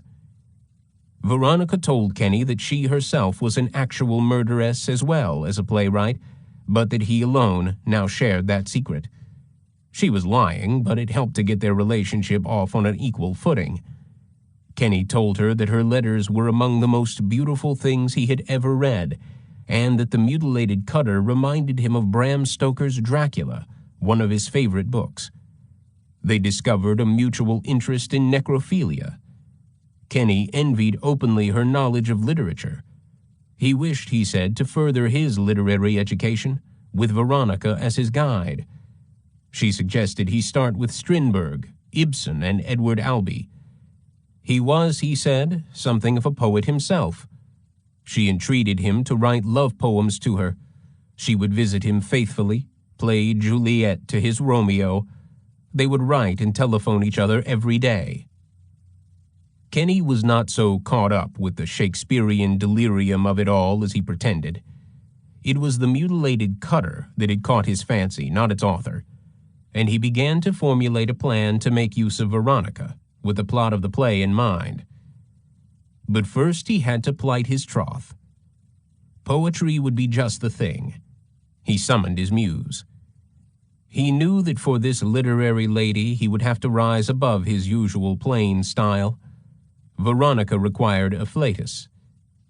He recalled from high school not Robert Frost this time, but a romanticism of the sort, favored by certain kinds of English teachers, and out of him poured these among many other verses. To Veronica, even as I walked towards you on that path, in a field of marigolds where a mist gently caressed the earth and a warm breeze spoke softly of life and love, I was almost home. But nay, the riata, it held you out of reach. You were but a sparrow's feather away. Riata, a Spanish word for flood, stream, or freshet, he threw in as a bouquet to Veronica's Latin blood. In the margin of this poem he drew a Beardsley-ish portrait of her as a long-nailed dragon lady. She responded, Your virginal neck is so beautiful. What grace and wondrous structure!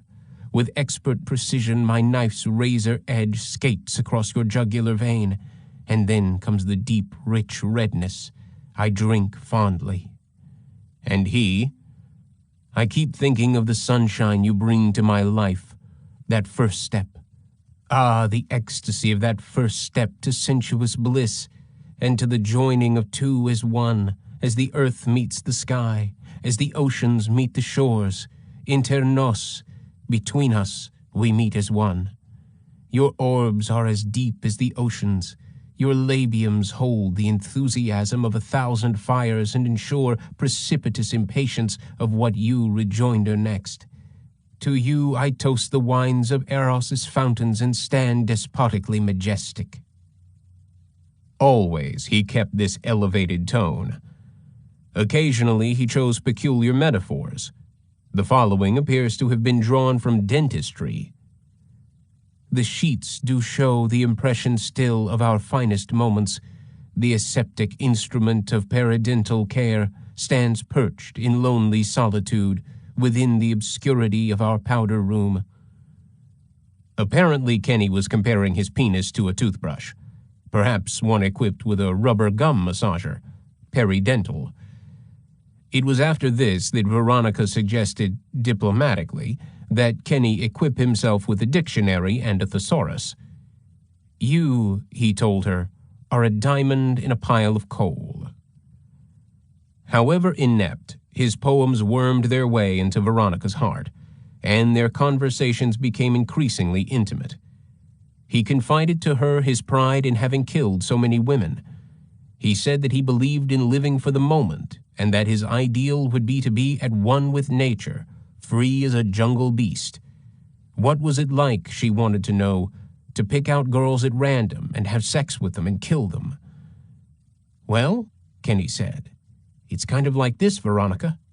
It's like a kid going down the street, and you see all these candy stores, and you can pick any candy that you want, and you don't have to pay for it, and you just take it. You just do what you want. It's the greatest.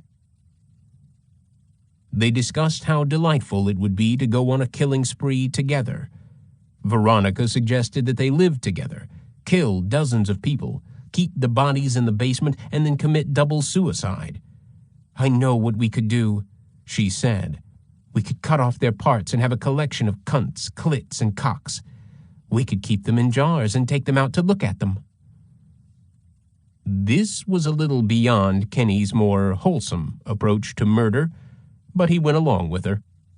Soon she was saying that she was ready to die for him, and that was approximately what Kenny had in mind, although he warned her in avuncular fashion that she was heading down a dangerous path.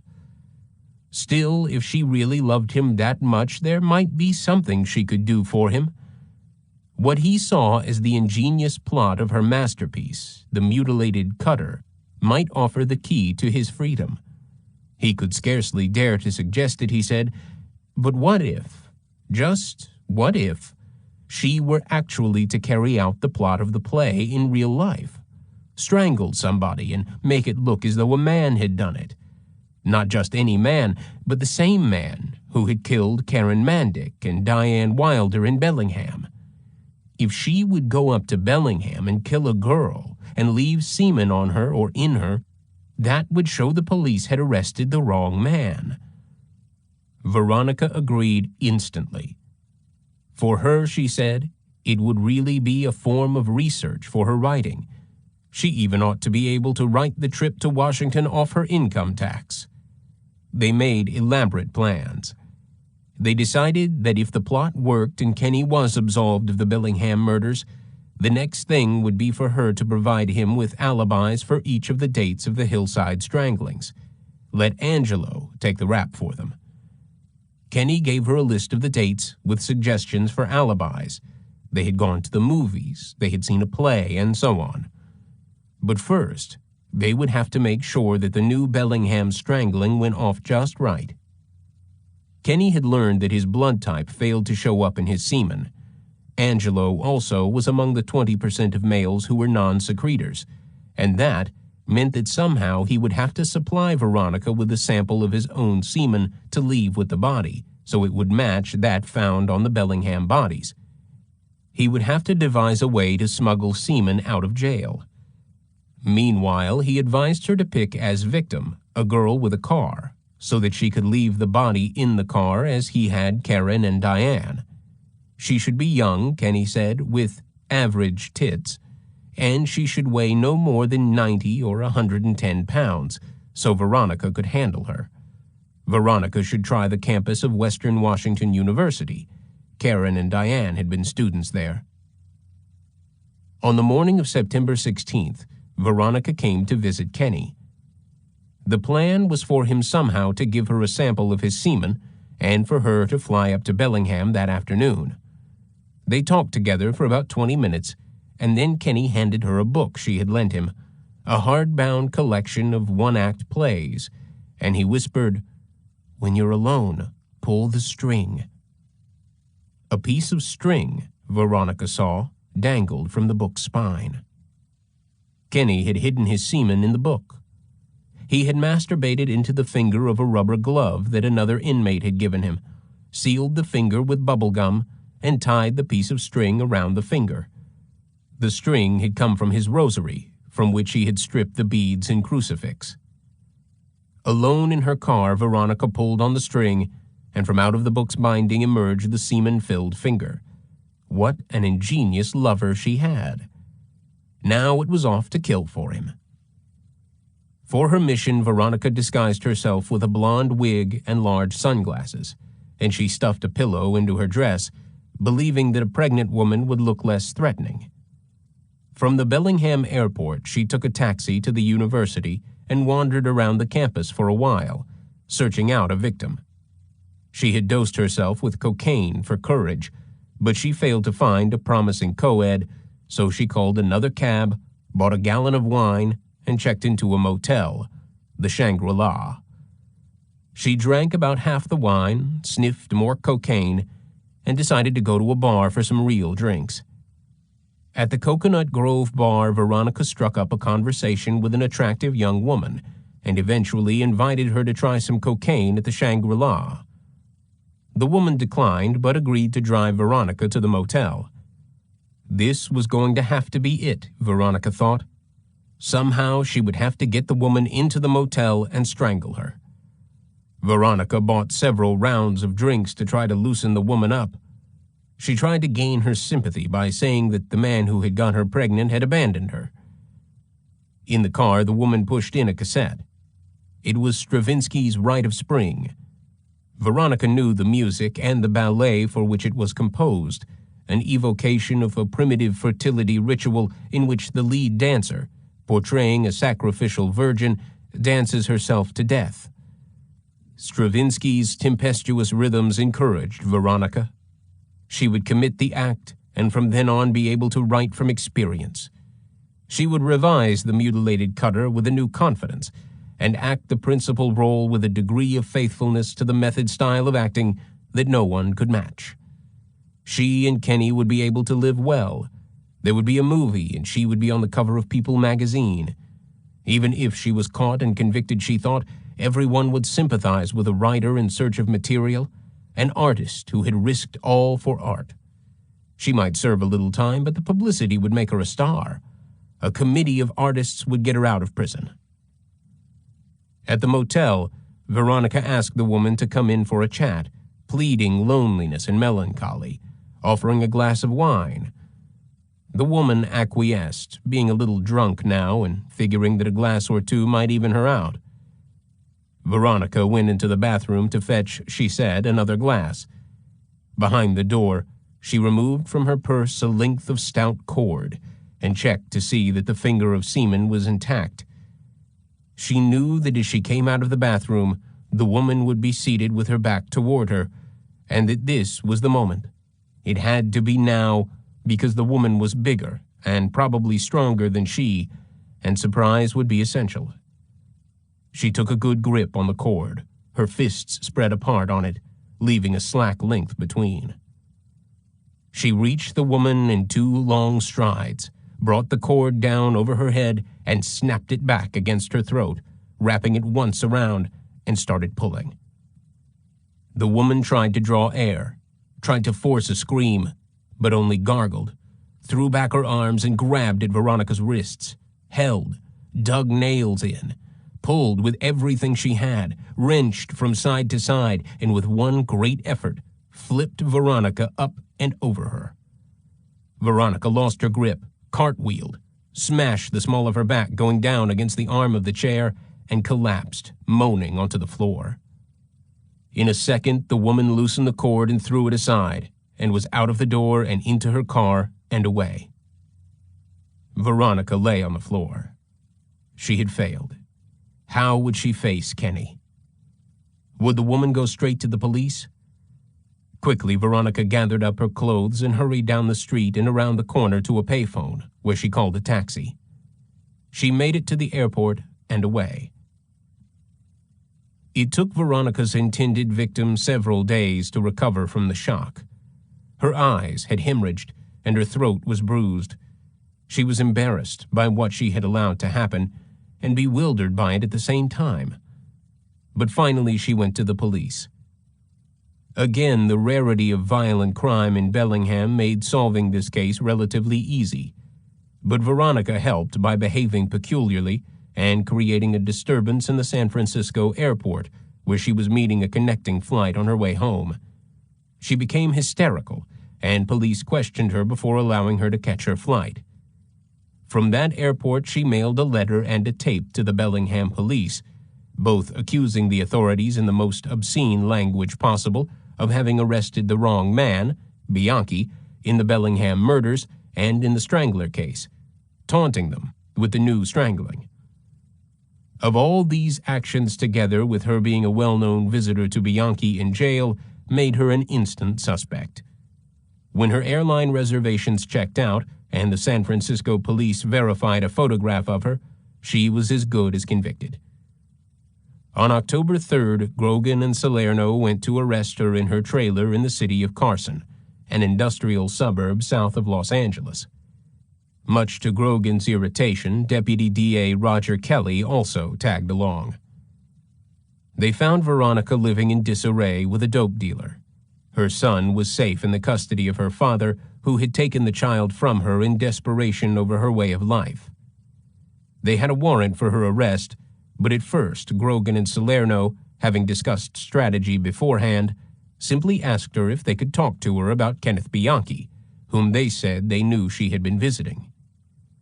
She let them in without any fuss, and for half an hour, Grogan sat with her on her couch, asking her about her ambitions for a movie career, praising her good looks, joking with her, flattering her intelligence, and so on, generally softening her up. He was just getting her to the point where she might tell them, he hoped, some interesting things about Bianchi, perhaps in the false hope of extricating herself from a charge of attempted murder, which Grogan had been careful not to even mention as yet, when all of a sudden, Roger Kelly, a small man who in voice and manner resembled the late Senator Joseph R. McCarthy, turned on Veronica and began yelling and screaming at her, accusing her of all the vile things of which she was, of course, guilty, but uncharged. Kelly picked up some letters and drawings from Bianchi that were lying about and shook them at her, McCarthy-like, as he ranted. Grogan wanted to slam a big fist into Kelly's mouth right there, but he had to sit silently as Veronica, turned off entirely by Kelly's accusations, clammed up. So much for that witness, Grogan thought. What was Kelly trying to do? There was nothing for it now but to arrest Veronica and have her extradited back up to Washington. Whatever use she might have had in the case against Buono, what might Kenny have told her about Angelo, had been torpedoed. Had Kelly simply lost his temper or what? Grogan wondered. Afterward, Kelly brushed aside Grogan's objections by saying that Veronica was too crazy to be of any use as a witness anyway. But even crazy people, Grogan said, can give you information, can provide leads. They did not have to be put on the stand to be of help. Kelly would not listen. Grogan began to brood. First, Kelly drops the outstanding murder charges against Bianchi, so there is nothing hanging over him, and now this. What is going on here? Bianchi lost interest in Veronica as soon as their plot failed and she was arrested. But her love for him, as she called it, endured, and she complained to him about his chump, passionless letters, which became shorter and less frequent. When she threatened to tell everything she knew about him, he responded with a grandly entitled Letter to the World. Bianchi never slighted his own significance, proclaiming his innocence and the abuse he had suffered at the hands of a heartless society. "I haven't killed anybody in my entire life," he announced to the cruel world. "But the only ones that care are myself, my beloved Veronica, and perhaps my mom and dad. You win, Angelo Tony Buono." Veronica doubted his sincerity. When news of her Bellingham exploit made the papers, she received a letter from another murderer, Douglas Clark, the Sunset Slayer, who was like Kenny being held in the Los Angeles County Jail, and who commended her for her courage, saying that she and Bianchi were truly a modern Juliet and Romeo. Clark wished, he wrote, that he had a woman who would do as much for him. Douglas Clark, who was later sentenced to death, was perhaps a more appropriate mate for Veronica than Kenny, in that Clark's crimes and predilections ran to more extreme forms of sadism. Clark's special talent was to force a woman to perform oral sex on him at gunpoint, and, with nerveless confidence in his aim, to shoot her through the head as she brought him to orgasm. He would then chop off the victim's head, place it in his refrigerator, and bring it out from time to time for further oral sex. All this Veronica knew when she wrote to Clark in February 1981, as she was awaiting being sentenced. "We are falling seriously, crazily, dangerously, omnipotently, ubiquitously in love with each other. Doug, that can only mean two things in my mind. One, we seriously got, oh God, I can barely bring myself to write the God-blessed word.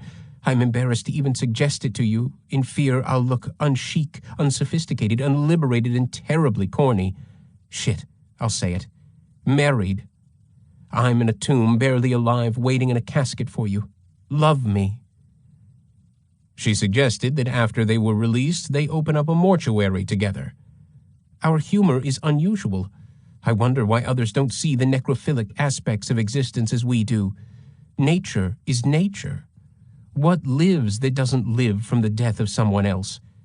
For me, it would be a great honor to have you love my corpse, dissect it, explore. Oh, you could dissect your favorite parts and put them in jars of formaldehyde and keep my skeleton.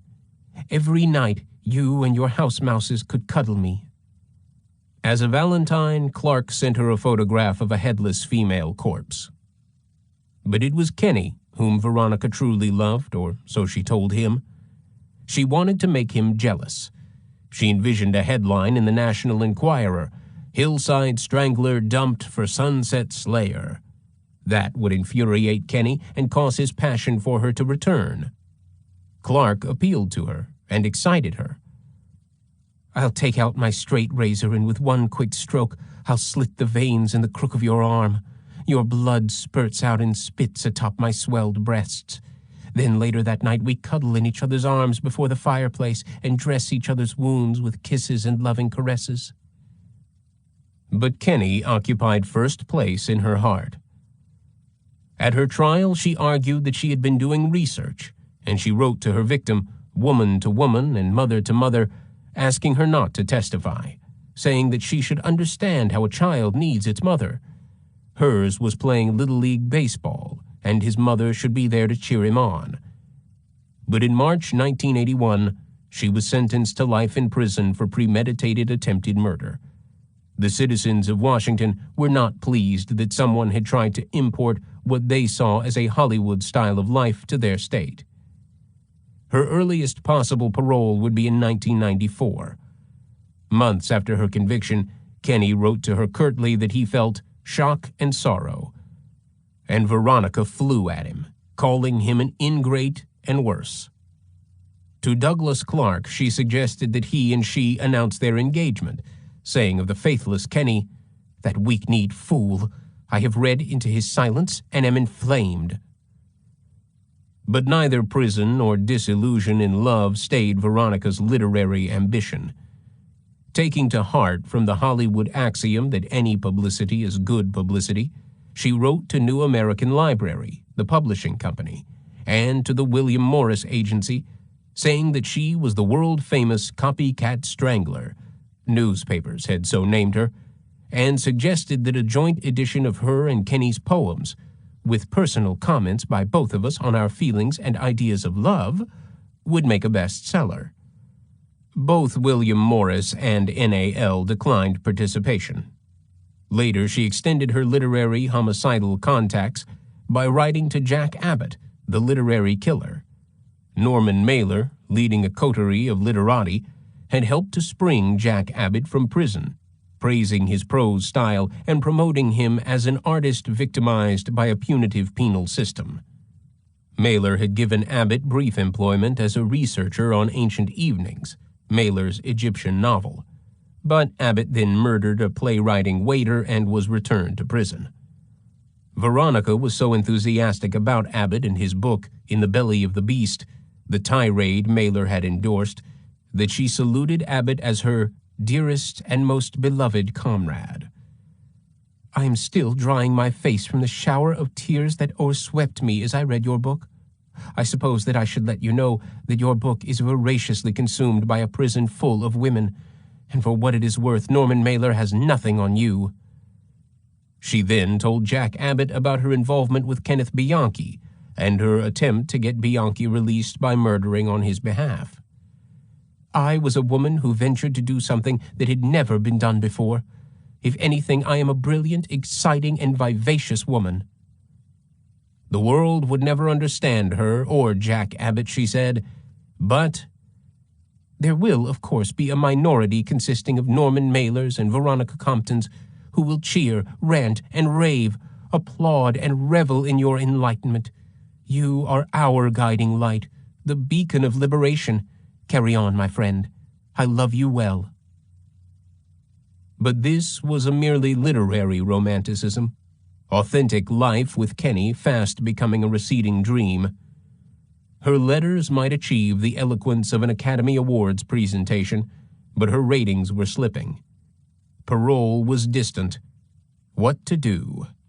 Where could she audition? She sought for her name in the papers. She gained the admiration of other women prisoners by her Broadway vivacity. She tried lithium. 20.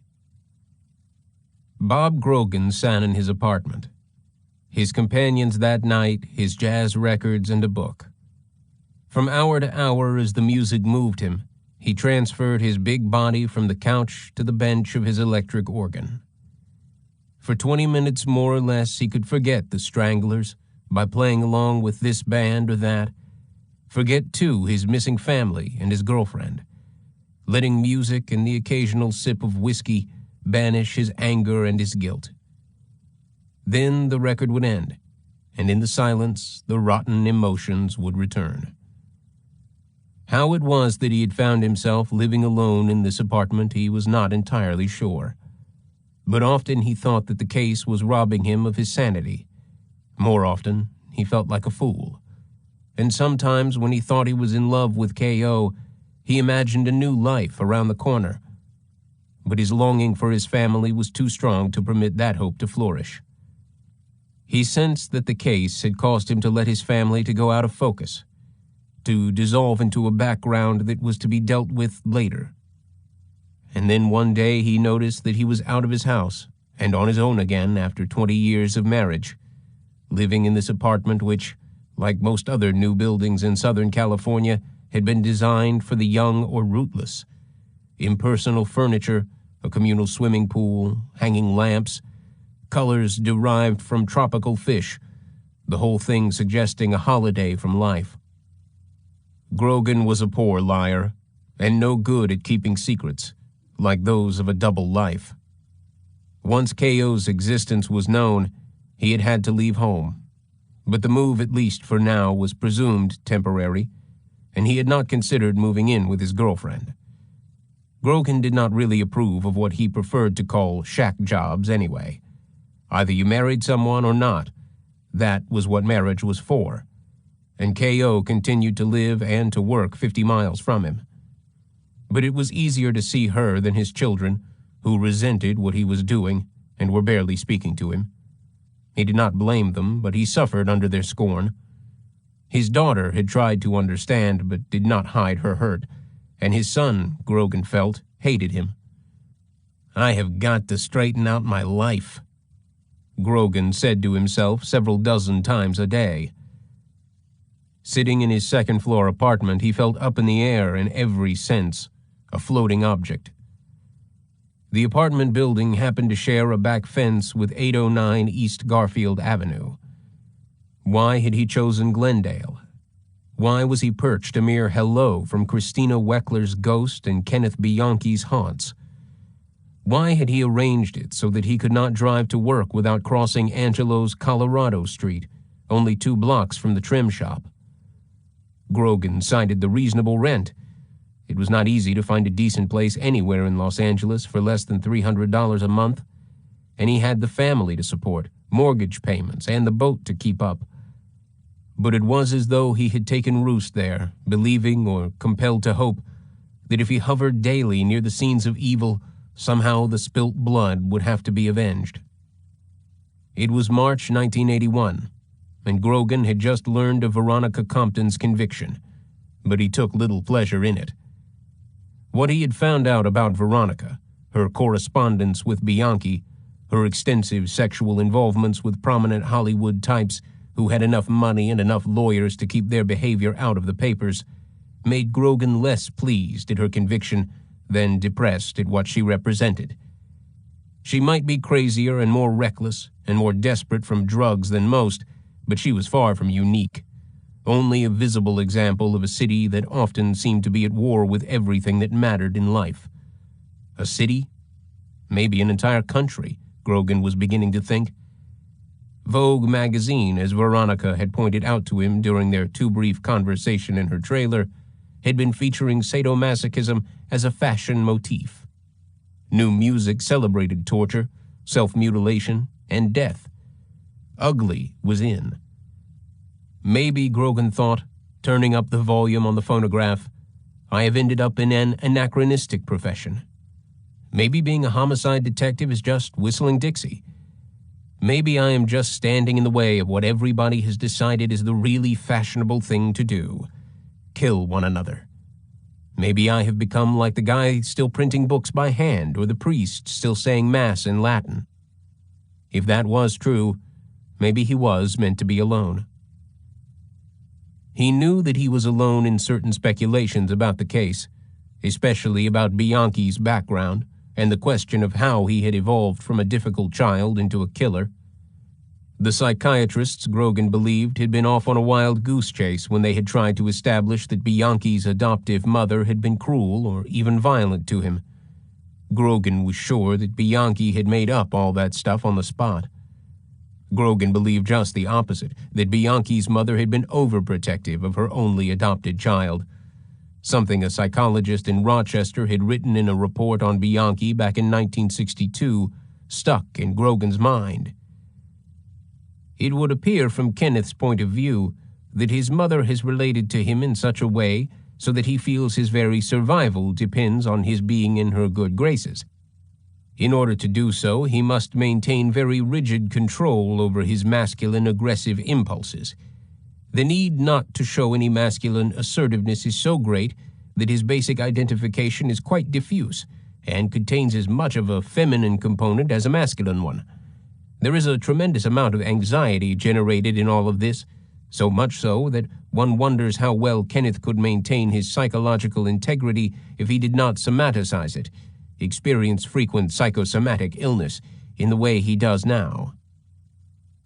The psychologist, Dr. Robert Dowling, had concluded his report. It is thought that Kenneth would respond well to individual psychotherapy, but without simultaneous treatment of his mother, who it appears is not accepting of such a plan, the effects of such a course of action would be fleeting. Dr. Dowling, Grogan believed, had been on to something, especially in suggesting that the mother needed treatment as well. As for the case against Buono, the preliminary hearing in municipal court had been dragging on since the previous May. Dozens of witnesses were testifying to the kind of life Angelo and Kenny had led together. As it turned out, much of this material would not be admissible before a jury. Important new evidence had finally developed, however, thanks to the persistence of Kathy Vukovich, a criminalist with the LAPD who had established that the fiber found on Judy Miller's eyelid had almost certainly come from the trim shop. Chemists from the DuPont and Monsanto corporations had found no significant differences between the Judy Miller fiber and the foam that Angelo used in upholstering. The foam Bianchi had mentioned as blindfold material. Vukovich was working on the Lauren Wagner fibers as well. This was a promising development, the only good piece of physical evidence so far, but there had been discouragements too. One day, the previous November, Angelo's house had disappeared, bulldozed, apparently on the orders of the owner of the glass shop next door, to whom Angelo had signed over the deed. Sheriff's Department artists had constructed a precise scale model of the house, based on photographs and measurements taken earlier, but it would have been far more effective to be able to take a jury through the actual house, whenever a jury was at last chosen. Now 703 East Colorado Street was only a paved, empty lot. The trim shop still at the rear, but not a trace of the actual murder scene remaining. The owner of the glass shop denied any collusion with Angelo in the bulldozing, insisting that he had been losing money on the property, unable to rent it with the house still there. But more disturbing in Grogan's mind was the behavior of the prosecutor, Roger Kelly. Having begun by doubting Kelly's will to carry through such a difficult case, Grogan now suspected Kelly of deliberately trying to scuttle it. The worst moment for Grogan, and he feared for the case, came when at last, after what he estimated as at least 100 visits, 400 cookies, 200 cups of coffee, to Beulah Stouffer, Grogan had finally persuaded the woman to give a statement to Kelly. This visit happened by chance when Grogan, Varney, Williams, and Kelly were driving Bianchi around Los Angeles in a van, determining his ability to pick out abduction and dump sites. On Lamona Street, Grogan suggested that they leave Bianchi guarded in the van and stop in to see Beulah. More coffee and cookies all around. Mrs. Stouffer recounted her story again, saying as usual that she had seen everything through her front window. Grogan as sure as ever that she had gone outside to quiet Caesar and to take a closer look. Shrubbery in the yard now obscured the street from the window, but she assured Kelly that she had been able to see clearly through it 3.5 years before. Kelly listened, and then, to Grogan's horror, he laughed at Mrs. Stouffer. "You expect me to believe that?" he said. "You expect a jury to believe that? It's ridiculous." Grogan, asking Kelly to leave, tried to calm Mrs. Stouffer down, assuring her that he believed her and that he would convince Kelly, who was just a little irascible today. Outside, Grogan tore into Kelly, calling him a son of a bitch and asking him what the hell he was trying to do. Was he trying to ruin a witness? Grogan, looming over the little prosecutor, clenched his fists. "You guys are crazy," Kelly shouted. "That woman has no idea what she saw. Well, we'll have to throw that count out." Grogan lunged at Kelly, screaming as the other officers leaped to hold him back. From then on, he found it difficult to speak to Kelly at all, and he vowed never to speak to him again once the case was over. When Kelly did the same thing to Jan Sims, scoffing at her story about the attempted abduction in the Excalibur, Grogan knew that the case was in deep trouble. Kelly shouted at Mrs. Sims, "Don't you know your testimony could send an innocent man to the gas chamber?" Innocent? Grogan was speechless. Kelly told the police to stop trying to find the Excalibur. The vehicle registration records had turned up nothing, nor had a search of garages in Buono's neighborhood, because there was no Excalibur.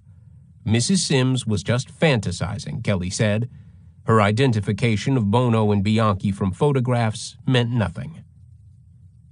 The most charitable interpretation of Kelly's behavior was that he did not believe in eyewitnesses. But that was a rather unlikely position for a prosecutor to take, and Grogan did not believe it. Of all the eyewitnesses, only Catherine Laurie and Marcus Camden now looked as though they might be useful, and Camden was hardly an impressive character, although criminal cases often had to rely on witnesses whose own lives were poor models of civic propriety. Catherine Laurie had confirmed Bianchi's story of her near abduction, and had reenacted the scene for Salerno and Finnegan, who took photographs with themselves acting Angelo's and Kenny's roles. Even better, on her own she had identified Angelo. In December 1979, she had been visiting a biker friend of hers at the county jail when she spotted Angelo, who was receiving a visitor of his own at the time, a faithful girlfriend. Catherine Laurie had immediately telephoned Kelly, saying that she was certain that this was one of the two men who had stopped her in Hollywood 2 years before. Sergeant Bill Williams' persistence had turned up another witness who added something to Bianchi's credibility. A woman who acknowledged that 2 naked girls had disturbed her and her husband's sleep late one night in September 1977.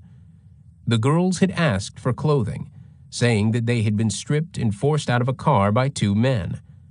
The woman's husband had since died and she had moved, but Williams had traced her through a neighborhood association of householders who had remembered hearing her talk of the incident. All this Grogan pondered that night in his apartment. The thought that Kelly might throw out the Lauren Wagner count seemed inconceivable, but that was what Kelly had said he was going to do. For the other count for which Grogan had primary investigative responsibility, Christina Weckler, there was little on Angelo, only that he had purchased a flexible gas pipe from Antoinette Lombardo's parents' store before the murder. And Bianchi was continuing to change his stories from day to day, claiming renewed memory lapses, denying this and admitting to that, then reversing himself, making it clear that only a prosecutor determined to separate Kenny's lies from his truths with corroborating evidence would stand a chance of convicting Angelo. Grogan would have attempted to get Kelly removed from the case, but there was no chance of that now. He and the other detectives had tried that over a year earlier. even before Bianchi had been arrested, when, in another case, Kelly had publicly criticized the LAPD. They had said then that they found Kelly impossible to work with, and for a few days another prosecutor had been assigned to the Hillside Stranglers case. But, so Grogan believed, the district attorney's office then decided that the LAPD could not be permitted to choose prosecutors, and Kelly had been reinstated. Grogan's mood was no better the next morning. He dreaded seeing Kelly in court and trying to be helpful to him.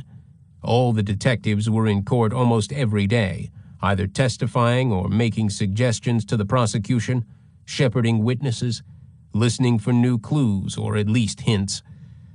That morning before going to court, Grogan calmed himself, as he sometimes liked to do, by scanning what the LAPD called its murder books, a collection of files going back to the earliest days of the city, records of all the known homicides that had been committed in Los Angeles since the turn of the century. As the century had lengthened, the files had become more complex, and it pleased Grogan to look over some of the earliest cases from time to time. The directness and simplicity of the old entries amused him and soothed his nerves. That morning he read, flipping the pages in the big old book, the passages crudely typewritten with odd lines scribbled in some long-dead homicide detective's hand. April 21st, 1899. Palomi Johnson stabbed to death sometime last night in rooms of M. Costella, New High Street. Suspect Costella. Both drunk, Costella captured. Those were the days, Grogan thought. I bet they convicted Costella in a week. He read on. February 19th, 1915. Hor Fook, alias Battling Nelson, Chinaman, resident of Chinatown, about midnight, February 14th, 1915, beaten up with pick handle and badly wounded, dying on February 18th. On February 19th, officers Leland and McAuliffe arrested Alfredo Gallardo on suspicion of doing the job. 4 days previous to murder, Gallardo gave Chinaman 50 cents to buy him opium, but was given charcoal instead. Gallardo remarked to Y. Sam that the battler had tried to poison him and would kill him for doing it. The day and night of murder, Gallardo was hanging around vicinity of the crime. When informed the battler was dead, Gallardo turned very red and seemed to get very nervous, and then spoke of leaving town immediately. Alfredo Gallardo charge changed to vagrancy, sentenced to $100 or 100 days. I guess Gallardo had a good lawyer, Grogan thought. He tried one more. July 17, 1915. Itaro, or George Iguchi, Jap, shot by Mrs. Mabel Smith at her residence, 1700 West 43rd Street, Apartment 3, at about 8:45 p.m. this date. He died in receiving hospital. Mrs. Smith had been keeping company with Iguchi since February 1st, 1910, unbeknown to her husband. Imagine that, Grogan thought. Iguchi and Mrs. Smith carrying on for 5 years, and Mr. Smith never knew. What a scandal.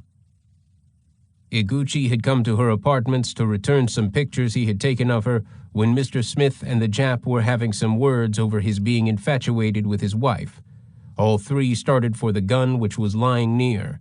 Mrs. Smith reached it first, shooting Iguchi. Mrs. Smith acquitted by jury. Acquitted? Grogan marveled. Well, some things never change.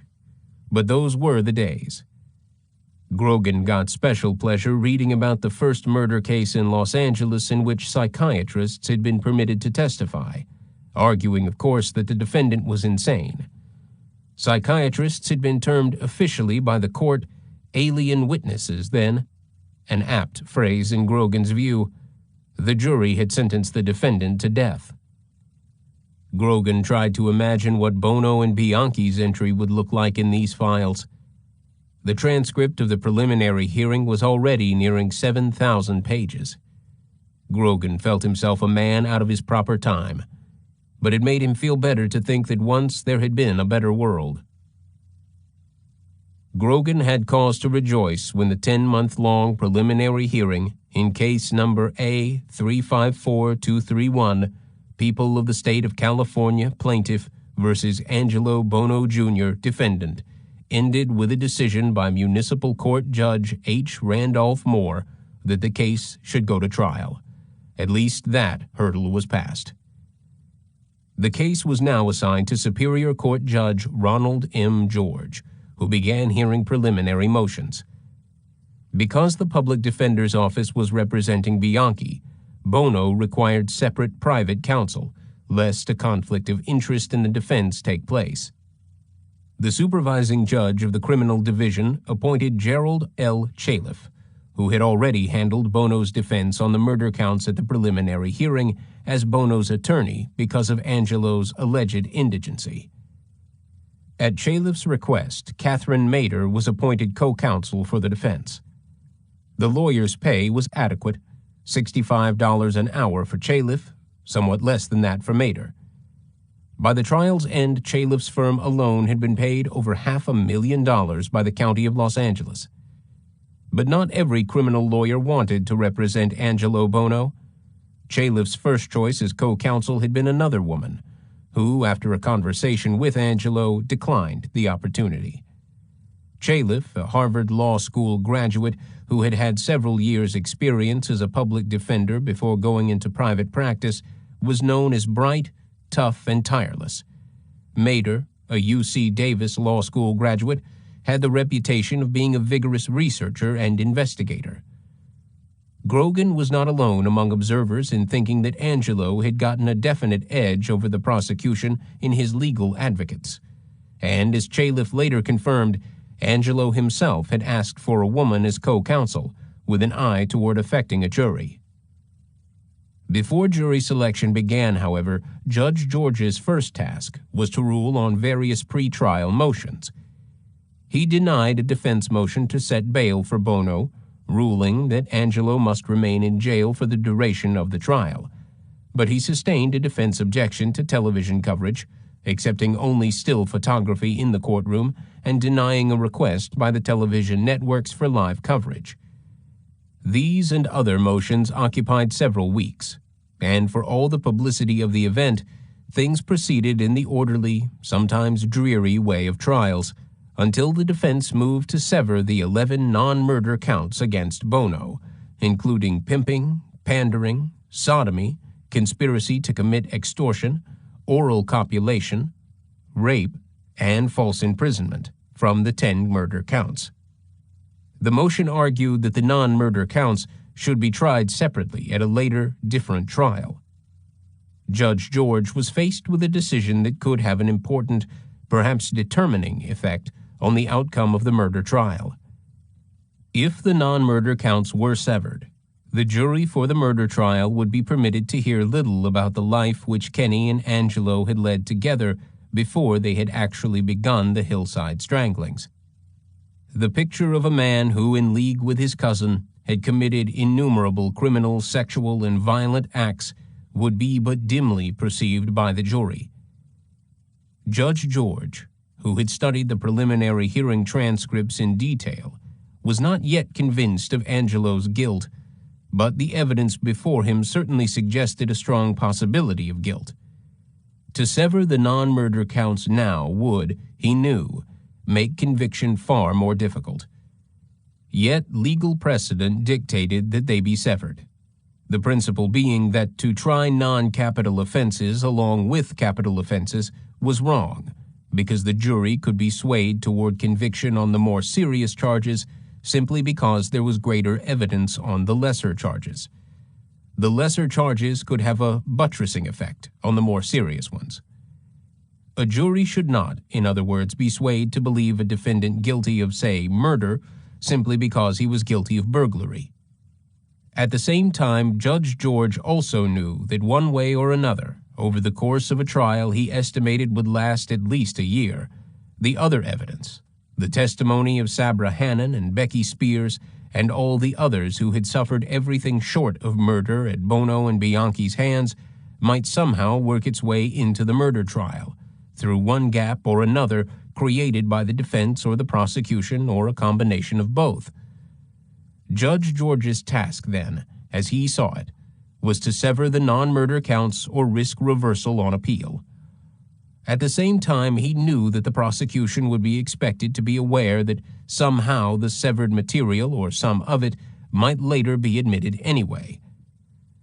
On June 11th, he ordered the non-murder counts severed, but he also indicated, in response to questions from Roger Kelly, that nothing the court was saying would preclude a proper showing at trial, and that it might even develop by way of defense cross-examination or defense testimony that something might be put at issue that is not initially at issue. Roger Kelly appeared to take the hint that at some later point evidence might be admitted which initially was being barred. At least Kelly said that he might make a motion to that effect later on, and Judge George said that nothing he was now ruling would preclude such a motion. Judge George even had in mind, although he did not and could not say so, a specific piece of evidence.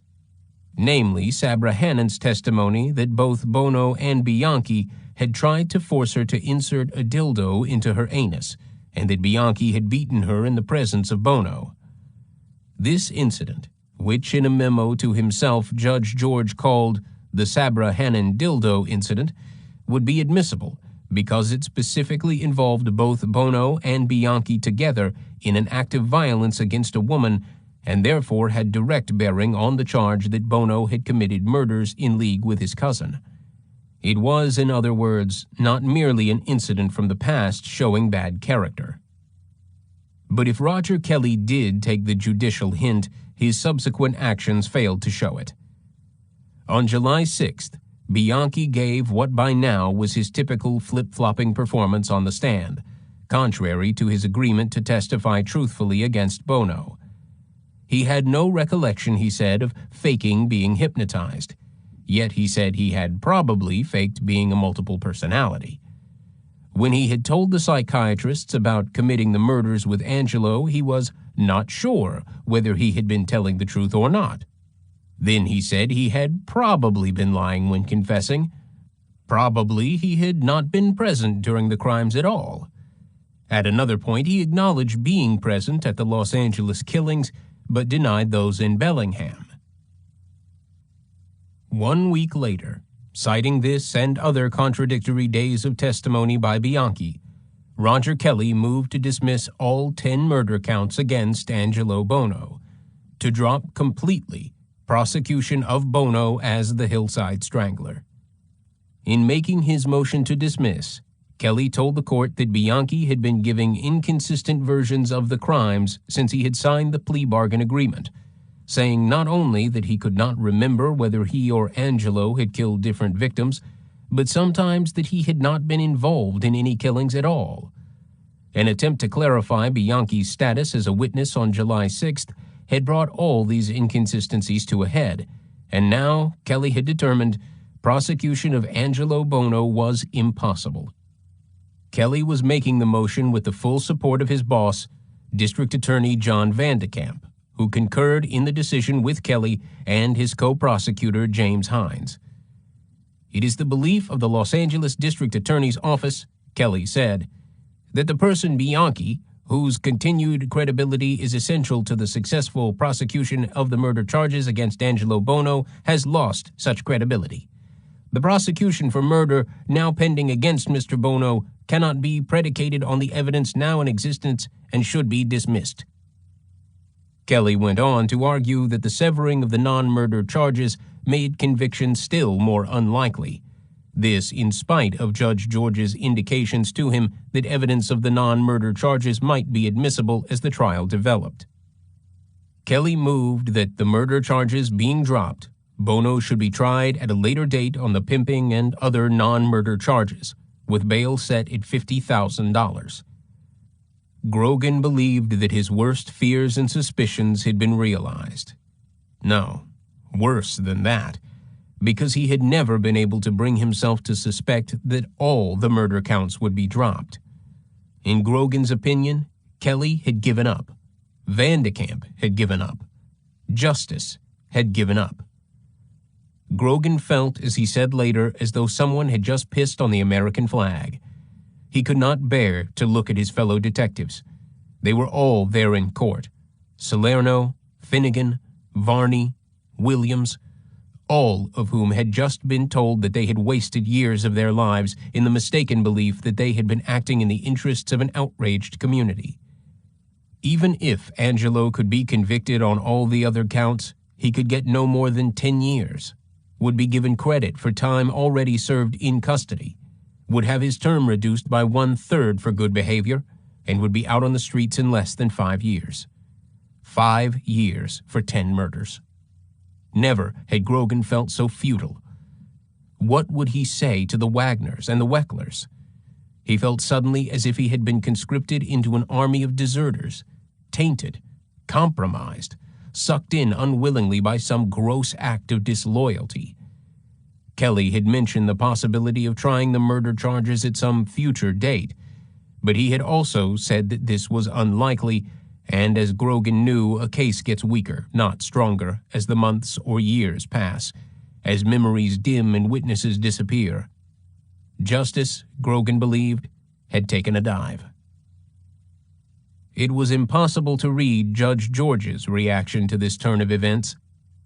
Remote on the bench, he said simply that he would take the matter under submission. He would not rule on it now. Court would be adjourned for a week. He would rule on the district attorney's motion on Tuesday, July 1st. Grogan and Salerno went directly to the Code 7 bar after court.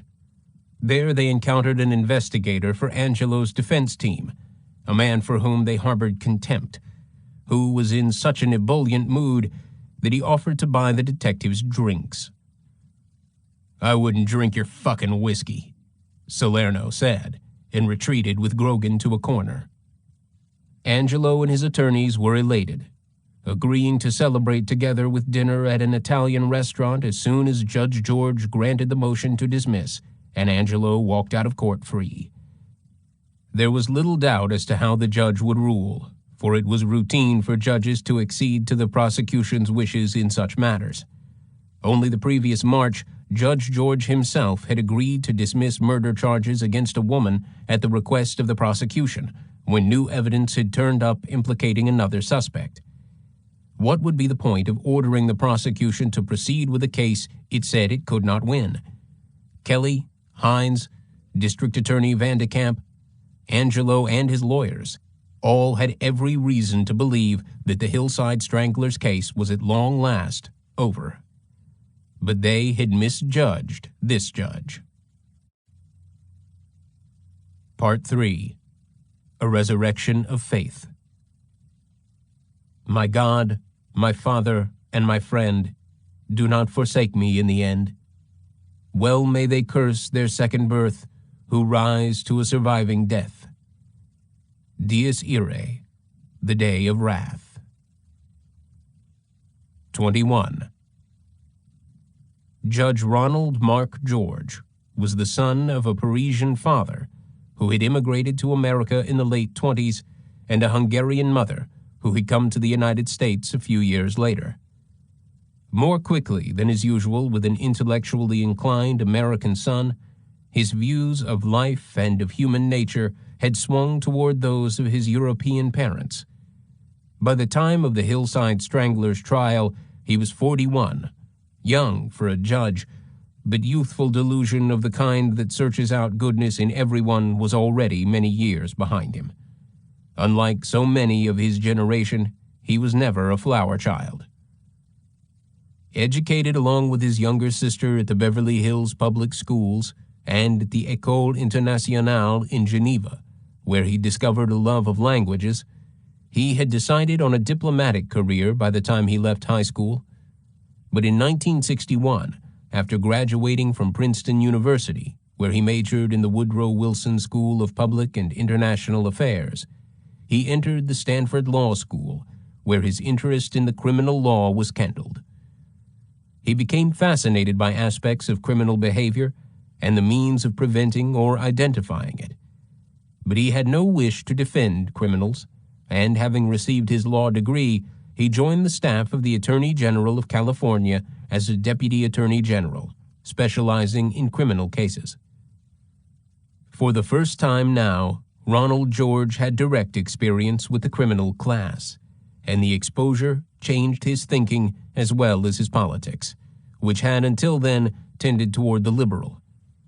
The good intentions of liberalism melted away as he was forced to confront extremes of human violence and behavior. Nothing in his excellent yet exclusive education had prepared him for the shock of human behavior at its unremorseful worst, and he came to believe that he had lived the first 25 years of his life as a privileged naïf. He did not regret the privilege, but naivete was no longer possible. Most of the assumptions of his liberally educated generation, the perfectibility of mankind, the belief in general and broad possibilities of moral rehabilitation, the efficacy of altruism, he abandoned as Maginot Lines against barbarism. Hemingway's phrase, "Isn't it pretty to think so?" took on more weight. The liberal humanist tradition seemed to have grown desperate, the prayer of a man already half-eaten by a shark. He married a girl whom he had known in high school, moved into a house close to his parents, and fathered the first of 3 sons. He achieved a reputation in the Attorney General's office as a brilliant legal scholar, adept at oral argument.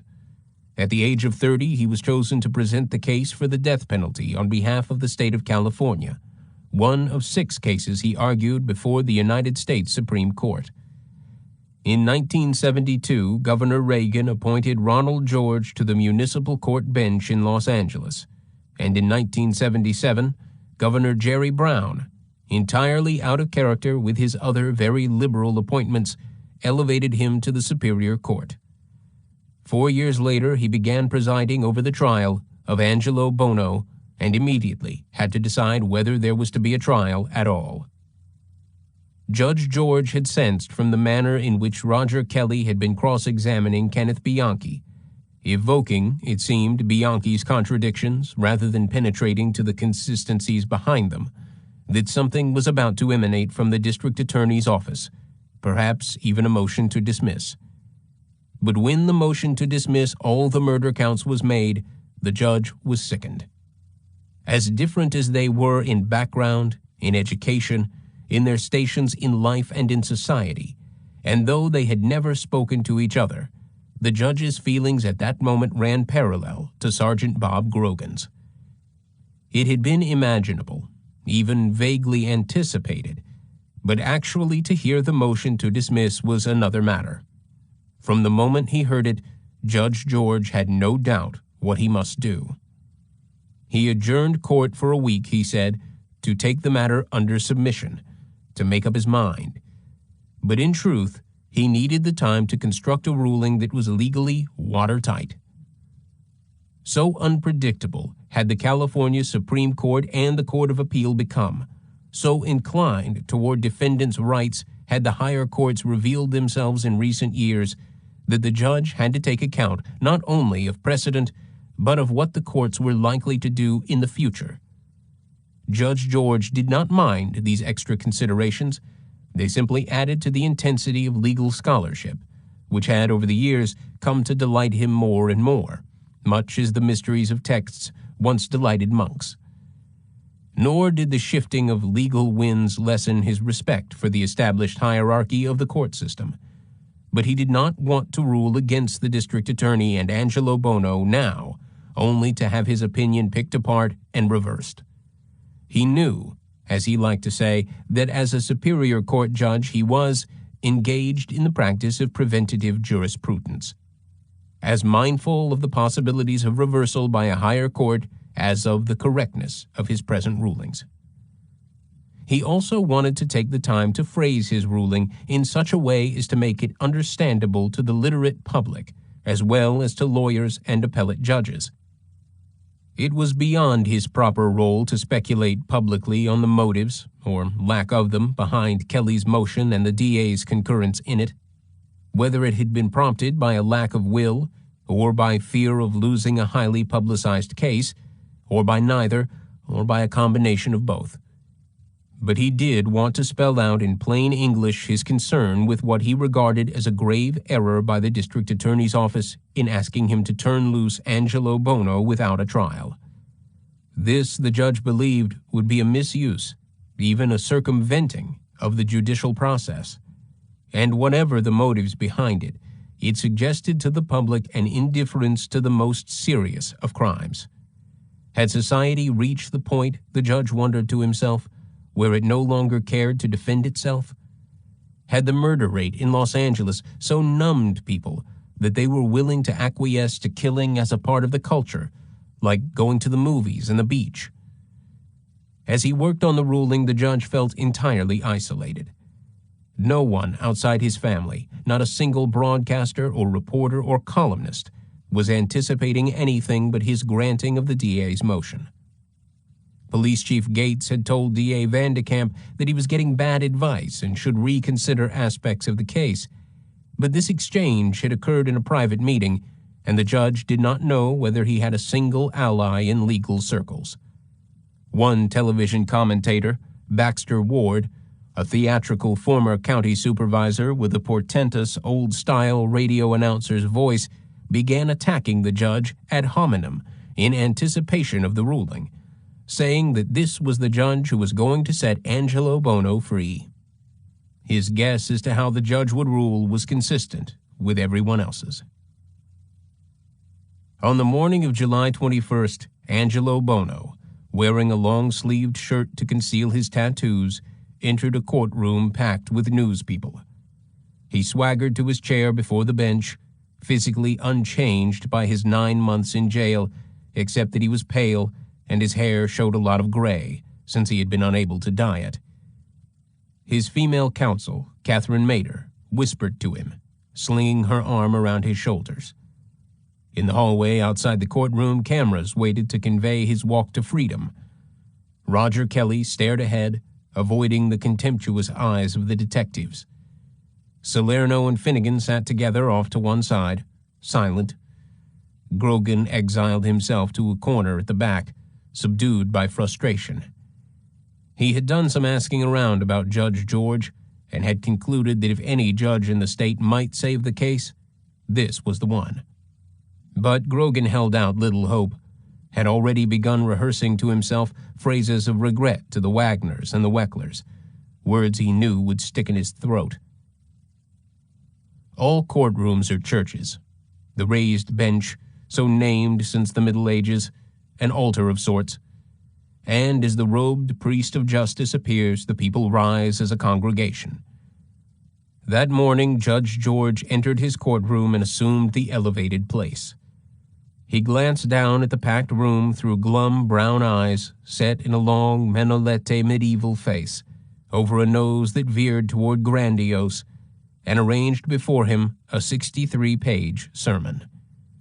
Gray hair made him appear older than his years, but he broke the silence with a youthful voice. He began by citing the district attorney's motion to dismiss each of the 10 murder charges, emphasizing that the motion specified that it was made without the likelihood of refiling. Without, in other words, the likelihood that Angelo would ever be tried for these murders.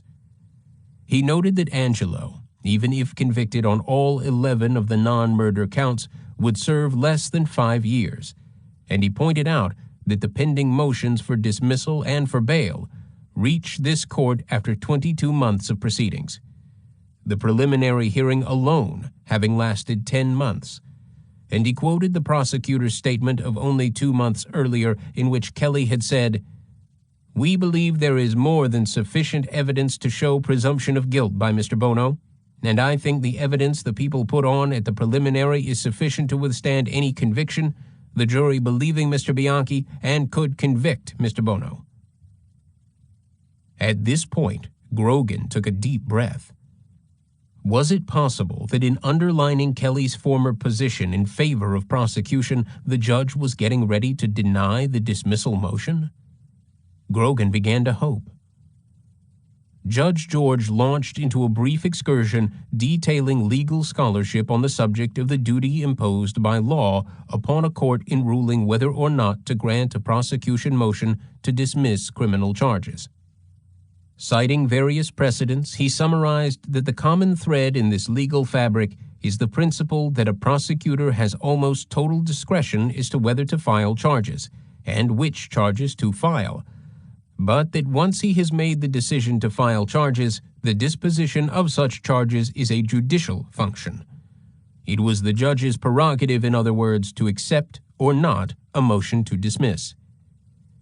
He then, again by way of reference to legal precedent and authority, reminded the district attorney's office that it was charged with grave responsibilities, which demanded integrity, zeal, and conscientious effort in the gathering and presentation of evidence.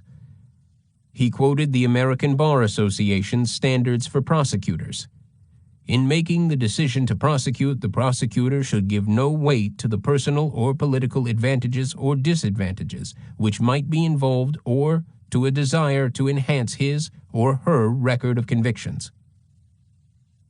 At this point, spectators in the courtroom may have remembered that District Attorney Vandekamp was planning to run for the office of Attorney General of California, and Grogan also thought of Roger Kelly's pride in his record of convictions. Grogan now permitted himself something more than hope. He was beginning to believe that Judge George was going to rescue the case. The judge added that it was the court's duty to dismiss pending charges only if it is apparent that dismissal would be in furtherance of justice. Judge George now took up the matter of the persistent contradictions in Bianchi's testimony, on which the motion to dismiss primarily rested. He accepted that there were such contradictions, but he concluded that it is more significant that to the extent that Mr. Bianchi at any given time claimed personal recollection of a particular murder, the participants in the criminal conduct were always the same, Mr. Buono and Mr. Bianchi, and no one else. Furthermore, Mr. Buono's potential guilt of first-degree murder would not depend, under California law, upon whether he had done the actual strangling, or had had forcible sexual relations with the victim, or had merely assisted Bianchi in doing so.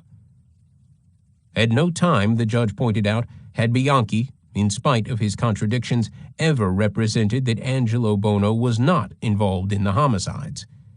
Contrary to what Kelly had argued in his motion, no novel infirmities in the prosecution's case had lately arisen. Bianchi's flip-flopping had been a factor ever since his arrival in Los Angeles, and the prosecutor had been fully aware of the problem from the moment he had filed charges against Buono. Basically, the doubts and lapses which Mr. Bianchi expressed during the past several weeks amount to nothing more than a modest increment to the morass of contradictions which have characterized this case from its inception, and which apparently left the district attorney's office unmoved enough to be able 2 months ago to characterize its case as one in which the proof of guilt was both evident and sufficient to sustain a conviction on appeal. The judge then reviewed important evidence which the prosecutor had failed to mention in his motion to dismiss. Kelly had listed only the prior association between Buono and Bianchi, Catherine Laurie's testimony, and the Judy Miller fiber evidence. Kelly had said nothing about the Lauren Wagner fiber evidence. The judge added to these Marcus Camden's testimony and Deborah Noble's, Jennifer Snyder's, and Antoinette Lombardo's, as well as the testimony of the driver of the Foxy Lady's van, that of a waitress at the Robin Hood Inn, and that of a man who apparently had witnessed the abduction of Yolanda Washington from Sunset Boulevard, an incident that had involved the use of a police badge. The judge cited also the evidence of Buono's wallet, which has a cutout area customarily employed in that type of wallet for the placement of a badge, and Buono's denial at the time of his arrest that he had ever owned a wallet. Possibly a false statement, if so interpreted under the law as showing a consciousness of guilt. All of this evidence was certainly enough to meet the legal requirement that the testimony of an accomplice be corroborated by such other evidence as shall tend to connect the defendant with the commission of the offense. Case law establishes that such corroboration may be slight and entitled to little consideration when standing alone. The requisite corroboration may be provided by circumstantial evidence. The judge added that convictions were routinely obtained on the corroborated testimony of an accomplice who had made inconsistent statements, and he cited the Manson case as one recent example. A jury would be free to decide which statements to believe and which to disregard. Judge George now spelled out his conclusion. This court has the authority and the obligation to deny a motion by the district attorney's office to dismiss serious pending criminal charges where the court finds that dismissal would not be in furtherance of justice. Nor is it the function of the court automatically to rubber stamp the prosecutor's decision to abandon the people's case. Applicable standards indicate that a prosecutor must, under ordinary circumstances, pursue the prosecution of serious charges where there is sufficient evidence for a jury to convict, without concern for the consequences to his reputation should he be unsuccessful in obtaining a conviction. The second reference to the possibility that concern for reputation had motivated the motion to dismiss made Grogan want to cheer. The judge then employed language more stinging. This court would be abdicating the responsibility of its office were it to permit the district attorney to abort this massive and costly 3.5-year investigation. It would be spurious, the judge proclaimed, to dismiss the charges on the theory, as suggested in the motion, that new evidence might turn up later, since the motion had been submitted without the likelihood of refiling, as the prosecutor himself had stated. Furthermore, it would be disingenuous to suggest, as again the prosecutor had, that the murder charges be dismissed lest an acquittal on them have a negative effect on the trial of the non-murder counts. Disingenuous was the judge's carefully chosen word here for phony. In a dignified but sharp way, the judge was accusing the prosecutor of slinging bull. The court's decision is that our legal system should be permitted to run its normal course by appropriate submission of the issue of guilt or innocence to a jury selected from the community, rather than leaving that issue to the disposition of the Attorney General as final arbiter of the case. If, in fact, this court's obligation is merely to perform the ministerial functions of giving rubber stamp approval to the district attorney's decision to abandon this murder prosecution, let an appellate court so instruct this court. This court finds that dismissal of the 10 murder charges pending against defendant would not be in furtherance of justice, and the district attorney's motion to dismiss those charges is hereby denied. Finally, the judge took care of the matter of the reluctance of the district attorney's office to prosecute. He fully expected a vigorous and effective resumption of prosecution, he said, but should such action not be forthcoming from the district attorney's office, this court has authority to deal with that contingency by referring the case to the Attorney General, or, under certain circumstances, by appointing a special prosecutor. The sermon was over. It had taken the judge an hour and 10 minutes to read it out. Its message was sufficiently unusual to cause some initial confusion, but the confidence of his tone and the persuasiveness of his logic were quickly apparent. Nowhere more evident than in the simple phrase, "This court has authority," an assertion no one was prepared to doubt. It was as though a second strike victory had been declared in a kind of legal war, one with strong political consequences, although politics had not played any part in the judge's motives.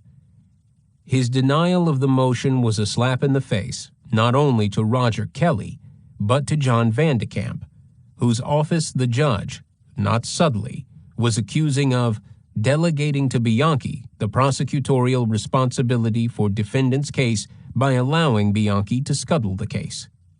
Words such as scuttle, spurious, and disingenuous were not mild, nor had they been meant to be mild, and the judge's calm affirmation that he was prepared to turn over the prosecution to the Attorney General or to a special prosecutor was especially provocative.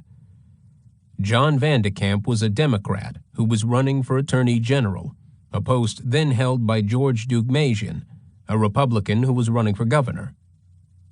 Judge George gave Vandekamp 2 weeks to decide whether to resume prosecuting Buono. If Van de Kamp withdrew and Deugmasian's office decided to take over the case, it might appear as though the whole matter had degenerated into a political issue, one that might play a role in the 1982 campaign.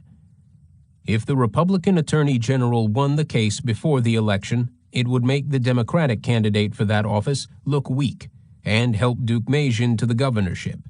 If Deugmasian lost the case, Van de Kamp and Kelly would be vindicated, Deugmasian would look foolish, and the Hillside Stranglers case would become known as Judge George's folly.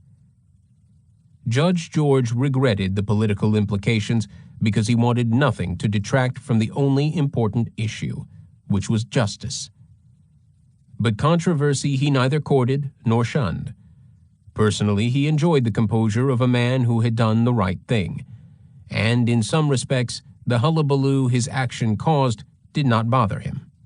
Perhaps a side effect of all the charges and countercharges would be to heighten public regard for the criminal justice system, which appeared to many to have become paralyzed by trivialities, and perhaps the legal community, which had become an arrogant society unto itself, might come to focus for the moment more on justice than on the law, which had become less the instrument of justice than, as it were, its strangler. With all this in mind, the judge repeated the statutory phrase, "in the furtherance of justice," several times over in his ruling. For all its length and scholarship, the ruling had a bracing simplicity to it, like, "Thou shalt not bear false witness against thy neighbor." Judge not known for controversy announced the Los Angeles Times the next morning, calling the judge's action extraordinary. Such prosecution motions are normally granted as a matter of course.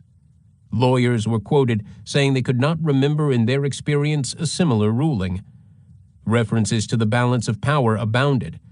Nothing in George's background, the Times reported, predicted this surprise rejection. He simply had no track record of going against convention. Prosecution and defense lawyers were in agreement that the 41-year-old jurist was a scholarly, fair-minded judge. Deputy District Attorney Roger Kelly agreed, saying, "I've always respected him and admired him, at least until today." As for Angelo, he and his attorneys had to cancel their plans for a celebratory dinner. "Mr. Buono has been on the brink of victory so many times," Catherine Mader said, "that he just doesn't show any emotion, and he probably won't until he walks out having been found innocent of being the Hillside Strangler." 22. When Judge George denied the motion to dismiss murder charges against Angelo Buono, the city was deeply affected. Television and radio editorials endorsed the judge's courage, although the LA Times made no comment, and he received many letters of praise. Within the legal community, however, opinion was divided over whether he had performed a courageous act or an arrogant one. Lawyers and judges who objected to his decision did so on the grounds that he had upset the system, even though the judge had stated in his ruling that without a trial, Angelo Buono's guilt or innocence could never be established by means of the criminal justice system itself. His opponents argued that he was improperly assuming a prosecutor's role. One politically prominent lawyer, a former federal judge, suggested privately that while it was difficult for people to understand why the judge had acted improperly in this case, given the vicious crimes involved, what if the defendant were Martin Luther King or Sacco and Vanzetti, who might be subject to the prejudices of a judge? If a prosecutor moved to drop charges, it was wrong for a judge to question that decision and amounted to a violation of judicial neutrality. Judge George did not respond to such criticisms publicly, except to cite the ample authority for his unprecedented action. Privately, he pointed out that while his every decision was subject to appeal, his critics were suggesting that a prosecutor should have absolute discretion and not be subject to the same kind of scrutiny. Surely this was an unbalanced notion, all the checks on one side and none on the other. And to raise at all in this case the issue of political or racial bias was a red herring, symptomatic of the kind of mentality that perceived all criminal defendants as victims. If the judge was not a prosecutor, neither should the prosecutor be the judge. The central issue here was, as Judge George saw it, not whether the judge was stepping beyond his proper role, but whether the prosecutor was performing with the vigor mandated by the constitutional responsibilities of his office. Where would society be if something called the system, itself a precious yet imperfect human construct, subject to all the errors of which the people who worked within it were capable, were permitted to become an impediment to justice? The word system itself was probably a misnomer. In its constant use and overuse, the judge sensed characteristics of a contemporary obsession with valueless technology. System had come to imply something static and hard, something as inflexible as a computer and as self-sustaining as the robots of science fantasy. To deny the legal and moral responsibility of a judge to make the system work, adjust it, force it, if necessary, was to adopt a peculiarly technological approach to the law, thwarting justice with technicalities, permitting social disorder in the name of procedural rigidity. Roger Kelly defended himself publicly, denying Grogan's and others' accusations against him. Somehow his 32-page memorandum to Van de Kamp, in which he argued that the case could not be won, was leaked to the Los Angeles Times, which gave it prominent coverage. Most observers believed that Kelly himself was the source of the leak, but he denied it. The memorandum ignored much of the evidence against Buono, including new and highly promising conclusions about the fibers found on Lauren Wagner's hands and wrists. Kathy Vukovich, the LAPD criminalist, had by now pretty well established that the Lauren Wagner fibers matched the rug made from automobile carpeting in the spare bedroom where Bianchi had said he and Angelo had tried to electrocute Lauren. The rug had still been in place when Angelo had been arrested. Other fibers from Lauren's hands matched an accumulation of material found in the crevices of the seat of the brown vinyl easy chair, an unusual collection of fibers that acted like geological sedimentation as evidence of time and place. Only what had been identified as cat hairs, also stuck to the adhesive left on Lauren's hands, remained a puzzle, since Angelo had owned no cats. One LAPD chemist had identified these as rabbit fur, but for some reason his analysis was discounted.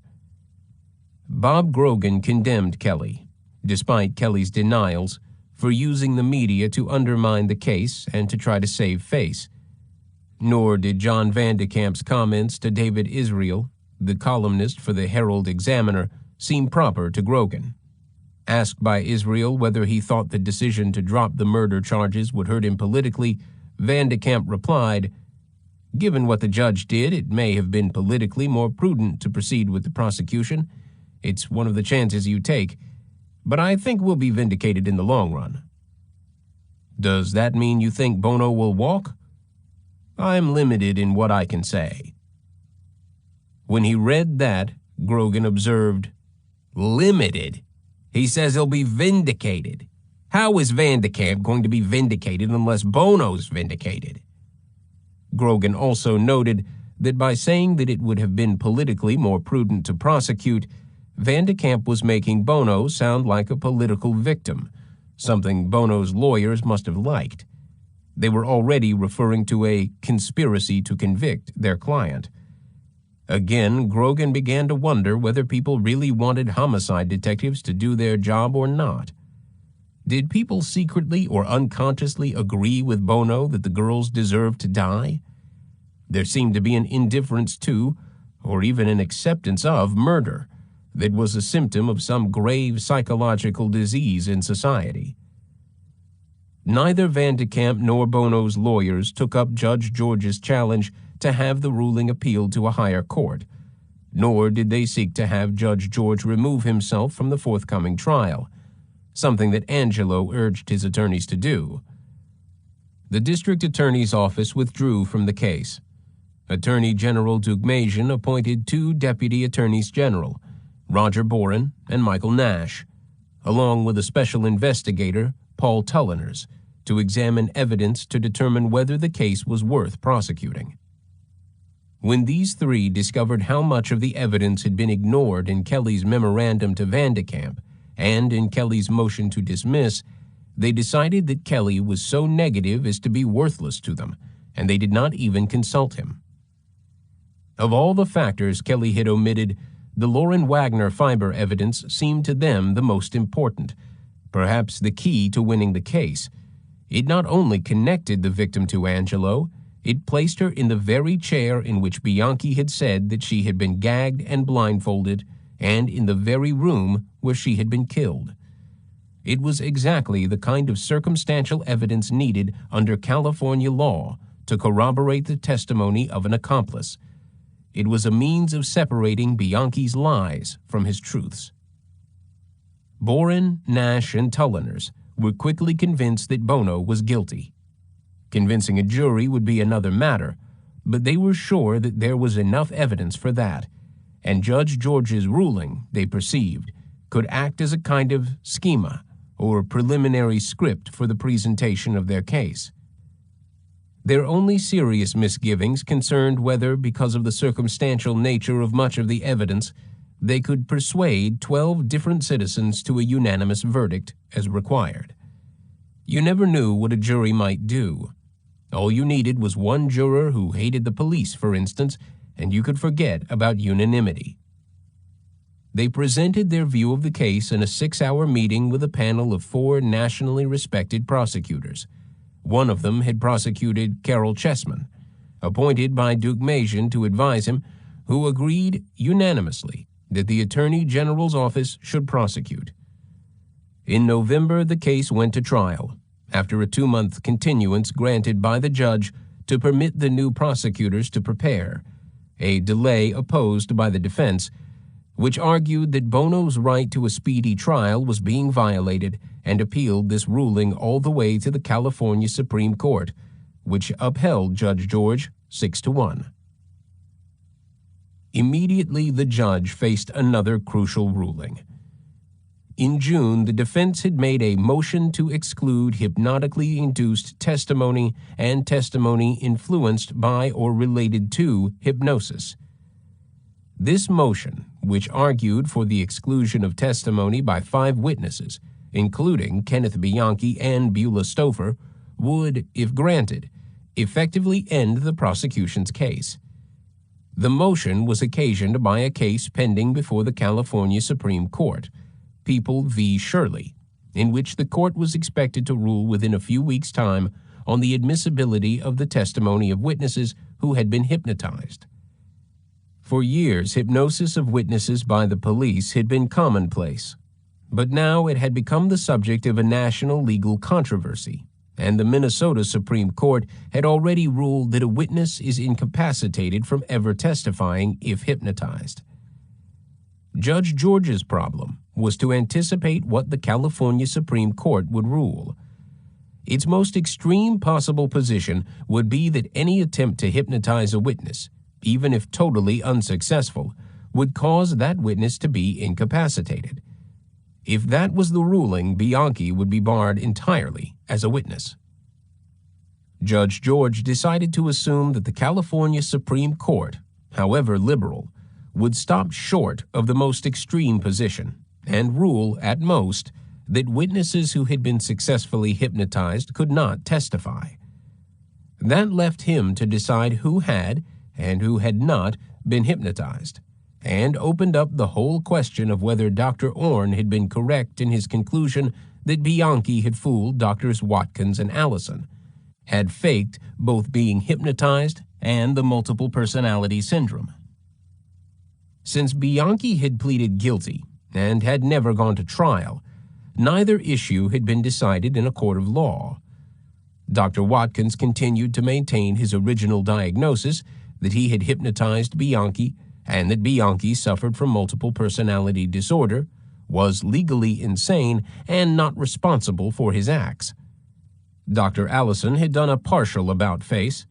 He still claimed that he had actually hypnotized Bianchi, but he admitted that Bianchi had fooled him, partially, on the multiple personality issue.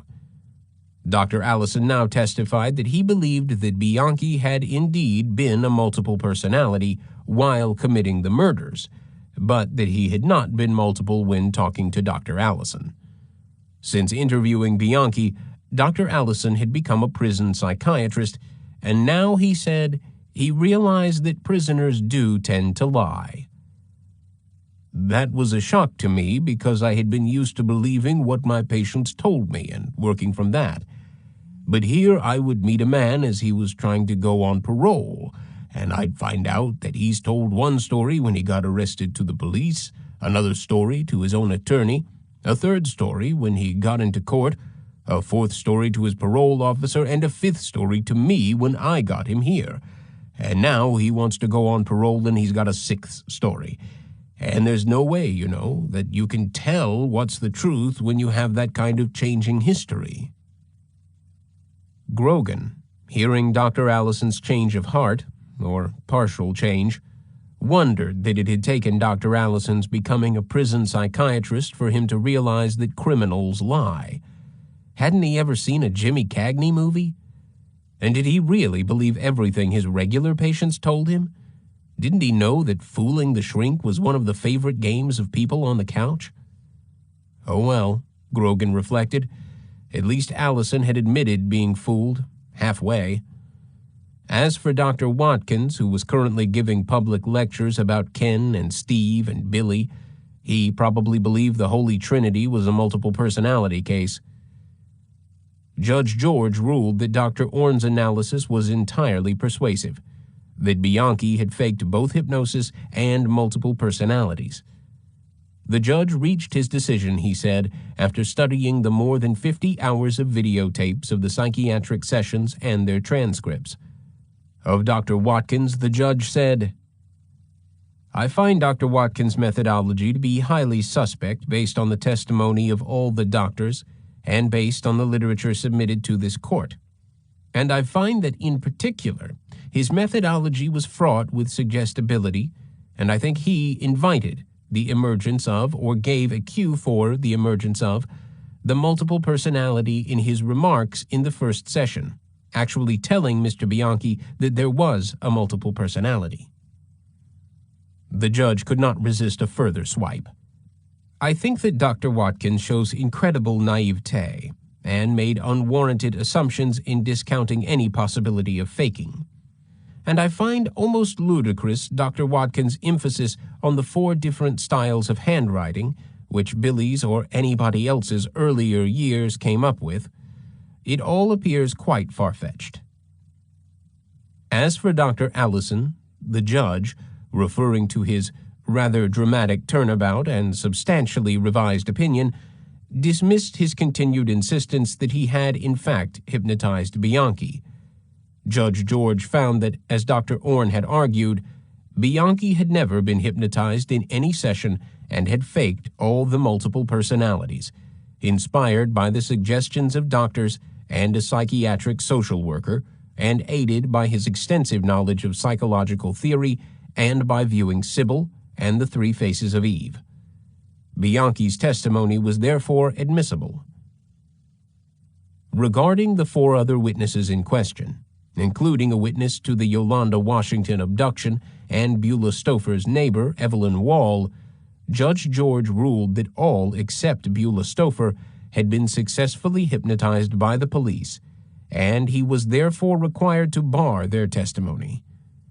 Mrs. Stouffer herself, said the judge, had not been hypnotized and could testify.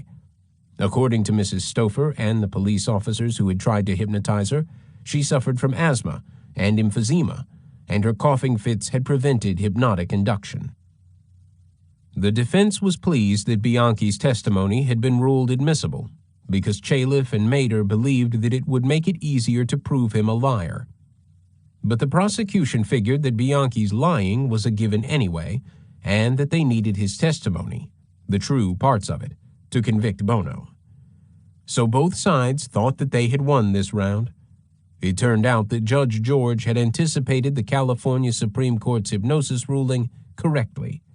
On March 11, 1982, the Supreme Court did at last rule that the testimony of witnesses who had been hypnotized could not be admitted. In June of that year, however, the Supreme Court added a footnote to this opinion, stating that it was not ruling at that time on whether the decision was retroactive or applied to cases then at trial, throwing the matter back into doubt with reference to the Buono trial. To the extent that they excluded the testimony of any witness, Judge George then vacated his original hypnosis ruling, offering to take up the entire matter again, but neither the prosecution nor the defense sought to do so. Nor did either side then attempt to introduce witnesses whom the judge had already determined to have been hypnotized. The testimony of Bianchi and Stouffer would remain admissible. Now, on November 16, 1981, jury selection began. Early in the process, Boren and Nash decided that Chalif and Mader were trying to trick them into using up challenges of prospective jurors at the start, leaving the defense's challenges for crucial final selections. Instead, Boren and Nash accepted a panel of 12 jurors and 8 alternates as soon as they felt they had a reasonable group, and the defense, since it had let these candidates pass, was stuck with them. Of the jurors, 10 worked in city, county, or federal civil service positions. 1 was a retired Dolly Madison Bakery employee, and 1 a female Pan American Airlines flight attendant. They included, promisingly in the eyes of the prosecution, 1 woman with 2 daughters and another woman living near the Eagle Rock Plaza with a teenage daughter. From the prosecution's point of view, the social and economic character of the jury was encouraging. These were working people, none rich, none idle. Such people tended to be more realistic than the privileged classes about extremes of human conduct. For the prosecutor trying to convict an Angelo Buono, the worst possible juror would have been someone isolated by wealth or status, or both, from the harsher realities of urban life, a Beverly Hills matron, say, or a young university professor, or a Unitarian minister, who luxuriated in an exalted view of humanity, felt guilty about privilege, and was unable or unwilling to accept the idea of the ruthless. As Grogan said, the ideal jury to convict Buono would have consisted of homicide detectives and whores. The jury, as finally chosen, included 7 women and 5 men, among them, as nearly as can be surmised from names and physical appearances, 6 African Americans, 2 Anglos, and 4 Hispanics. The alternates, of whom 2 eventually became jurors, were similarly mixed, with only Asian Americans missing from among the chief ethnic population groups of Los Angeles. Ethnic and sexual balance had become important factors in determining the fair selection of juries, and this one appeared immune to scrutiny on appeal. It took 3.5 months, 54 actual days in court, to select this jury, delaying the actual start of the trial until the spring of 1982. The cause of this tedium and expense was California's cumbersome system of jury selection. 120 prospective jurors were examined, these surviving from an original panel of 360, those who could not serve for several months being excused, with defense and prosecution both permitted 26 peremptory challenges. By law, both sides were allowed to examine each prospective juror directly, and the judge and counsel had to question each in individual court sessions from which all other jurors, as well as members of the public, were excluded. Interrogation covered such matters as whether he or she would vote for acquittal because of opposition to the death penalty. This time-consuming procedure, in many other states and in federal system, the judge alone, sometimes guided by written requests from the attorneys, conducted the examination of jurors, was the result of judicial decisions and legislative lobbying by attorneys who got paid by the hour and were jealous of all their prerogatives.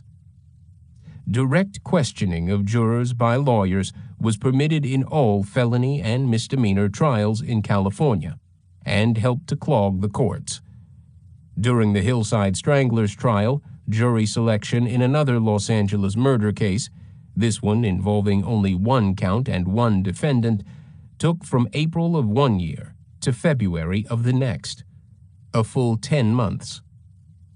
Judge George, who had lobbied for the system's reform, calling it sick and a prime reason for growing public contempt for the criminal justice system, said that he felt disquieted when fellow jurists congratulated him on getting a jury for the Buono trial in only 54 court days.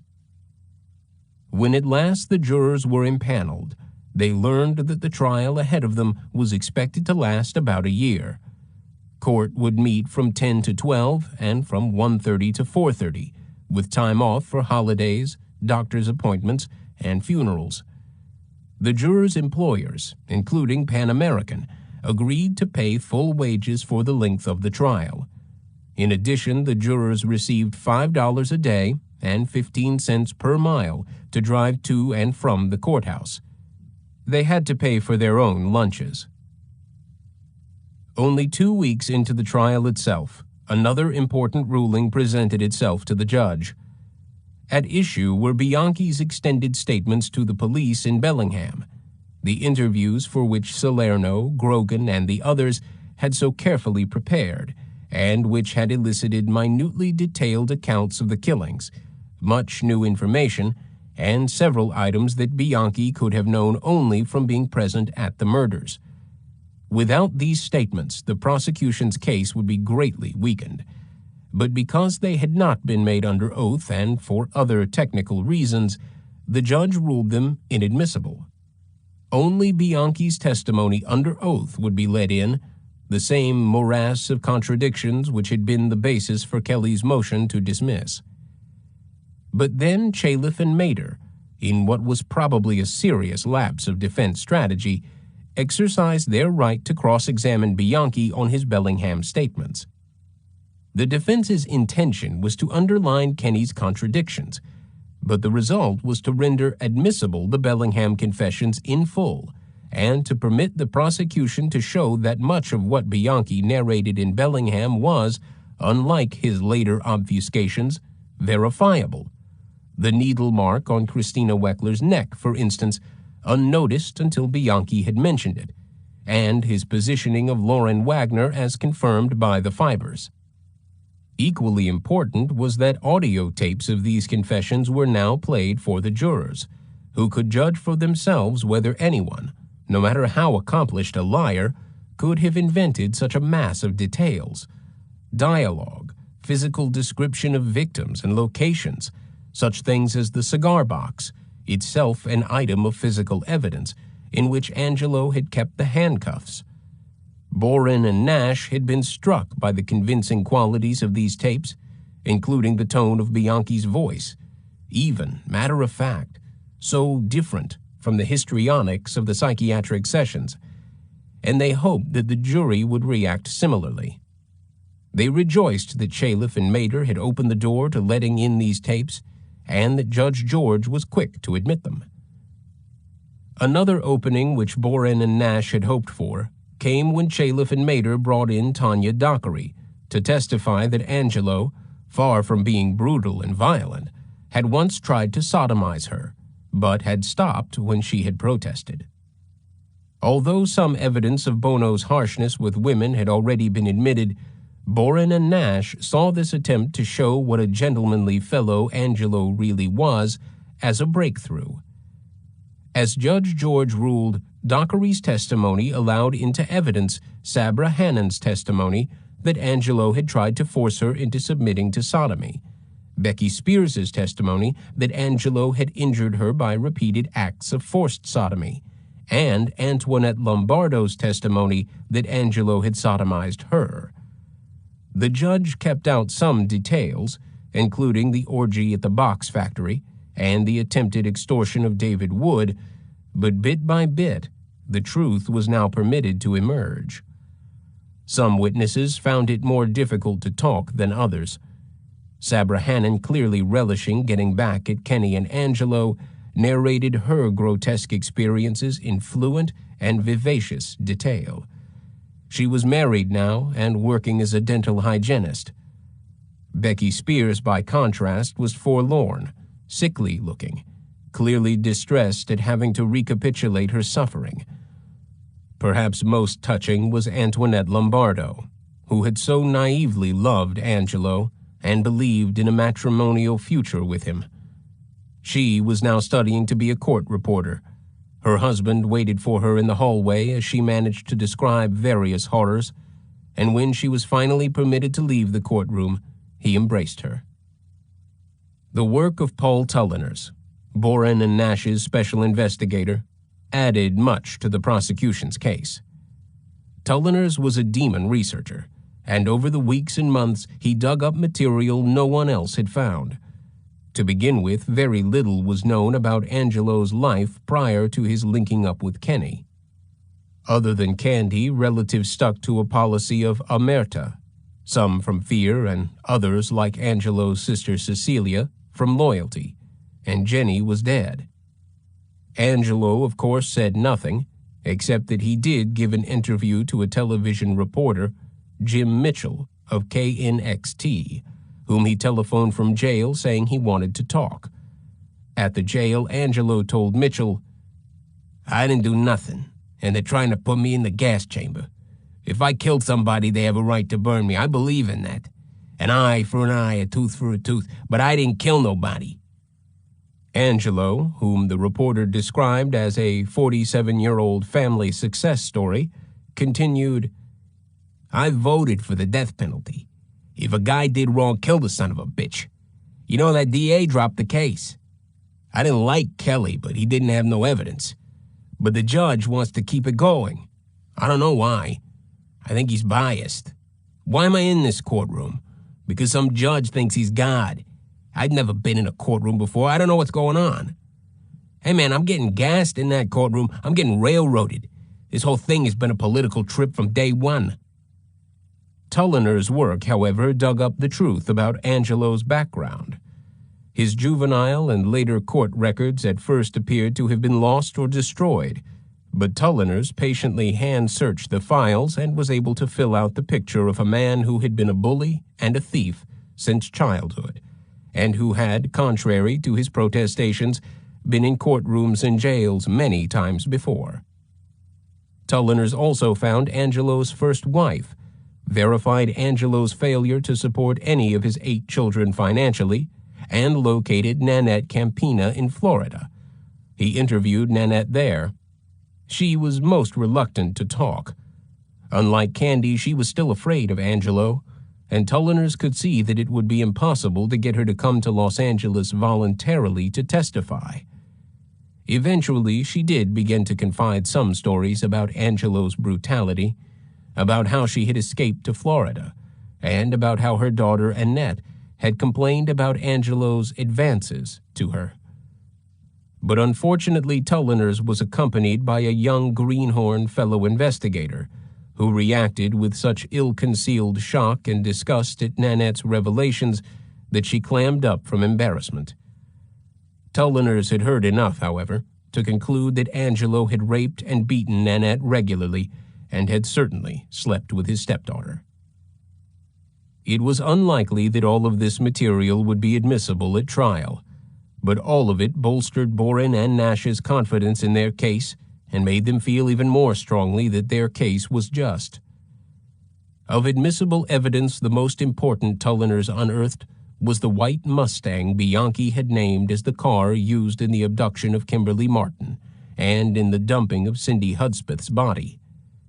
Bianchi had said that the Mustang had stains on the carpet on the passenger side, probably from a leak in the air conditioning. Tulliner's checked through thousands of vehicle registrations, narrowed the search to a few hundred, began personally inspecting these, and finally found the right car, the carpet stains still visible. He was able to trace it back to the woman who had consigned it to Angelo for sale in 1977. When Bianchi took the stand in June 1982, he became the 200th witness to testify. It fell to Michael Nash to examine him, and Kenny was less cooperative than ever. He denied remembering anything about the murders, He had been scheduled to testify for a month, more or less. Now it looked as though he would be through in a day. But in a court session in which Bianchi's lawyer, but not Bianchi himself, was present, Judge George let drop the question whether Kenny was violating his plea bargain agreement to testify against Buono. After all, hadn't Kenny agreed to testify fully and freely? If he was found to be in violation of the agreement, he would have to serve his time in Walla Walla, something Bianchi had thought it worth bargaining to avoid. Having had an evening to consider the prospect of Walla Walla, Kenny began talking again the next day, still contradicting himself, but at least giving Nash the opportunity to catch him in lies or in inadvertent truths. Boren and Nash were so meticulously prepared, they developed a filing system that enabled them to locate any of the thousands of documents quickly, and they devised a daily summary of the transcript, which by October 1982 had grown to over 25,000 pages, that they were able to elicit some revealing points from Bianchi, particularly about his association with Buono before the murders. Kenny always looked directly at Nash and never at Angelo.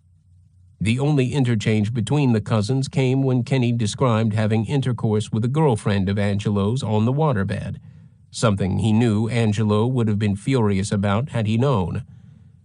As Kenny told of the event, obviously pleased with himself, Angelo quietly gave him the finger. If Nash was skillful at eliciting from Bianchi elements of his relationship with Buono, Chalif was also good at confusing matters when he questioned Bianchi, who was glad to help with contradictions. By the time Bianchi stepped down after 5 months on the stand, most of it under cross-examination by Chalif, Nash privately confessed himself ready to strangle the witness, and he worried whether the jury had become overwhelmed by all the testimony. If muddlement was Chalif's strategy, he was doing well with it. One afternoon after the day's session, Jerry Cunningham, Judge George's bailiff, a young sheriff's deputy with a fresh and open face, remarked to the judge that it was a shame that a guy as intelligent and articulate as Ken Bianchi had not put his talents to better use. "A guy like that," Cunningham said, "he could have made something of himself. He could have gone someplace in society, done something useful." "Yes," Judge George said, "he could have been another Albert Speer." Suddenly, in the middle of Bianchi's testimony in October, the defense made a major move. Catherine Mader had belatedly discovered that Marcus Camden had spent time in a mental hospital, and the defense accused Frank Salerno and Pete Finnegan of deliberately withholding this information, in violation of California's discovery rule. Chalif and Mader alleged that there had been willful law enforcement misconduct which has made a sham of the prosecution of Angelo Buono, in that specific critical impeachment information regarding Marcus Camden's credibility was known by Sergeant Frank Salerno and Deputy Peter Finnegan in 1979 and has been deliberately withheld from the defense since that time. The motion also claimed that since Salerno and Finnegan withheld the truth about Camden from the magistrate who had issued the search warrant for Angelo Buono's house, all evidence obtained in that search, including the fiber and carpet material and Angelo's wallet, should be suppressed. Salerno and Finnegan were part of a conspiracy to convict Angelo Buono. They were aware that Camden has spent almost his entire adult life institutionalized in mental facilities. They were aware that he had been hospitalized as delusional and psychotic at the time of sheriff's contacts with him in 1979. Salerno and Finnegan, as a deliberate pattern of conduct, failed to maintain contact with potential witnesses who contradicted Marcus Camden. An apparent reference to the long-forgotten and discounted Pam Pelletier, who, since she had been hypnotized, could not now have testified. They had, by allowing Camden to testify, and by not coming forward with information they possessed regarding Camden's mental capacity, perpetrated a fraud upon the court. In light of these charges against Salerno and Finnegan, the defense moved to dismiss the case, due to denial of due process. If that were denied, the defense called for the declaration of a mistrial. Headlines the next morning read, "Cops on trial in Buono case." 23. Judge George took the new motion to dismiss under submission. The prosecution would have to be given time to reply, and he would need extensive preparation to make his ruling. Alleged police misconduct had become perhaps the most frequently stated reason for appellate reversals of criminal convictions in recent years. In 1976, for instance, the California Court of Appeal had reversed the defendant's conviction for burglary because police officers coming upon a burglary in progress had not stopped to knock at the door and announce their purpose before entering the house, arresting the burglar and seizing the evidence. Mindful of his commitment to the practice of preventative jurisprudence, the judge would have to construct a careful ruling in order to avoid having it overturned later by a higher court, especially if he ruled against the defense, as after reviewing the facts he was inclined to do. If Salerno and Finnegan could be shown to have deliberately concealed Marcus Camden's mental problems, their conduct could easily be construed as grounds for at least a mistrial. Meanwhile, the trial poked along. In December, over defense objections, the jury was taken on a series of elaborately planned excursions to the locations central to the prosecution's case: 703 East Colorado, apartment 114 at 1950 Tamarind, 809 East Garfield, the Railroad Diner, Alta Terrace Drive, and all the other abduction and body sites. The prosecution and the detectives, including Sergeant Roger Brown of the Glendale PD, who had original responsibility for the Lisa Kasten investigation, orchestrated these jury views to demonstrate the plausibility of the killer's movements. Each juror was given an elaborate itinerary. But the jury views could not proceed before the judge resolved a dilemma. Angelo had the right to be present at these, as at all phases of his trial, but security required that he be shackled when transported there, as he was each morning and afternoon when he was taken to and from the courthouse and the jail. Earlier that year, the California Supreme Court had reversed a voluntary manslaughter conviction because the defendant had been seen, against his wishes, in jail clothes by the jury, and the shackling of defendants in court had caused other reversals. Angelo did not want the jurors to see him in shackles, and if they did, the Supreme Court would certainly find this prejudicial. The judge resolved the dilemma by advising Angelo that he also had the right not to go along on the jury views. Angelo was told that he could go or not, but if he did, it must be in shackles. He decided not to go. The judge and jury were transported to the jury views in a sheriff's department van, escorted by motorcycle police, the detectives and attorneys following in separate cars. Each principal detective acted as a sort of master of ceremonies at the location for which he had primary investigative responsibility, with Salerno piecing together what had happened at the Railroad Diner, Grogan pointing out how and where Lauren Wagner had been abducted, and so on. The excursions were taken at night to convey authentic circumstances. Grogan was anxious about what the jury would think of Beulah Stouffer's testimony when they saw that the shrubbery in her yard now blocked completely the view from her front window to the street. Mrs. Stouffer still maintained that this had been her vantage point, so Boren and Nash had decided not to introduce her having picked both Buono and Bianchi out in mug runs, since identification from behind the window would have seemed impossible. She had testified simply that she had definitely seen two men. To solve the shrubbery problem, Grogan took Mrs. Stouffer's garden shears and chopped the shrubbery back down to its 1977 level. The defense objected heatedly to the sergeant's landscaping, to which he admitted in court, but the judge found no fault with it.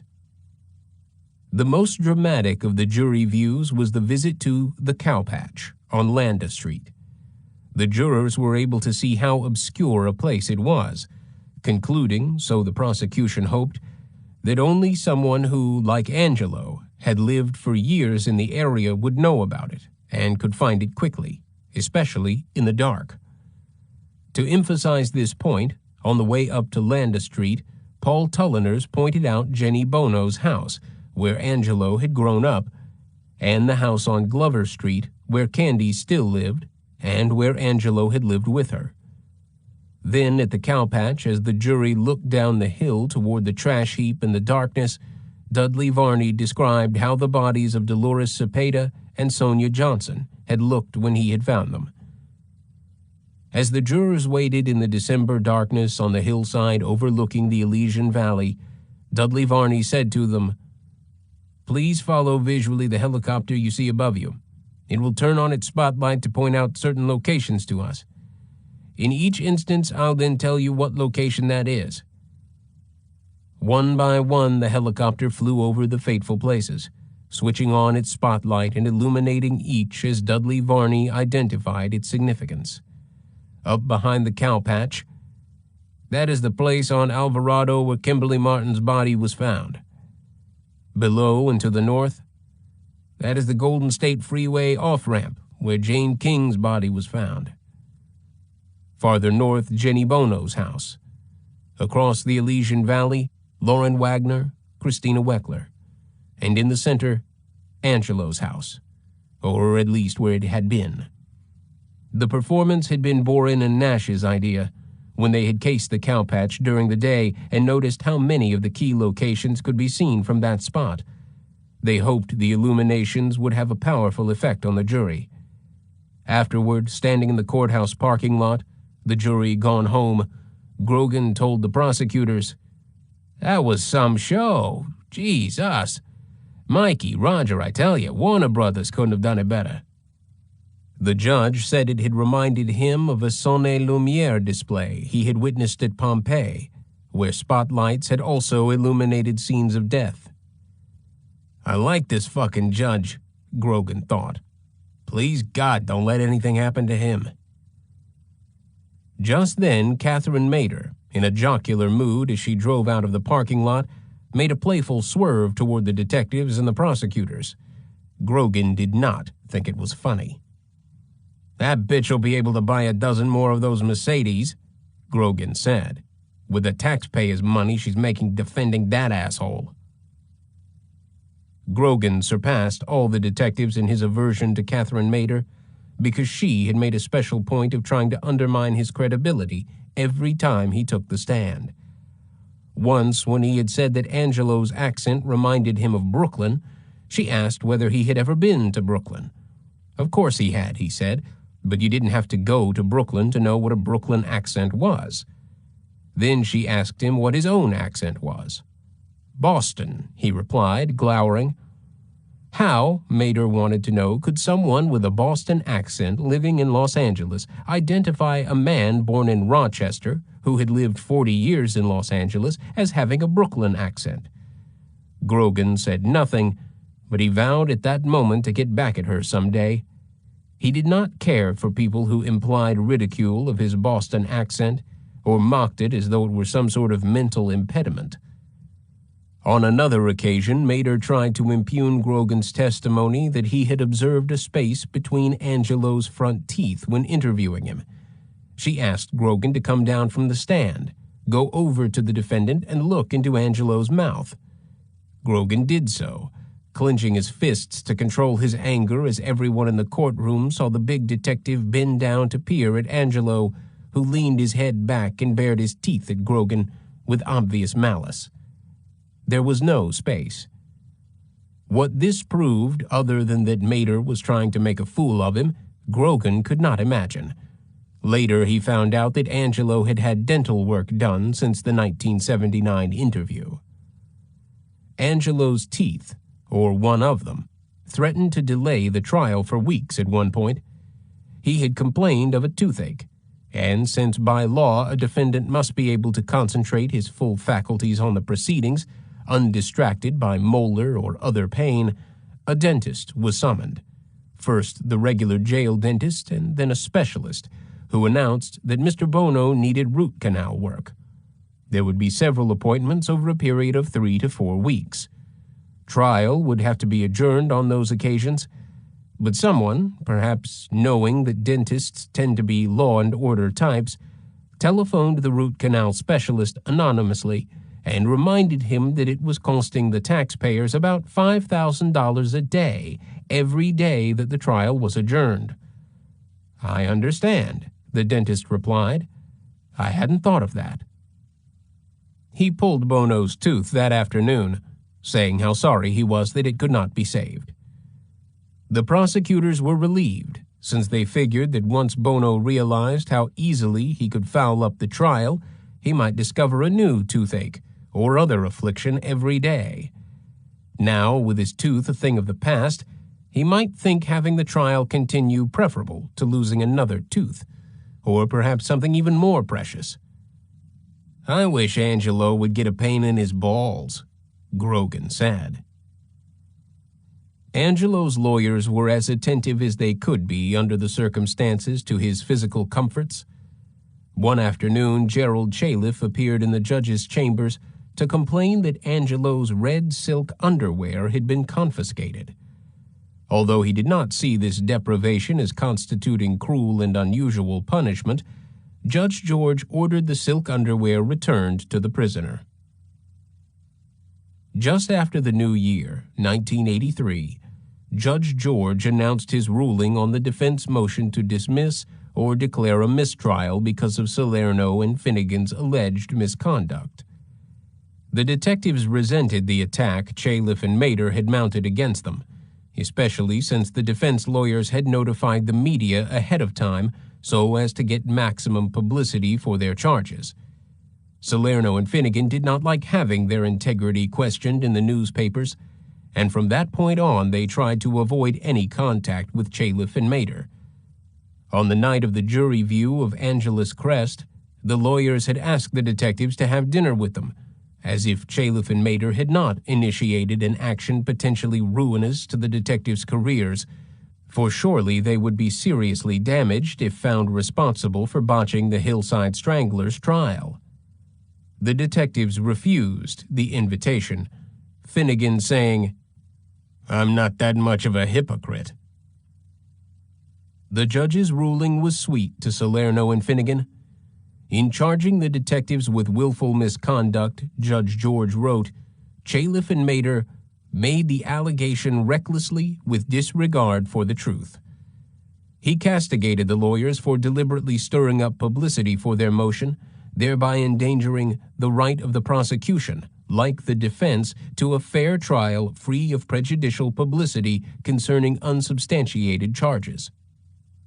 Although Chalif pointed out that information about Camden had originally been given to Buono's previous attorneys, not the ones presiding at the trial, the judge ruled that it was not the prosecution's fault if the defense, acting without due diligence, had failed to follow up on material that had been available to the defense in files since 1980, material that included Camden's stay in the Indiana Mental Hospital. Nor was there any evidence that Camden had been delusional or psychotic, nor that he had spent, as alleged by the defense, almost his entire adult life in mental hospitals. 42 days appeared to be the total amount of time in which he had been voluntarily institutionalized, and the detectives had been within reason in believing it to have been only 2 weeks. The judge threw out the motion to quash the search warrant for Angelo's house and suppress evidence found there, and he rejected as totally unwarranted the conclusion voiced by the defense that the detectives perpetrated a fraud upon the court. When interviewed by reporters after the ruling had been issued, the judge suggested that the media ought to give as prominent coverage to the clearing of the detectives' names as had been devoted to the smearing of them. For the most part, the press and television did this, and Salerno and Finnegan were able to feel wholly vindicated. It was after this ruling that Catherine Mader complained to the judge that Salerno and Finnegan had been smirking at her and had made obscene gestures to her in court. But since she gave as the sole source of these charges a court watcher, an old man who came to court every day to doze and pass the time, the judge brushed off her complaint. In April, the prosecutors, having introduced over 1,000 exhibits and called 250 witnesses, were about ready to rest their case when they got an important break. Cheryl Burke, who had been in the Hollywood Public Library the night of Kimberly Martin's murder, had testified that Bianchi had bothered her in the parking lot that night, but she had said nothing about Buono, who had stalked her in the stacks earlier that evening, frightening her into leaving the building. A couple of weeks after testifying, she happened to be at a party where a deputy attorney general, neither Boren nor Nash, was present, and he asked her what it had been like in court. Suddenly, she confessed to him that she had been terrified. Not until she had gotten up on the stand did she recognize Angelo Buono as the man who had followed her around the stacks that night. Predatory was her word for Angelo. But she had not said anything about this in court. She had been afraid. The Deputy Attorney General convinced Mrs. Burke to go to Boren and Nash, and she testified again, placing Buono with Bianchi in the library that night. Her testimony, followed by that of Catherine Laurie, made what Boren and Nash thought was a powerful end to their presentation, which had taken more than a year to get through. Ironical political changes had taken place during that year. John Vandekamp was elected Attorney General and was therefore technically in charge of a prosecution that as District Attorney he had moved to drop. He kept distant from the case, however, not communicating with Boren and Nash at all, who felt oddly that they were working against the political interests of their new boss by going after Buono, and that they were operating in a peculiar sort of vacuum as autonomous prosecutors. George Deugmasian had been elected governor, and the new Los Angeles County District Attorney was Robert Philibosian, who had previously worked under Deugmasian in the Attorney General's office, and had supervised Boren and Nash's work on the Buono case. Philibosian had, as one of his first moves as district attorney, transferred Roger Kelly to Compton, which many observers considered the Siberia of the county for a deputy DA. Occasionally, Grogan would run into Kelly and would invariably snub him. Now it was the defense's turn. Boren and Nash wondered whether Chalif and Mader would try to argue that Bianchi had acted alone or that he had had an accomplice other than Angelo. Angelo himself was privately feuding with his attorneys. He did not want to put on any defense at all and threatened to fire Chalif and Mader. To Angelo, it made no sense to try to counter the prosecution's arguments beyond what had already been done on cross-examination. Angelo was afraid that more damaging evidence might come out the longer the case went on, and he did not want to see his lawyers recall witnesses who had already given the jury a damning portrait of his life and character. He wanted to gamble that Boren and Nash had not yet proved his guilt beyond a reasonable doubt and leave it at that. One morning he refused to leave the holding cell in the courthouse. He had had enough, he said. Judge George had him brought into the courtroom without the jury present and talked to him, explaining that by law he had to attend, and that if he insisted on staying in his cell, he would have to hear everything through a loudspeaker that would be rigged up in there. "I ain't comfortable in court," Angelo said. "I heard enough." "But Mr. Buono," the judge said in a voice that was at once soothing and condescending, "that big chair you sit in here in court, it's much more comfortable than the hard bench in the holding cell, now isn't it?" Angelo relented. Chalif and Mader opened their case by recalling Marcus Camden. Camden had been hitchhiking around the country, through Illinois, Iowa, Texas, Arizona, looking for a girlfriend he had lost. His life was one long improvisation without melody. In February, he had started telephoning Mader and Chalif regularly from payphones at truck stops, hinting that if the defense would help him locate his girlfriend, he might just change his story.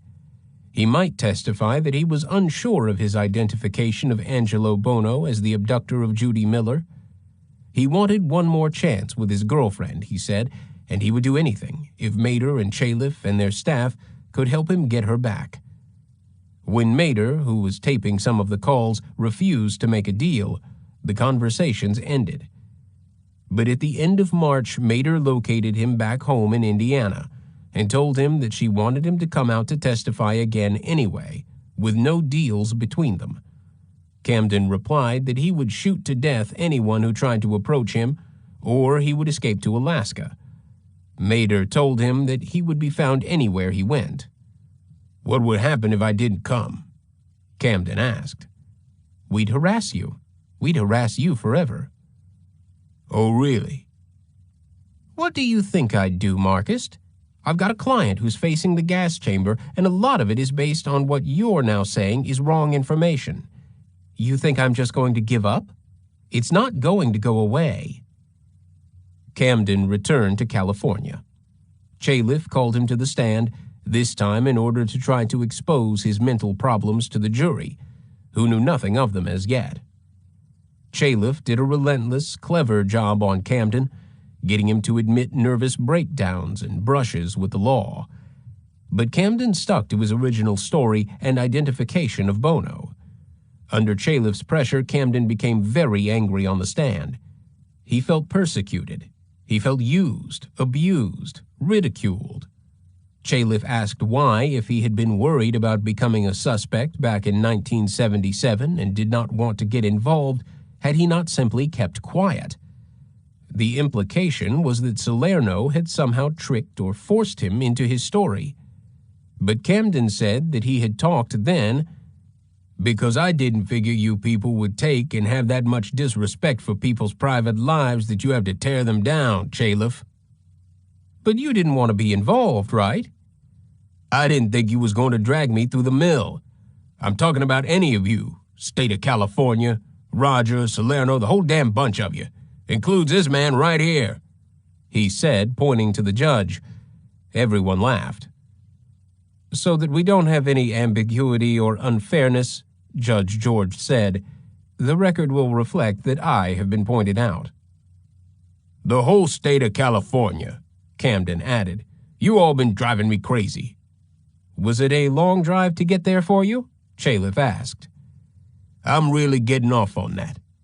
Of course, I understand you have to ask questions, but you just ride. Ride and ride and ride. Why don't you just let it go when somebody says, yeah, I seen this person? You trying to make an ass out of me up here. You trying to make me look like I'm a damn nut or something because I had a nervous breakdown. And then, with a colorful idiom that summed up his defense of his story in spite of his mental problems, Camden concluded, My dog had a cold, by God, but she had pups. Apparently something wasn't interrupting her. Boren and Nash were pleased with Camden's performance. He had shown more mental toughness than they could have hoped for in standing up to Chalif's attacks. Chalif also tried to impugn Catherine Laurie's testimony by suggesting that she had lied earlier by saying that she had been returning home from a class at the USC Medical School when Buono and Bianchi had stopped her. The idea was that if she had lied about being a medical student, which apparently she had, then she was lying, or could easily be lying, about meeting Buono and Bianchi. But since her story fit perfectly with Bianchi's version of the incident, Boren and Nash did not feel that Chalif had inflicted any serious damage on her credibility. In a year and a half, many bizarre and shocking things had occurred in the courtroom. Much of the evidence was of an almost unendurable gruesomeness, especially the color photographs of the victims' bodies. A set of these had been glued onto a piece of plasterboard the size of a double bed, which was kept, along with the model of Angelo's house, in the judge's chambers because of its size, and brought out when needed. The judge turned the photographs to the wall most of the time, but often, as when a reporter would interview him and question whether the length and expense of the trial were really worthwhile, he would turn the board around, and perhaps pointing to Jane King's maggot-eaten face or the burns on Lauren Wagner's hands, let the evidence speak eloquently for itself. It was disquieting to hear the most violent and obscene words in the language bandied about in the decorous setting of the courtroom by witnesses and lawyers alike. Angelo's fondness for the word cunt, for instance, was much emphasized. But nothing quite equaled in its combination of repulsiveness and absurdity what Michael Nash would come to call Califf's great ant experiment. That the defense planned to show that the sticky substance found on Lauren Wagner's breast, with ants crawling through it, could not have been left there by the ants or by either Angelo Buono or Kenneth Bianchi. A third man theory was in the works. Boren, Nash, and Tulliner spent the next few evenings studying what the laboratory had discovered about the sticky substance, and they read up furiously on ants. They also discussed ant behavior with an ant expert from the County Museum of Natural History. They guessed that the defense would try to show that the sticky substance was saliva and that it had come from a blood type B secretor. Both Angelo and Kenny were type AB non-secretors.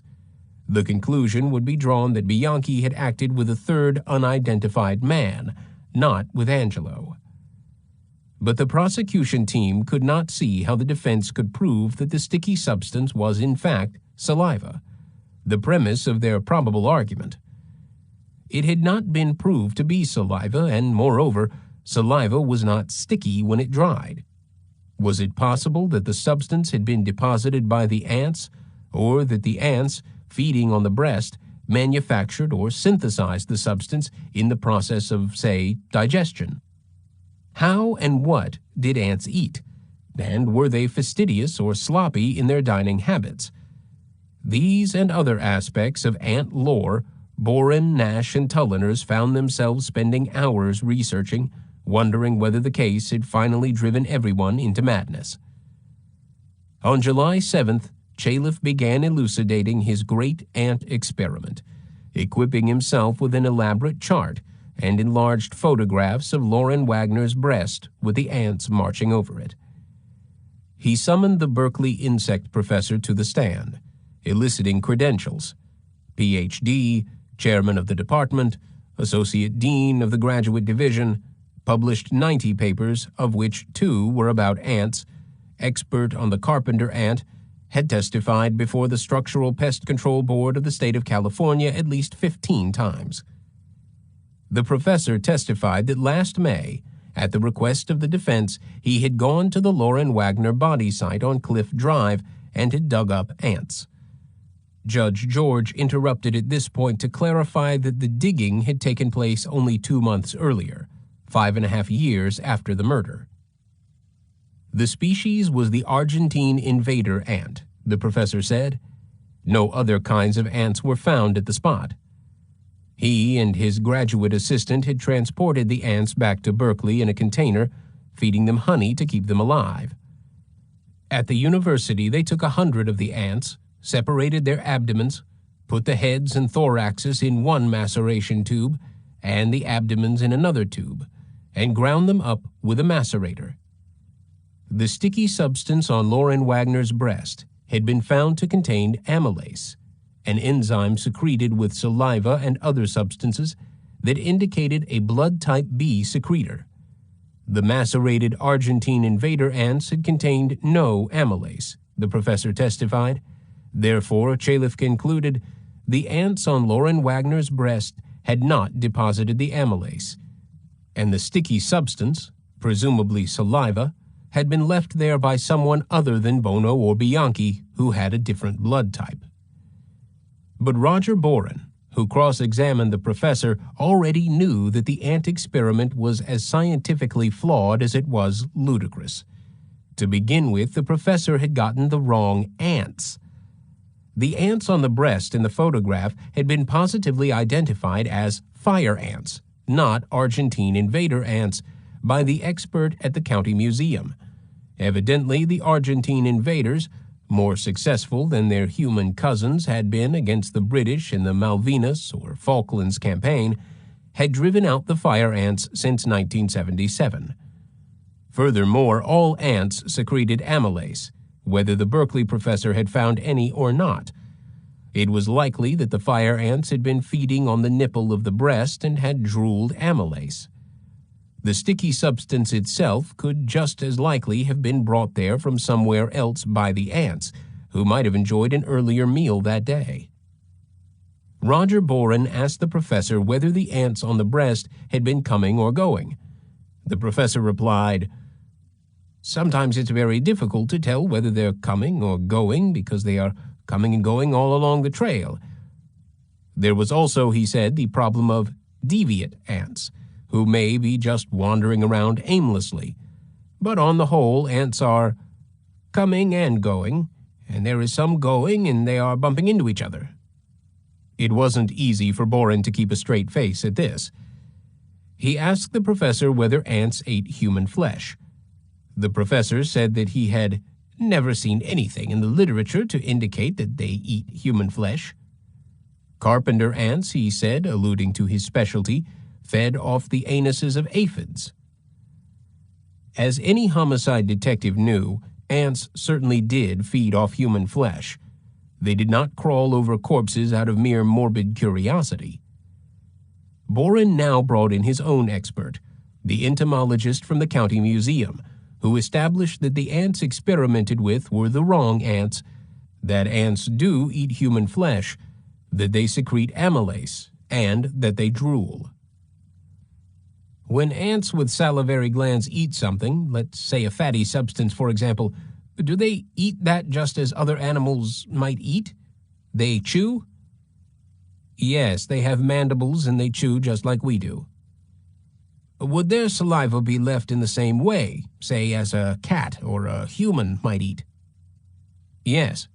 In proportion to their size, they probably drool at least as much as we do. Boren was satisfied that he had demolished the ant experiment. It had been amusing in its way, but it had been useless, and as Boren pointed out to the jury, it had cost at least $10,000 in experts' fees and wasted a great deal of court time. Grogan, although he had laughed as much as anyone at the testimony, and had offered facetiously to swear that he had drooled on the body himself, since he was a type B and could be the third man, resented the entire interlude for another reason. It was a grotesque example of how the victim in a murder trial became dehumanized, an object to be dissected and impersonally discussed. He was glad the Wagners had not been there to see their daughter's breast gone over with heartless objectivity. The press reported nothing of this phase of testimony. Grogan asked Boren and Nash to be sure, when they came to their closing arguments, to remind the jury that these had been young women and girls whose lives had been taken from them. Boren and Nash said that they certainly were planning to do just that. It may be that the failure of the ant experiment discouraged Gerald Chaliff. It was not that his effectiveness was in any way diminished, nor that Angelo's defense became to any degree less competent. But to court observers, including Boren and Nash, Chaliff did not seem quite his old hurrying, vigorous self during the last phase of the defense's presentation. Perhaps he was, understandably, running short of ideas. For whatever reason, when the defense called as one of the final witnesses Veronica Compton, Chaliff remained aloof, quiet, referring to the bloody-minded playwright as her, Mader's, witness, and participating very little in the examination. What Mader planned to get from Veronica Compton the prosecutors could not imagine. Veronica had already offered to testify for the prosecution, but Boren and Nash had refused to talk to her, not wanting anything to do with her, disbelieving that she could do anything but harm to whoever used her as a witness. Veronica, however, was anxious to get back on stage at any price, even against the advice of her lawyer, who told her that her chances for parole would be diminished by another court appearance reviving the ghoulish events for which she had been convicted. She took the stand, looking ravishing and manic, and, under Mader's guidance, unfolded a tale of improbable conspiracy between Bianchi and herself to frame Angelo Buono, at the same time admitting in an aside that Kenny had always told her that Angelo was guilty. The logic and sequence of this conspiracy were impossible to follow, and her manner, that of a starlet courting recognition on a television talk show, coquettish, then dramatic, tearful, giggly, self-caressing, was far more arresting than her conspiracy story, though just as unconvincing. Roger Boren and Michael Nash decided that the best way to handle her would be to reveal her character to the jury. There was no way to prove or disprove the supposed plot to frame Angelo. Nash cross-examined her. He was a small, wiry, intense man in his early 30s, with dark red hair and a full beard. He kept his emotions reined in, so that his cautiously phrased questions, coolly delivered, established a contrast between himself and the wildly histrionic Veronica, who looked as though at any moment she might burst into song or leap from the stand to perform an impressionistic modern dance or another strangling. Nash, with studied casualness, asked Veronica about her plans to open a mortuary with the Sunset Slayer, Douglas Clark, so that the two of them could enjoy sex with the dead bodies. His tone was that of someone asking about plans to buy a country cottage. "Of course, you were just kidding around." "No," Veronica replied warmly. "I think at that point that was something I was seriously considering." "Clark also sent you photographs of decapitated bodies which pertain to this case?" "No, he sent me one photograph of a decapitated body, a small Polaroid shot, and a picture of a girl from the head up, from the waist up, and she appeared to have just been pulled out of one of the freezers in the coroner's department." "Did he send you these for your own sexual fantasies, or was that in relation to his case?" "It was in relation to his case, and probably because I was into that gory type of thing." Nash established that the original purpose of her relationship with Douglas Clark was to make Kenneth Bianchi jealous, although she insisted that Clark had come to mean something special to her, and he also got Veronica to admit that she was still angry with Bianchi. After all, she had tried to strangle someone for Kenny, was serving a life sentence for him really, and what thanks had she gotten? His letters had become so phony and just so... He was so careful that he didn't incriminate himself about anything. And I used to get so furious because it would be like, he was writing to a friend in high school that he went out with 1 or 2 times, not someone that... And here the tears started in her eyes. Everything he and I had been through together. The tears abruptly dried up, and I was angry with him. Her anger at Bianchi was enough to cast sufficient doubt on her story of a conspiracy to convict Angelo Buono. But Nash could not imagine that any juror would find her a credible witness anyway. Veronica, after several days on the stand, retired again from the limelight, returning to her cell in Washington, where she said she was working on a series of biographies of great women. The defense rested on August 2nd, but before a break to permit both sides to prepare final arguments, there was, over strong defense objections, one more jury view. The defense had introduced photographs depicting a view from the 3rd floor of the Orange Grove Apartments, the building that backed onto Angelo's property. A resident living in an apartment on the 3rd floor had testified that she, an elderly woman, had stared out of her back window day and night, could see everything that went on at Angelo's, and was alert even to the slamming of a car door. She had never seen any bodies being carried out, she said, nor anything else of a suspicious nature. From the defense's photographs, it did indeed appear that the apartment window offered a clear view of Angelo's driveway, where, Bianchi had said, bodies had been placed in the trunks of cars. Although the defense's investigator clearly stated before the jury that the photographs had been taken from a fire escape, not from inside the woman's apartment, the prosecution feared that the jury was getting the impression that the pictures also represented what could be seen from inside, rather than from a different viewpoint on the fire escape.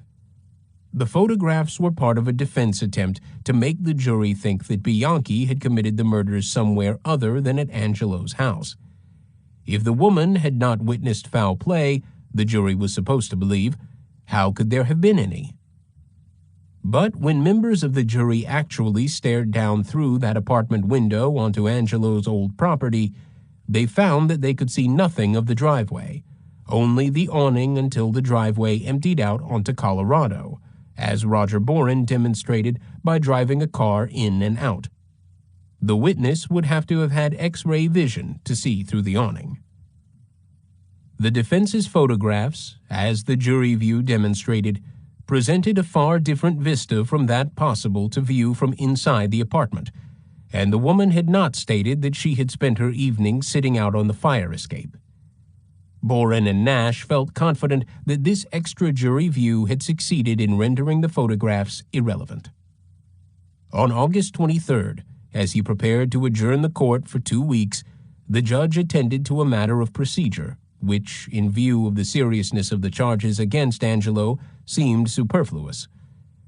As part of a formal discussion with the attorneys on the subject of exactly what the judge should include in his instructions to the jury, the judge was required to ask defense counsel whether there were any charges against the defendant which were less serious than first-degree murder. "It seems ludicrous to inquire," Judge George said to Chalif, "but I will ask you whether you have request for any lesser charges to be included."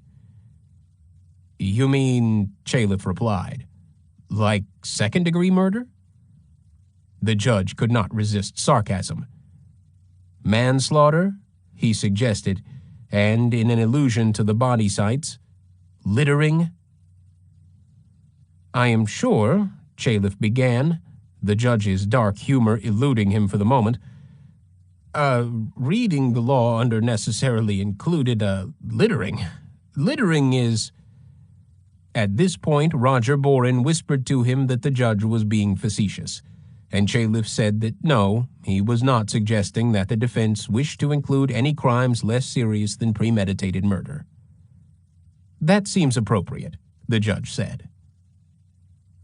Judge George took a holiday with his family on a ranch in Montana, but the case followed him there beyond the reach of telephones.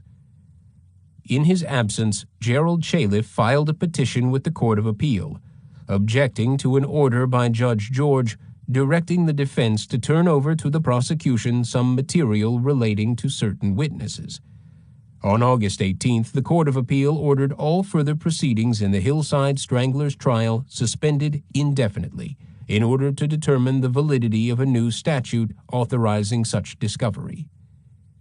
Foreseeing a delay of weeks or even months in what had already become the longest criminal trial in the history of California, Roger Boren feared that the jury would at last disintegrate through weariness or illness or the simple necessities of going on with their lives. Boren quickly dropped the prosecution's demand for discovery and contacted the judge in Montana, and by shortwave radio, the judge vacated his order, clearing the way for the Court of Appeal to permit the trial to continue. 24. It was October 5th, 1983, Angelo Buono's 49th birthday. The attorneys were in the midst of their closing arguments to the jury. Angelo had changed a great deal outwardly since his last birthday. His hair was now mostly gray, his skin the color of frog spawn. He had lost his swagger, did not walk humbly, to be sure, but bent, head down, anger bottled up. For the second year in a row, Catherine Mader brought him a birthday cake and asked bailiff Jerry Cunningham to take it to him in his cell. Court was not in session at the moment, and the jurors were waiting in the jury room, but Roger Boren and Michael Nash were there, and Paul Tulliners. This time, Jerry Cunningham refused to deliver the birthday cake. It had been his task to escort the prisoner to and from his cell every day. He had listened to every word of testimony, over 13 million words by now, and had grown to loathe Angelo Buono. "I am not," he thought, going to take that son of a bitch another birthday cake.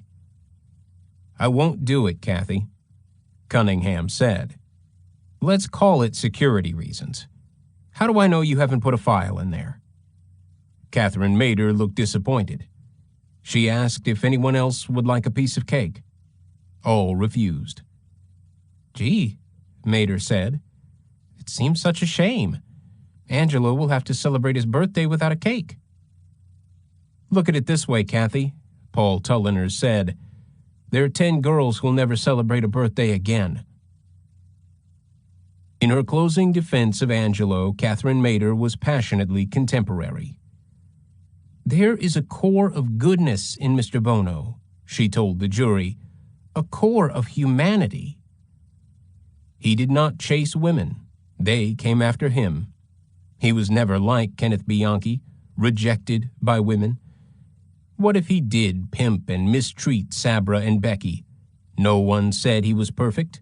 He had many, many friends, male and female, again, unlike Bianchi. And as for Angelo's sexual preferences, there was nothing particularly unusual about them. They were very human.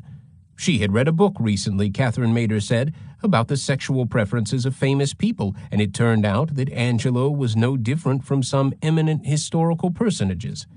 The author of Alice in Wonderland, for instance, Lewis Carroll, had liked little girls. Warren Harding had carried on with a young girl while he was president. Ernest Hemingway had fallen in love with a young girl late in life. Charlie Chaplin liked young girls too. And as for Angelo's fondness for anal sex, Mader said, in some countries, I think somebody told me it is Greece, anal sex is just the way that people have sexual relations there. Continuing with her attempt to place Angelo into a relativistic sexual context, Mader proclaimed the fashionable conviction that something is perverse only if you want it to be perverse. Bondage, for example, was big business in Los Angeles. This was an enlightened society. A lot of people in L.A. were fond of bondage. There were boutiques with whips and chains, corsets, shackles, handcuffs. This, she reassured the jury, is not something that is so out of the ordinary, so perverse.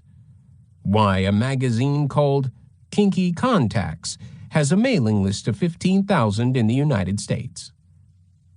As Gerald Chaliff would elaborate, she said, the Hillside Stranglings had been committed by one man, Kenneth Bianchi, a strong, powerful individual and a pathological liar who had, as Veronica Compton had testified, tried to frame Mr. Buono. The prosecution's tactic had been to try to dirty up Mr. Buono, who hasn't done wrong, and whom women had always loved. Because he was on trial for mass murder, he was presumed to be guilty. Mr. Buono was in the same unfair position as Erin Fleming, the woman who had cared for Groucho Marx during his last years. Erin Fleming was now trying to defend herself from false allegations that she had been cruel to Groucho and had taken Groucho's money, and Roger Boren broke in at this point to object that Groucho Marx and Erin Fleming had nothing to do with Angelo Buono. Judge George agreed, admonishing Mrs. Mader not to cite other pending cases during her closing argument. Before finishing, Mader attacked Salerno and Grogan again, mocking the one as Honest Frank Salerno and Honest Sergeant Salerno, and saying of Grogan, of all the detectives on the case, I really trust least the memory and the capacity for observation of Detective Grogan. She brought up his Boston accent once more by way of ridiculing his identification of Buono's accent as Brooklyn, and she reminded the jury that Grogan had wrongly stated that Buono had a space between his teeth. She added that both Salerno and Grogan had been unduly harsh with Mr. Buono when arresting him in 1979, saying to him, "Get out of that car, you're under arrest," as though Mr. Buono were presumed guilty. From the start, Mr. Buono had been a victim of police embarrassment over their inability to catch the strangler, Kenneth Bianchi. The media had promulgated the idea of two killers after this elderly woman, Beulah Stouffer, had said she had seen two men. As she concluded, Mater started to say how perceptive she knew the jury members were and how well she knew they had been getting along with one another. But Boren quickly objected, and the judge warned her that the law clearly does prohibit anything that might be construed as currying favor or complimenting the jurors. It was after this that Bob Grogan got his chance to get back at Catherine Mater for ridiculing him in court. The two found themselves standing next to each other in the public elevator at the courthouse one afternoon. The elevator was crowded with a cross-section of courthouse types: relatives of people on trial, witnesses, clerks, lawyers, the ethnic conglomeration that is downtown Los Angeles, so various in their costumes of T-shirts, starched Mexican frocks, electric blue water-repellent leisure jackets, the odd, bespectacled Ivy League legal hack in herringbone, enduring woolly sweat to proclaim his distance from the multitude, and it would be a long ride down from the 13th floor, with many stops along the way. Grogan, dressed in his usual light-colored suit, white shirt and tie, wanted to say something to Mater, but his tongue was thick with resentment. He stared up at the ceiling, composing vengeful phrases, but when Mater spoke to him, he glared down at her. The uppermost wisps of her dark hair reached the level of his handkerchief pocket. "Sergeant Grogan," Mater began, "I hope you're not mad at me for attacking you during the trial. You know I was just doing my professional job. Will you forgive me?" She smiled up at him. Grogan took a deep breath. "Kathy," he boomed out, startling the other passengers, drawing out the A in her name with all the Boston he could muster. "I wouldn't forgive you on the day I die. You are an unethical cunt." He let this sink in. "And the reason I'm calling you a cunt is because I know you like it." No one in the elevator spoke the rest of the way down. Michael Nash's closing arguments had preceded Mater's. The order was Nash, Mater, Chalif, Boren, with the prosecution allowed the last word because it had the burden of proof. And nothing she had said worried Nash, though all of it annoyed him. If the jury believed that kind of argument, Nash thought, then the whole case had been a waste of time anyway. He found it difficult to summarize and outline her arguments, as he was trying to do to help Roger Boren prepare for his final argument, because she seemed to leap from point to point, back and forth and back again, with no discernible logical sequence. Nothing could have been in greater contrast to Nash's own presentation, which in form had emulated the order of a mathematical proof, but with emphasis, as he had promised Grogan, on the individual qualities of the 10 murdered girls, as they had been in life and as they were in death, beginning with a minutely detailed description of the bodies. He had hoped to rouse the jury from whatever moral slumber the 2 years of trial might have induced. Nash had, with the aid of a chart, listed 12 separate categories of evidence that were damning to Angelo Buono. These were categories that corroborated Buono's guilt quite apart from the testimony of Kenny Bianchi. The 12 included: number 1, similarity of victims and their mode of death; number 2, geographical links to Buono, abduction and dump sites; number 3, use of police ruse and police paraphernalia; number 4, other incidents, Catherine Laurie, Jan Sims, and Excalibur incident; number 5, evidence of 2 killers, body's placement, Angelus Crest, Beulah Stouffer; number 6, Buono's relationship with Bianchi; number 7, Buono and sexual perversion; number 8, Buono's admitted use of customers' cars, White Mustang; number 9, eyewitnesses, Stouffer, Burke, Camden; number 10, prior contacts with 2 victims, Washington, Hudspeth; number 11, fiber evidence; number 12, consciousness of guilt, destroying badge, handcuffs, lying to Grogan and Finnegan on numerous points, denying owning wallet, lies to TV reporter, jailhouse confession. In presenting all this evidence first, without referring at all to Bianchi's accusations, Nash was following a deliberate strategy, his way of getting around the problem of Bianchi's credibility. He was trying to get the jury to see that even without Bianchi's statements, there was plenty enough evidence to convict Buono. Add to it Bianchi and you had an overwhelming case, far more than the slight corroborating evidence needed by law to substantiate the testimony of an accomplice. Nash now listed 14 revelations by Bianchi to the police in Bellingham, which had turned out to be accurate, and which corroborated many of the other points of evidence. He then concluded by breaking down the evidence on each murder count separately, and finally by dismissing Veronica Compton's testimony. She would have testified either way, he said, depending on who called her as a witness. Gerald Chalif's argument consisted mainly of an extended attack on Bianchi's credibility, the premise being that Kenny had acted alone and would not have implicated Angelo at all except by way of bargaining for his own life. For most of 9 days, Chalif presented Bianchi as the master deceiver who had fooled everyone from girlfriends to doctors and lawyers. He tried to argue that to convict Angelo, the jury would have to believe Bianchi beyond a reasonable doubt. But when Boren objected to this line of reasoning, the judge cautioned Chalif. Beyond a reasonable doubt applied to the case as a whole, not to Bianchi's individual testimony, which was not subject to the same standard of credibility as was the actual issue of Buono's guilt. The jury could choose which parts of Bianchi's testimony to accept and which to reject. Chalif continued with his theme to the end, however, finishing with this admonition. If you say to yourself, I am going to convict Angelo Buono, then you also say to yourself, Kenneth Bianchi has fooled me too.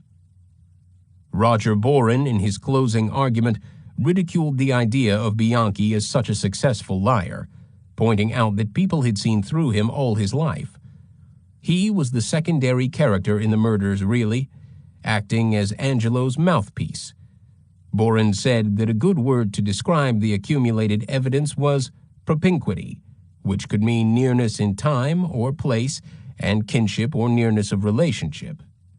The evidence showed a propinquity between Bianchi and Buono, and a propinquity among Angelo's house, the murders, and the body sites.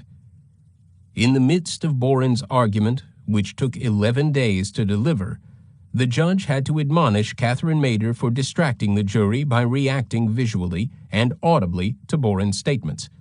One male juror made it known after the trial that she had been staring at him throughout the prosecution's final arguments. Eyeballing me was his phrase, and that he had turned her away only by, he said, staring up her dress. At the bench, Judge George told her, I don't appreciate size. Will you please learn to conduct yourself professionally? I mean that, Mrs. Mader. I have had enough of that. So while we are talking about it, I have not brought it up, but I was advised by the bailiff and started looking. You sat there shaking your head when you didn't like things that Mr. Boren was saying. I do not appreciate size or laughter.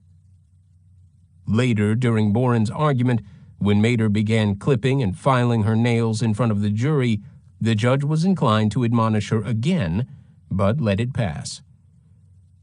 Roger Boren spoke of the dead as though they had been his own daughters. As it happened, he did have 7 children, one fewer than Angelo, and he had come to take the case acutely to heart. A large, sandy, balding man, he was weary by the end, like everyone else. But he had developed a sense of mission about getting a conviction against Angelo. A Mormon, it was not at all difficult for Boren to believe that God was on his side in this instance. Although the jury knew nothing of Boren's personal life or beliefs, he was probably the ideal kind of man to have the last word against Angelo. His argument was precise and exhaustive, but his manner carried equal weight. He never showed his anger, never raised his voice, but his tone conveyed an unobtrusive moral indignation that complemented his logic. In the end, he compared the evidence to a large house made of sturdy old brick. You could chip away at the brick, he said, but through it all the house still stood. And Angelo's house, though it had been demolished under suspicious circumstances, still stood at the center of the evidence. It had been the epicenter of that terrible earthquake of terror that had shaken the city 6 years before. He concluded, "The defense at the end of their argument said to you that you could be fooled by Kenneth Bianchi. I will say to you that in the face of all this evidence, both in corroboration of Kenneth Bianchi and independent of Kenneth Bianchi, if in the face of reason Angelo Buono is not convicted of murder of these 10 women, then you will have been fooled by Kenneth Bianchi. You will have been fooled by him, and you will also have been fooled by Angelo Buono over there, and by his 2 attorneys. The evidence supports his guilt, and a finding of guilty beyond a reasonable doubt. Good luck, and thank you." When Judge George, after hearing arguments from the attorneys, announced to them in conference that he had decided to sequester the jury until they reached a verdict, certain hostilities, if they did not explode, surfaced. Chalif and Mader maintained that to sequester the jury now, after they had been free to go home to their families at night for 2 years, would act on them as pressure for an early or even a premature verdict. But the judge said that newspapers and television stations were planning to do stories on the jurors. He could not take the risk after all this time that some reporter would try to contact a juror during deliberations. That would cause a mistrial, and to have a mistrial now was unthinkable. The Los Angeles Times alone had assigned 6 reporters to do nothing but background checks on the jurors. During the trial itself, reporters had tried to do stories about various jurors and had, fortunately, been discouraged. In the last month in Los Angeles, there had been 2 mistrials because of improper approaches to jurors. Even a chance encounter in a grocery store, the judge said, could cause a mistrial. A friend could advise a juror what to do. That would be enough. One of Gerald Chalif's several talents as a criminal defense lawyer was to discover, after a trial was over, just such jury misconduct or jury tampering as the judge had described. Chalif was not, therefore, at all happy with the decision to sequester, since it effectively closed off a last avenue of defense. "I think personally," Chalif told the judge, "I have stated throughout the record that at times the court has done things which I felt were unfair to the defendant, and I think at this time the only purpose of sequestration is to put pressure on the jury to arrive at some verdict, whatever that verdict may be." Chalif continued in this vein. The judge interrupted him. "I think your remarks are very much out of line. I resent the implication that somehow the court is again doing something as part of some grand conspiracy and is unfair to you and your client."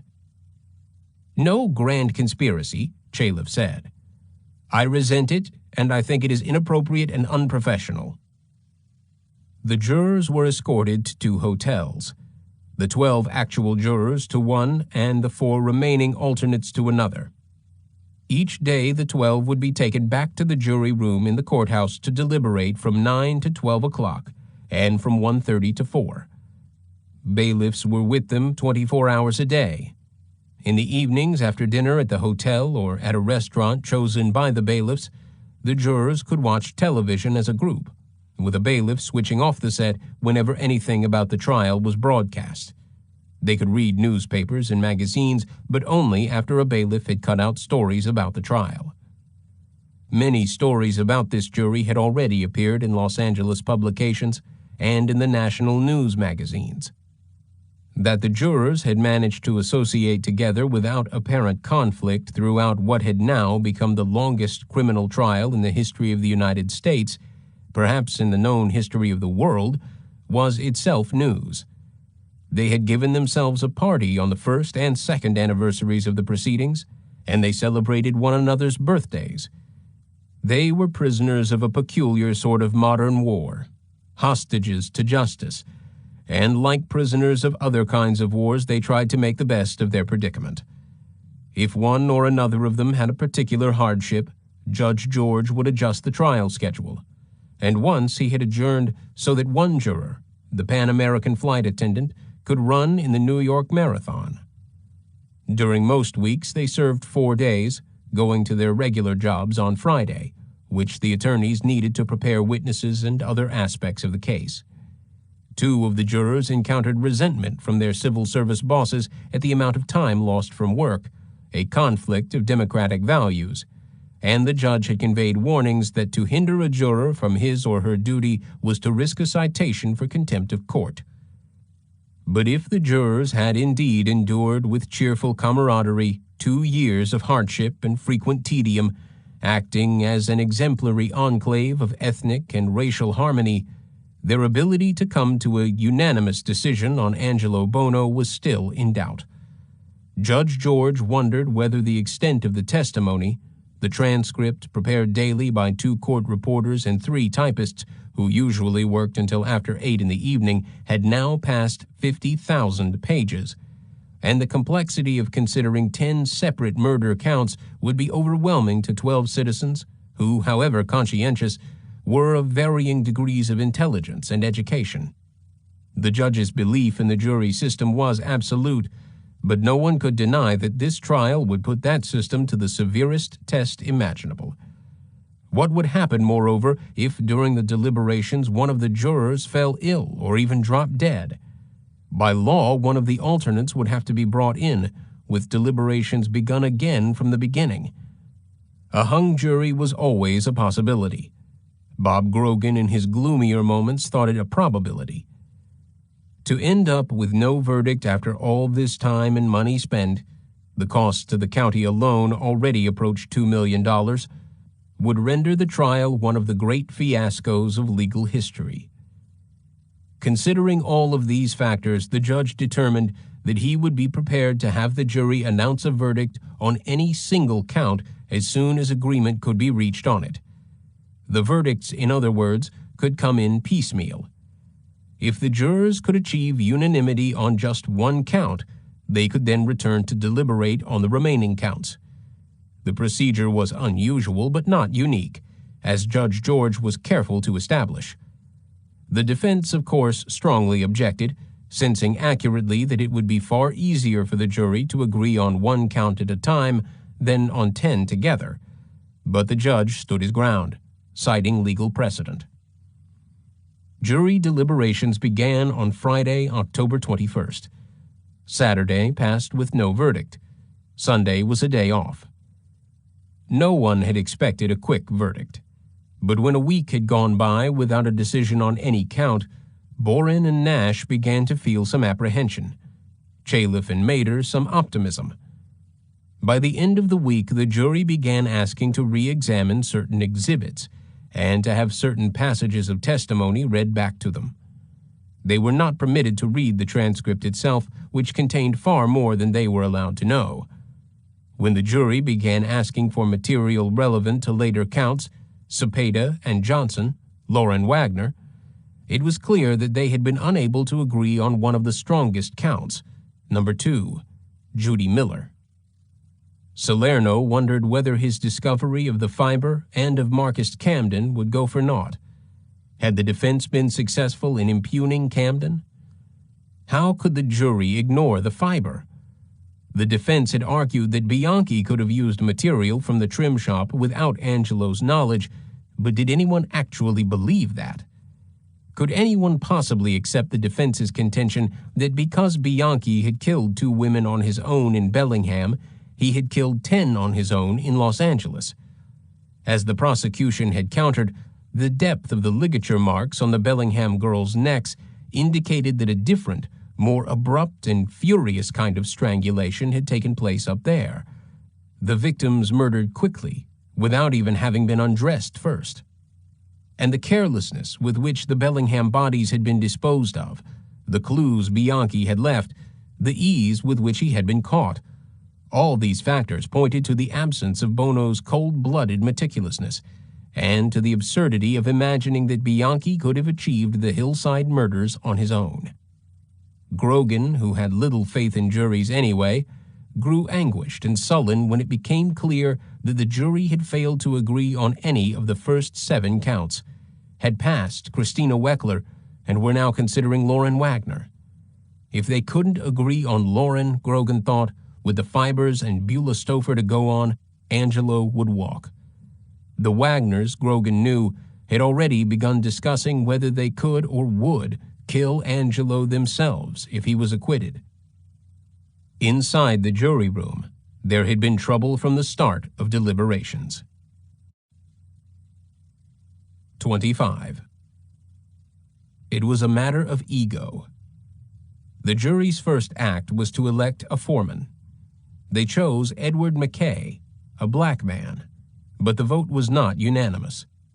Another male juror, not black, who, for the sake of his and his descendants' pride, shall herein be known as Mr. Smith, had hoped to be elected, had for some reason assumed that he would be elected foreman. When he failed in this ambition, which in relation to the magnitude of the jury's task seemed to others trivial, but was anything but trivial to Mr. Smith, he grew resentful, sullen, angry, and at length recalcitrant. He would show the others what a mistake they had made in rejecting him. Ironically, Mr. Smith had been one juror whom the prosecutors had been delighted to see impaneled 2 years before. He had been eager to serve, and had brought with him letters from his employer describing him as a solid citizen type, and his answers during juror examination seemed to mark him as a law and order man. But unknown to anyone but his fellow jurors, as the trial dragged on, he had grown restless and irritable, and was heard as the trial adjourned for a weekend to boast, "Well, you won't be seeing me on Monday. I've had enough. See you suckers sometime." Now that his fellow jurors had shown their lack of appreciation for his leadership potential, he would get back at them. He had the power to foul things up, and he would express his resentment by using that power. To hell with the others. To hell with the people v. Angelo Buono. Such egocentricity was no more rare among jurors than among the rest of humanity. Only the previous year, a juror in a child pornography trial in Los Angeles had announced at the outset of deliberations that he hated the police, would rather die than give the police a victory, and would vote for acquittal no matter what the evidence and no matter what anyone else thought. He had pulled a chair into a corner of the jury room, opened a book, and refused to participate in the discussion.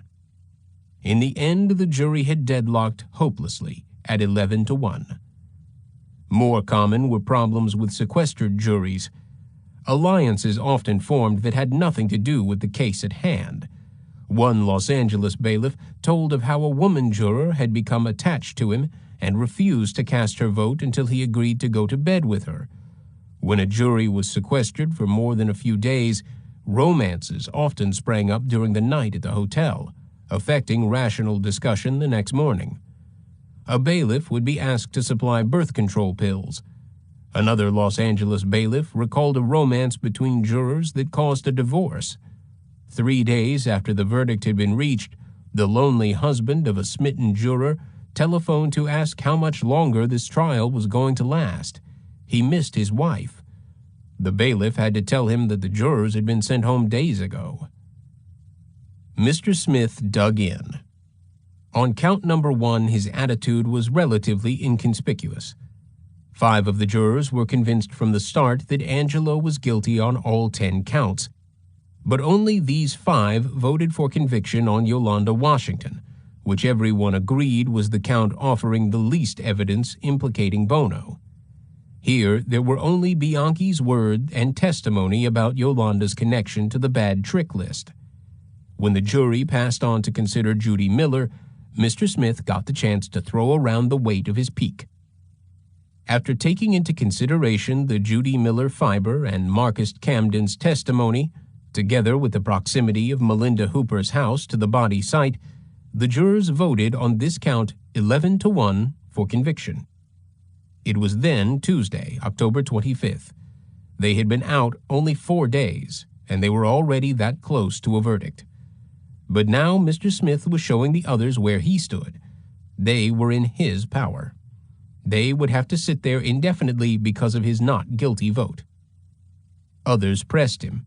Discussion grew angry.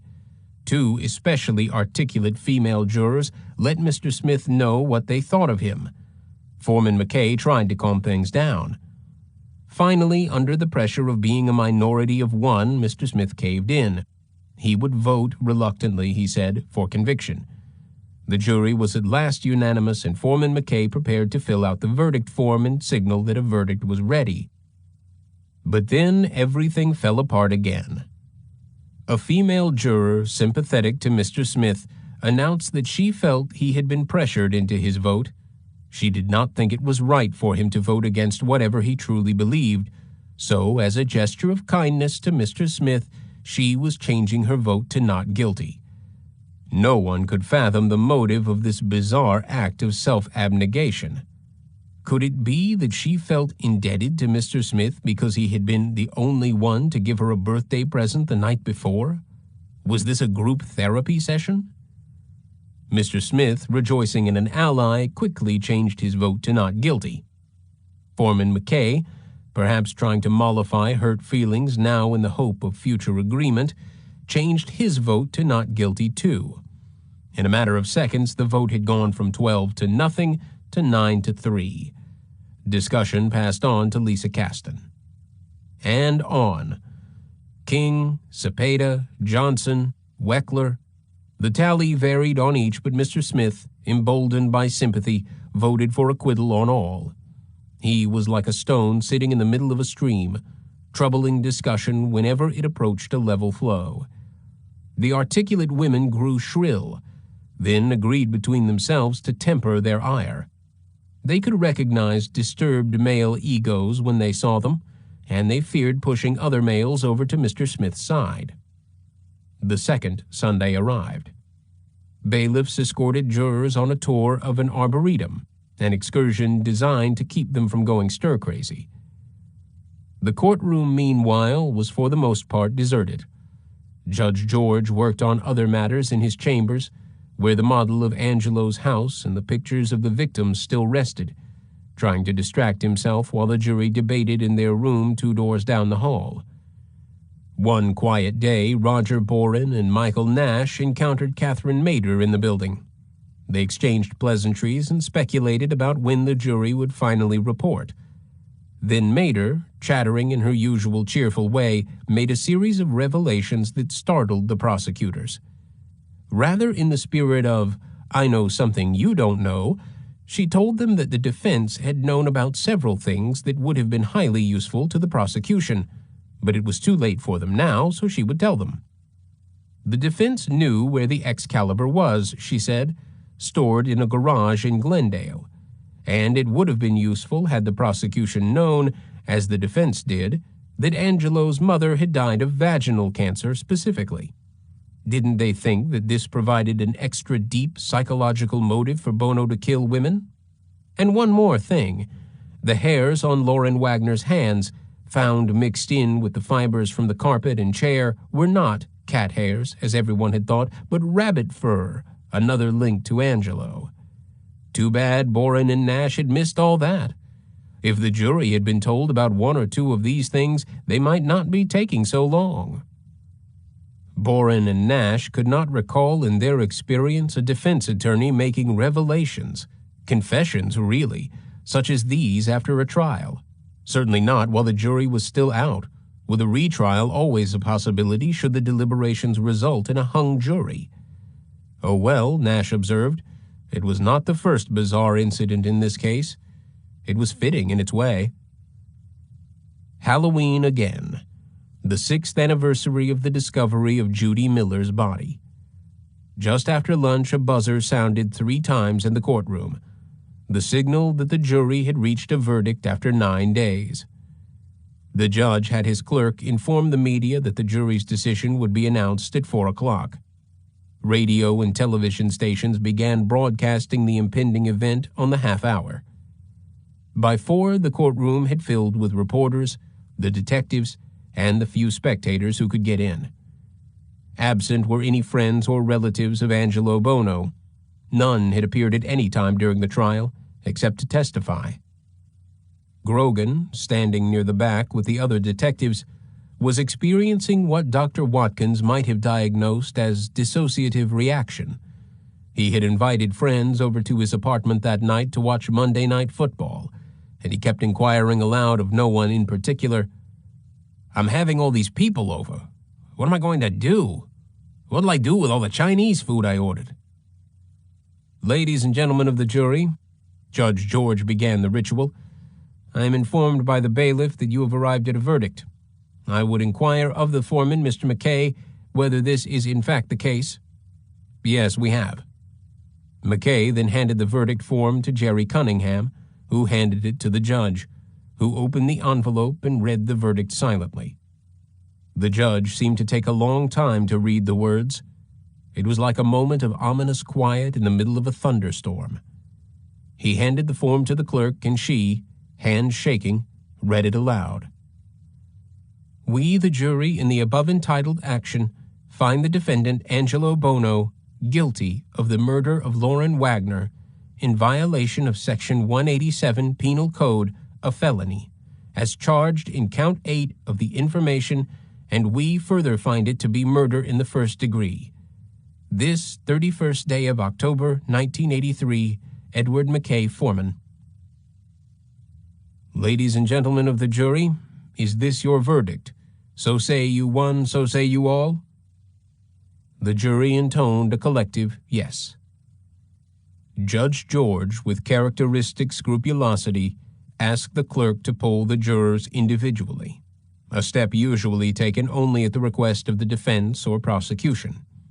It was an act as final as the last out in the ninth inning. After it, no juror could change his or her vote. Mr. Smith's turn to be polled came more than halfway through.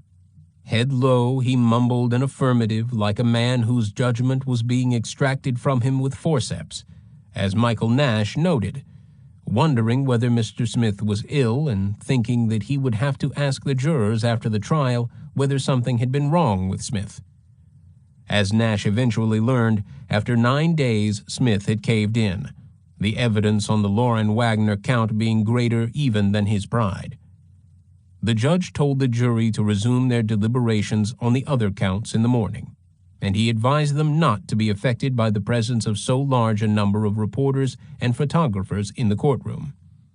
He had noticed, as had Boren and Nash, that the jury had registered shock at the mass of media people who had come to record the verdict.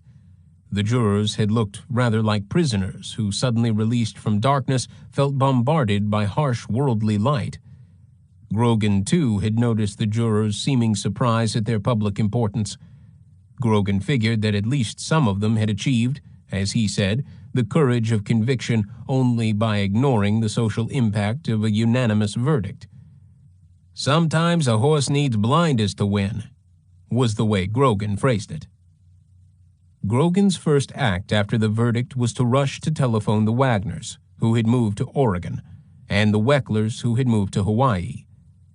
Salerno reached Cindy Hudspeth's mother, and the other detectives telephoned most of the remaining families. Sabra Hannon, who had heard the news on Phoenix television, managed to get through to Roger Boren at his courthouse office, telling him how much she appreciated the work he and Nash had done. Because of them, she said, she could now go on with her new life. She would never forget her ordeal, but she could at least have faith in people and the courts again. Then the detectives gathered with Boren and Nash at the Code 7 bar. The name of the bar had never seemed so appropriate. It was a play on police code, 4 being the gravest emergency, an officer in distress, 7, a fantasy number suggesting that a situation so extreme had arisen that the only possible response was drink.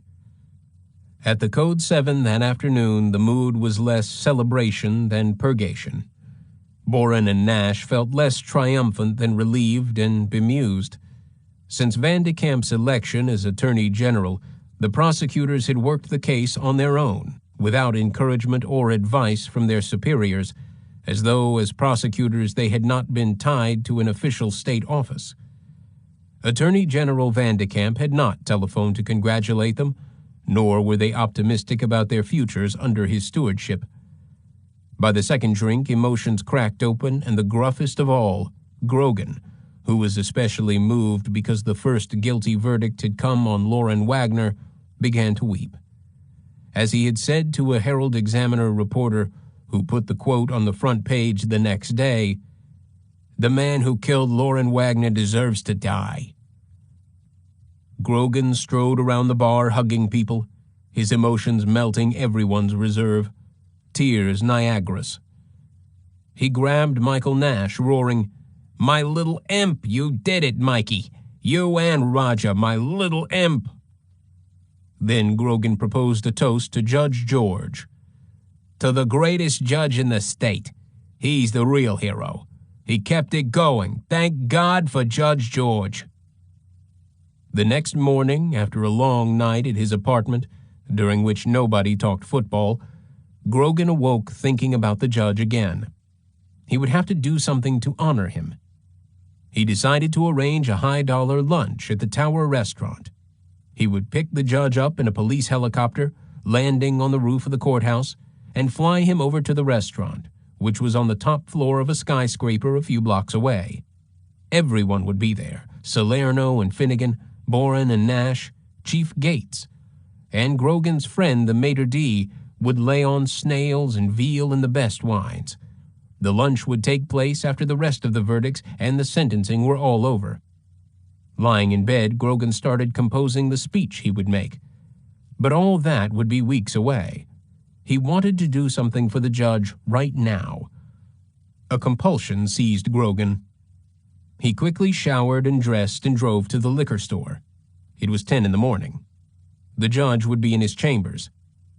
Grogan bought a bottle of chilled Dom Perignon and 2 wine glasses and raced to the courthouse, hiding the sack under his suit coat.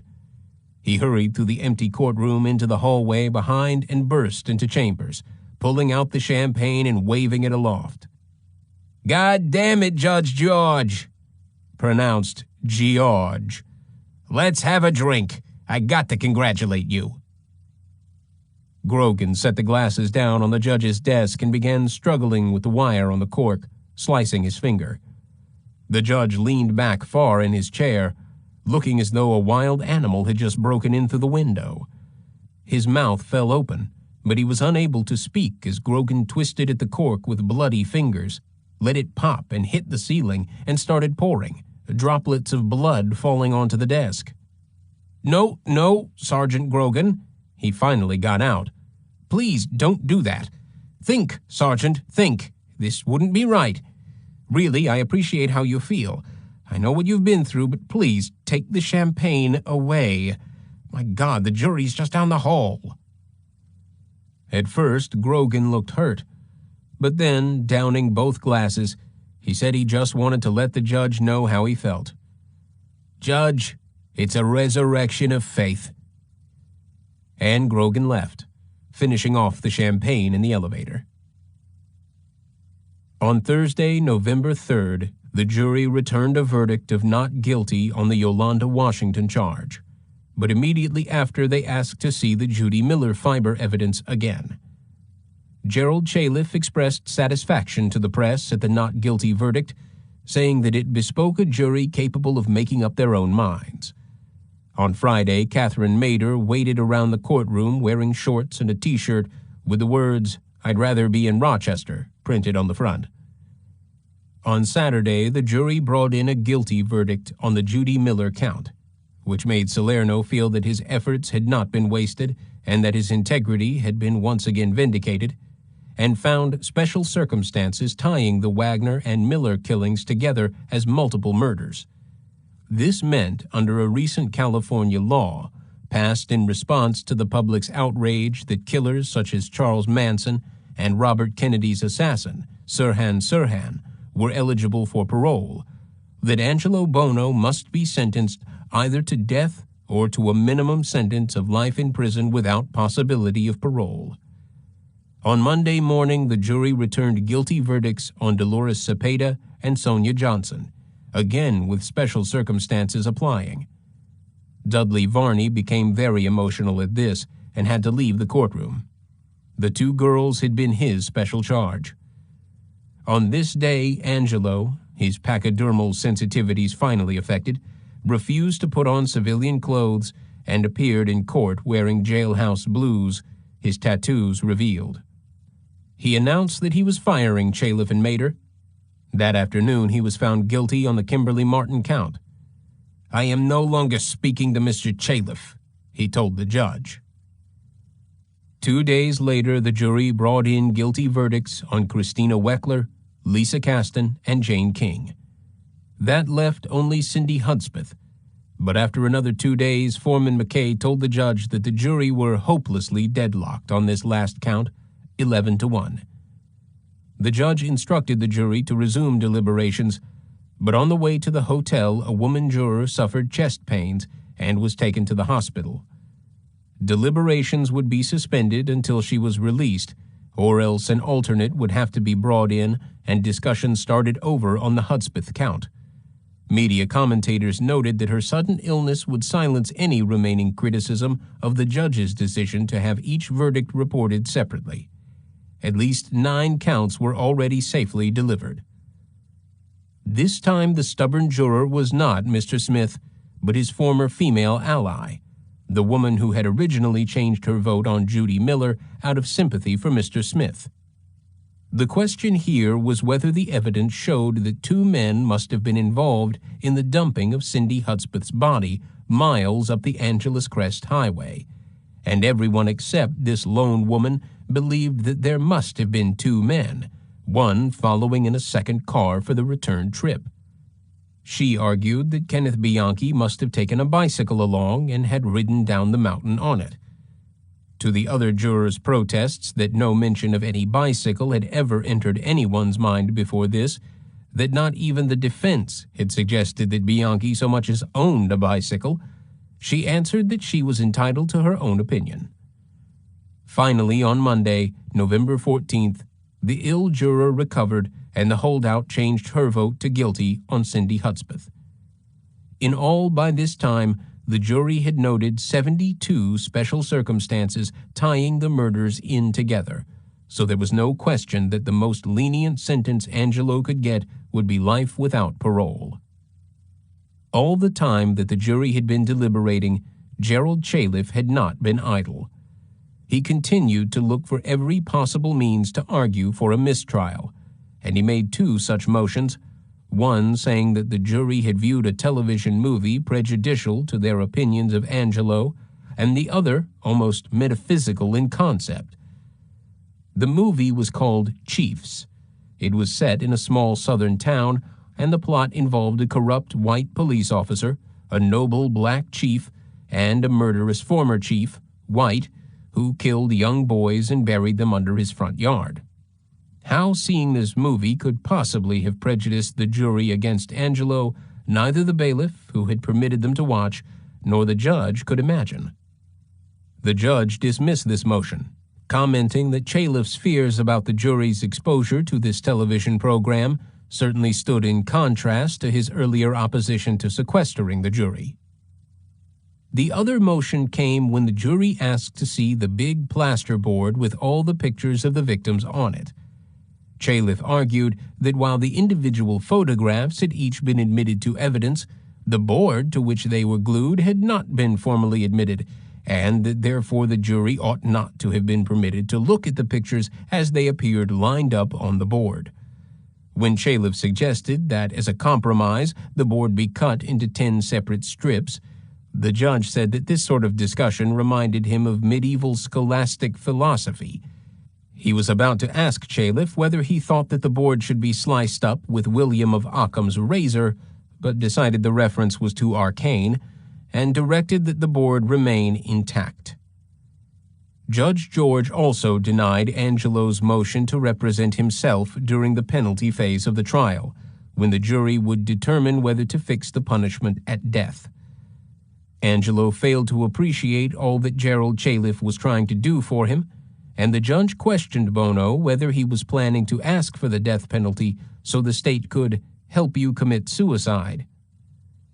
"Ain't part of my motivation," Angelo replied. "If you had a medical problem," the judge told him in a hearing held in chambers, "the way you did with your tooth, you wouldn't have pulled your tooth out. You sought a professional dentist. And when you are in a court of law, I think it is equally absurd to try to represent yourself, especially on the question of whether you should live or die." Had the judge known of the circumstances under which Angelo's tooth had been pulled, he might have chosen a different analogy. He concluded that even a multimillionaire could not have had a better defense, and ruled that the danger of erroneously imposing a death sentence outweighed the minor infringement of Buono's asserted right to represent himself after 2 years in court. But Angelo remained defiant. On November 16th, he took the stand for the first and only time, as a gesture of contempt for the court, for the law, for 10 dead women and their families. Chalif asked him whether he would like to tell the jury what punishment he felt he should receive, and Angelo replied, regaining his old cockiness, "My morals and constitutional rights has been broken." The meaning was elusive but ultimately clear. He was thumbing his nose at everyone. The judge asked him to speak up. "My morals and constitutional rights has been broken," Angelo repeated. "I ain't taking any procedure in this trial." Chalif asked him to clarify his response. "I stand mute," Angelo said, and when the judge asked him if he had anything further to say, he added, "I am standing mute to anything further." It was not easy during the penalty phase for the defense to find character witnesses for Angelo. His daughter, Grace, loyal to the end, wanted to testify for him, but Angelo, talking to her alone in the judge's chambers, a conjugal visit, Grogan called it, convinced her to keep silent. His sister Cecilia said that her brother could never commit murder, and a man who said he had known Angelo Buono for years assured the jury that Buono wouldn't hurt a canary bird. He had once asked Angelo to do something illegal, and Angelo had refused. "What did you ask him to do?" Michael Nash inquired. "I asked him to burn down a guy's house. He wouldn't do it." The witness was excused. In the closing arguments of the penalty phase, each attorney had the opportunity to plead for mercy or for death to Buono. Michael Nash took this chance to remind the jurors once again of the victims. He knew that although the trial had now been a way of life for the jurors for years, some of them might well by now be confused about the particular identities of the murdered women, and the penalty phase itself had concentrated so much on Angelo as an individual that the individuality of the victims might have been forgotten, as Bob Grogan had all along feared.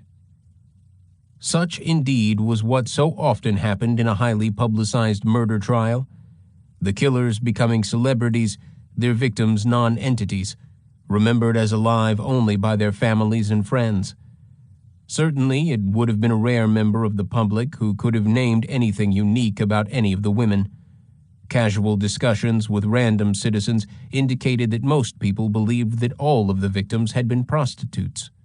It was easier to accept the crimes that way. It was less threatening.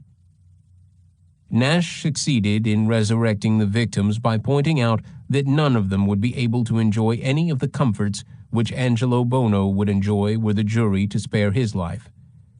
Because the jury had found Angelo not guilty of killing Yolanda Washington, Nash skipped over her and began with Judy Miller. He ignored that she had been a runaway and a prostitute, citing instead her simple girlish nature. Do you think she is ever going to watch television or listen to a stereo or a radio? Angelo Buono will be able to do that. Recalling Lisa Kasten's ambitions to be a dancer and her concern with good health, Nash reminded the jury that she would never be able to go to a gym or work out. It was the same for Cindy Hudspeth, the hard-working girl who loved to dance, had won dancing contests, and was trying to earn some money to go to college by offering dance lessons. But if he were permitted to live, Angelo Buono can get himself into tremendous physical shape if he wants to, and we all know that the better shape we are in physically, the better we feel mentally. He can do that. These girls cannot. Nash then turned to the youngest victims. Dolores Cepeda and Sonia Johnson, 2 girls that were killed by Angelo Buono and Kenny Bianchi never got the chance to grow up with their schoolmates. They will never get the chance to experience any of the joys of life, many of which Angelo Buono can continue to enjoy. I suppose he can make himself useful in some way. Maybe he can do some upholstery work in prison. Nash paused to let this sink in and then added, "Who the hell knows? Or he can worship whatever god he chooses. Jane King, she never got to pursue the career that she wanted to, an acting career. And she never got to follow up on her freedom of religious expression that she was involved in when she died." Jane King's Scientology may have seemed a strange, even a hokey sort of religion to some, but Michael Nash was pointing out that she had been deprived by Buono of one of the basic American freedoms, along with her life. What would Buono do in prison, Nash wondered. Maybe he will take up sketching. Maybe he will sit in his cell and sketch people. Or maybe when he gets to go outside, he will sketch whatever he sees. Who knows? Christina Weckler, she is never going to get a chance to draw anything again. Angelo Buono can get visits from his family and friends. They came to testify for him in court. They care for him, so they said. Well, they can visit him in prison. They can send him birthday cards. At this, Nash shot a glance at Catherine Mader. And they can wish him a Merry Christmas. But Lauren Wagner or any of these other girls, are they going to get birthday cards, Christmas cards? Their families year after year have to live with the fact that their loved ones were killed in a cruel and inhumane and disgusting way by that man. Continuing with his theme of family, Nash mentioned Angelo's children. How many were there? 7, 8, 9? However many there were, Buono had taken the right to have children away from Kimberly Martin. Yes, she had been a prostitute and she had had no children, but when she had pleaded for her life, she indicated that she was thinking about children. I have a child. I have a baby. Don't kill me. She is not going to have a child, Nash said. She is not going to enjoy whatever the joys of childbirth and having children can bring to one.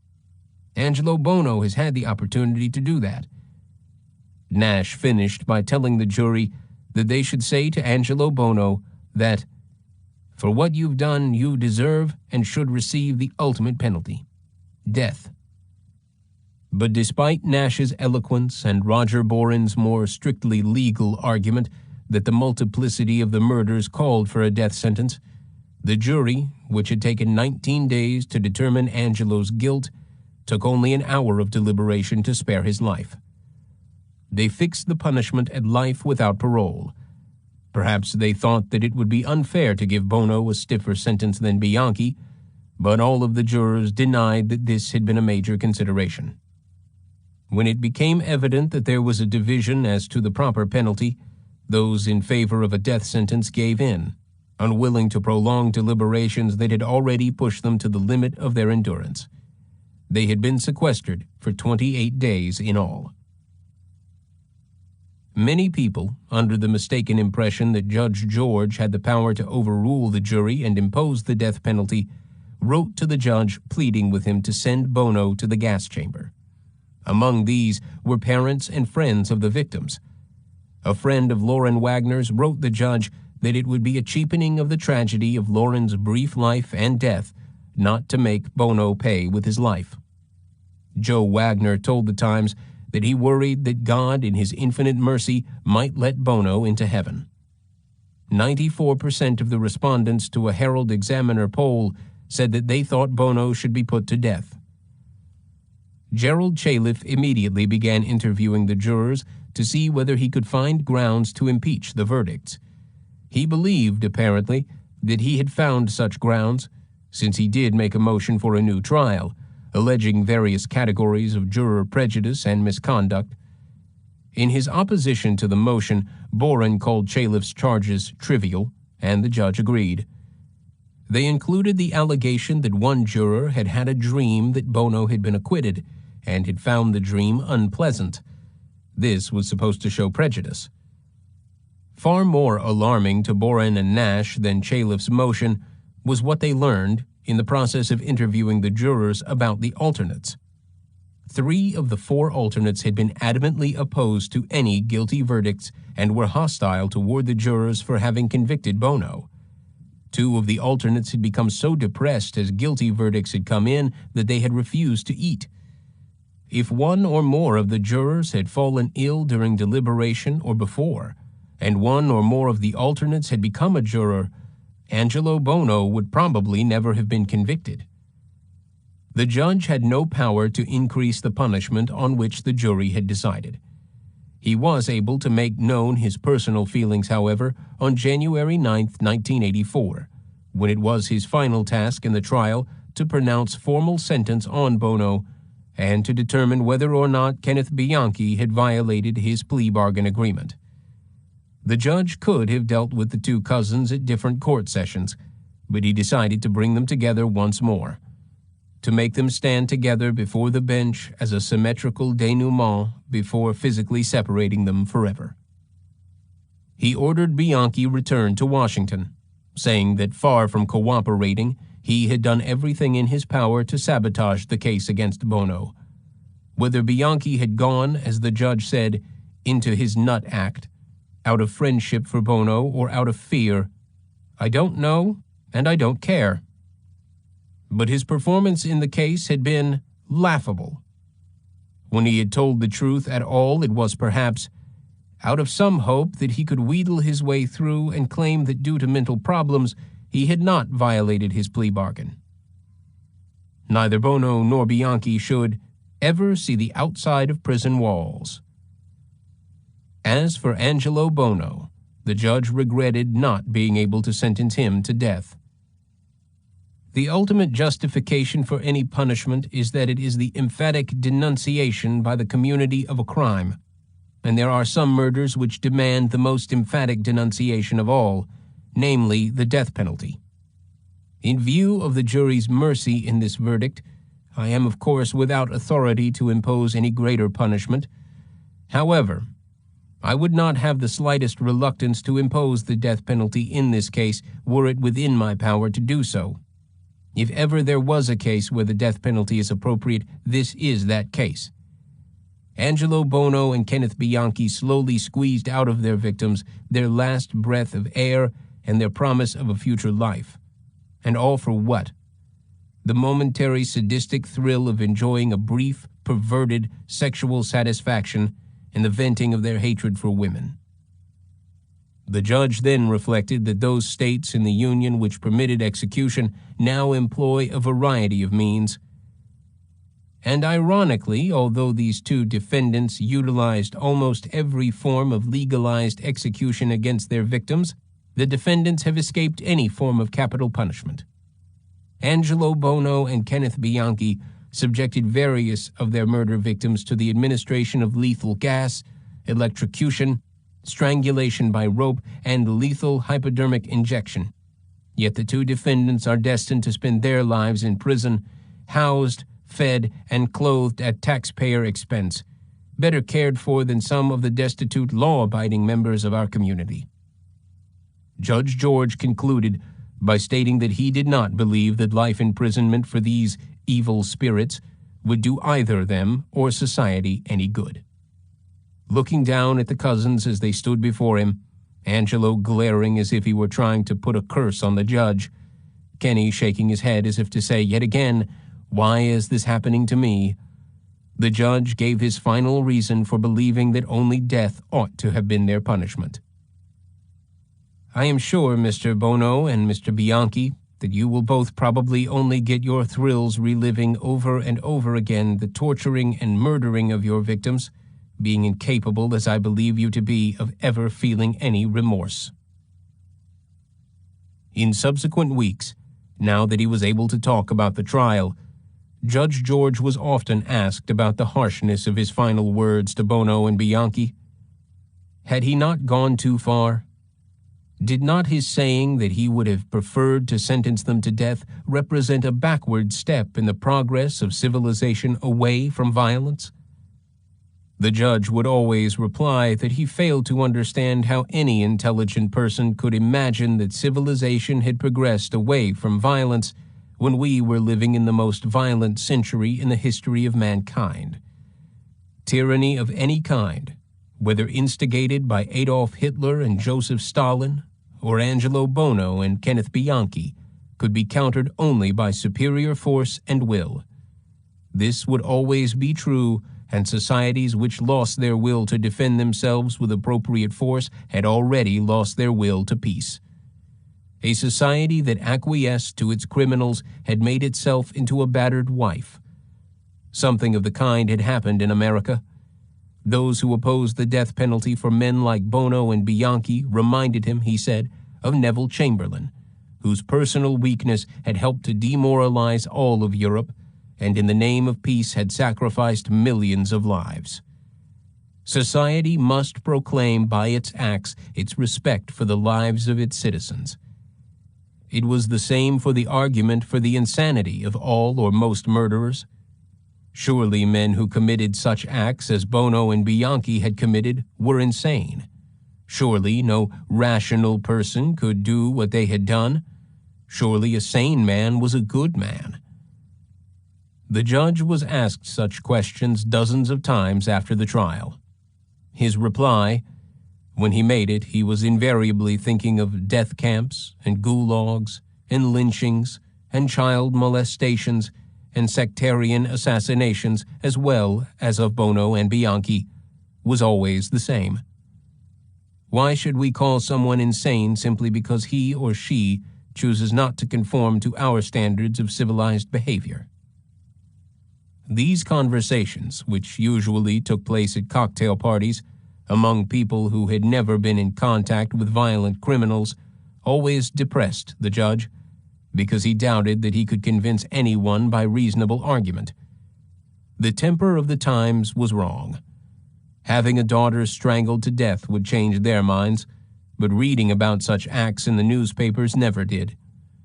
It was too easy for people to abstract the crimes and put them at a distance from themselves, even when, as during the Hillside Stranglings, an entire city experienced terror.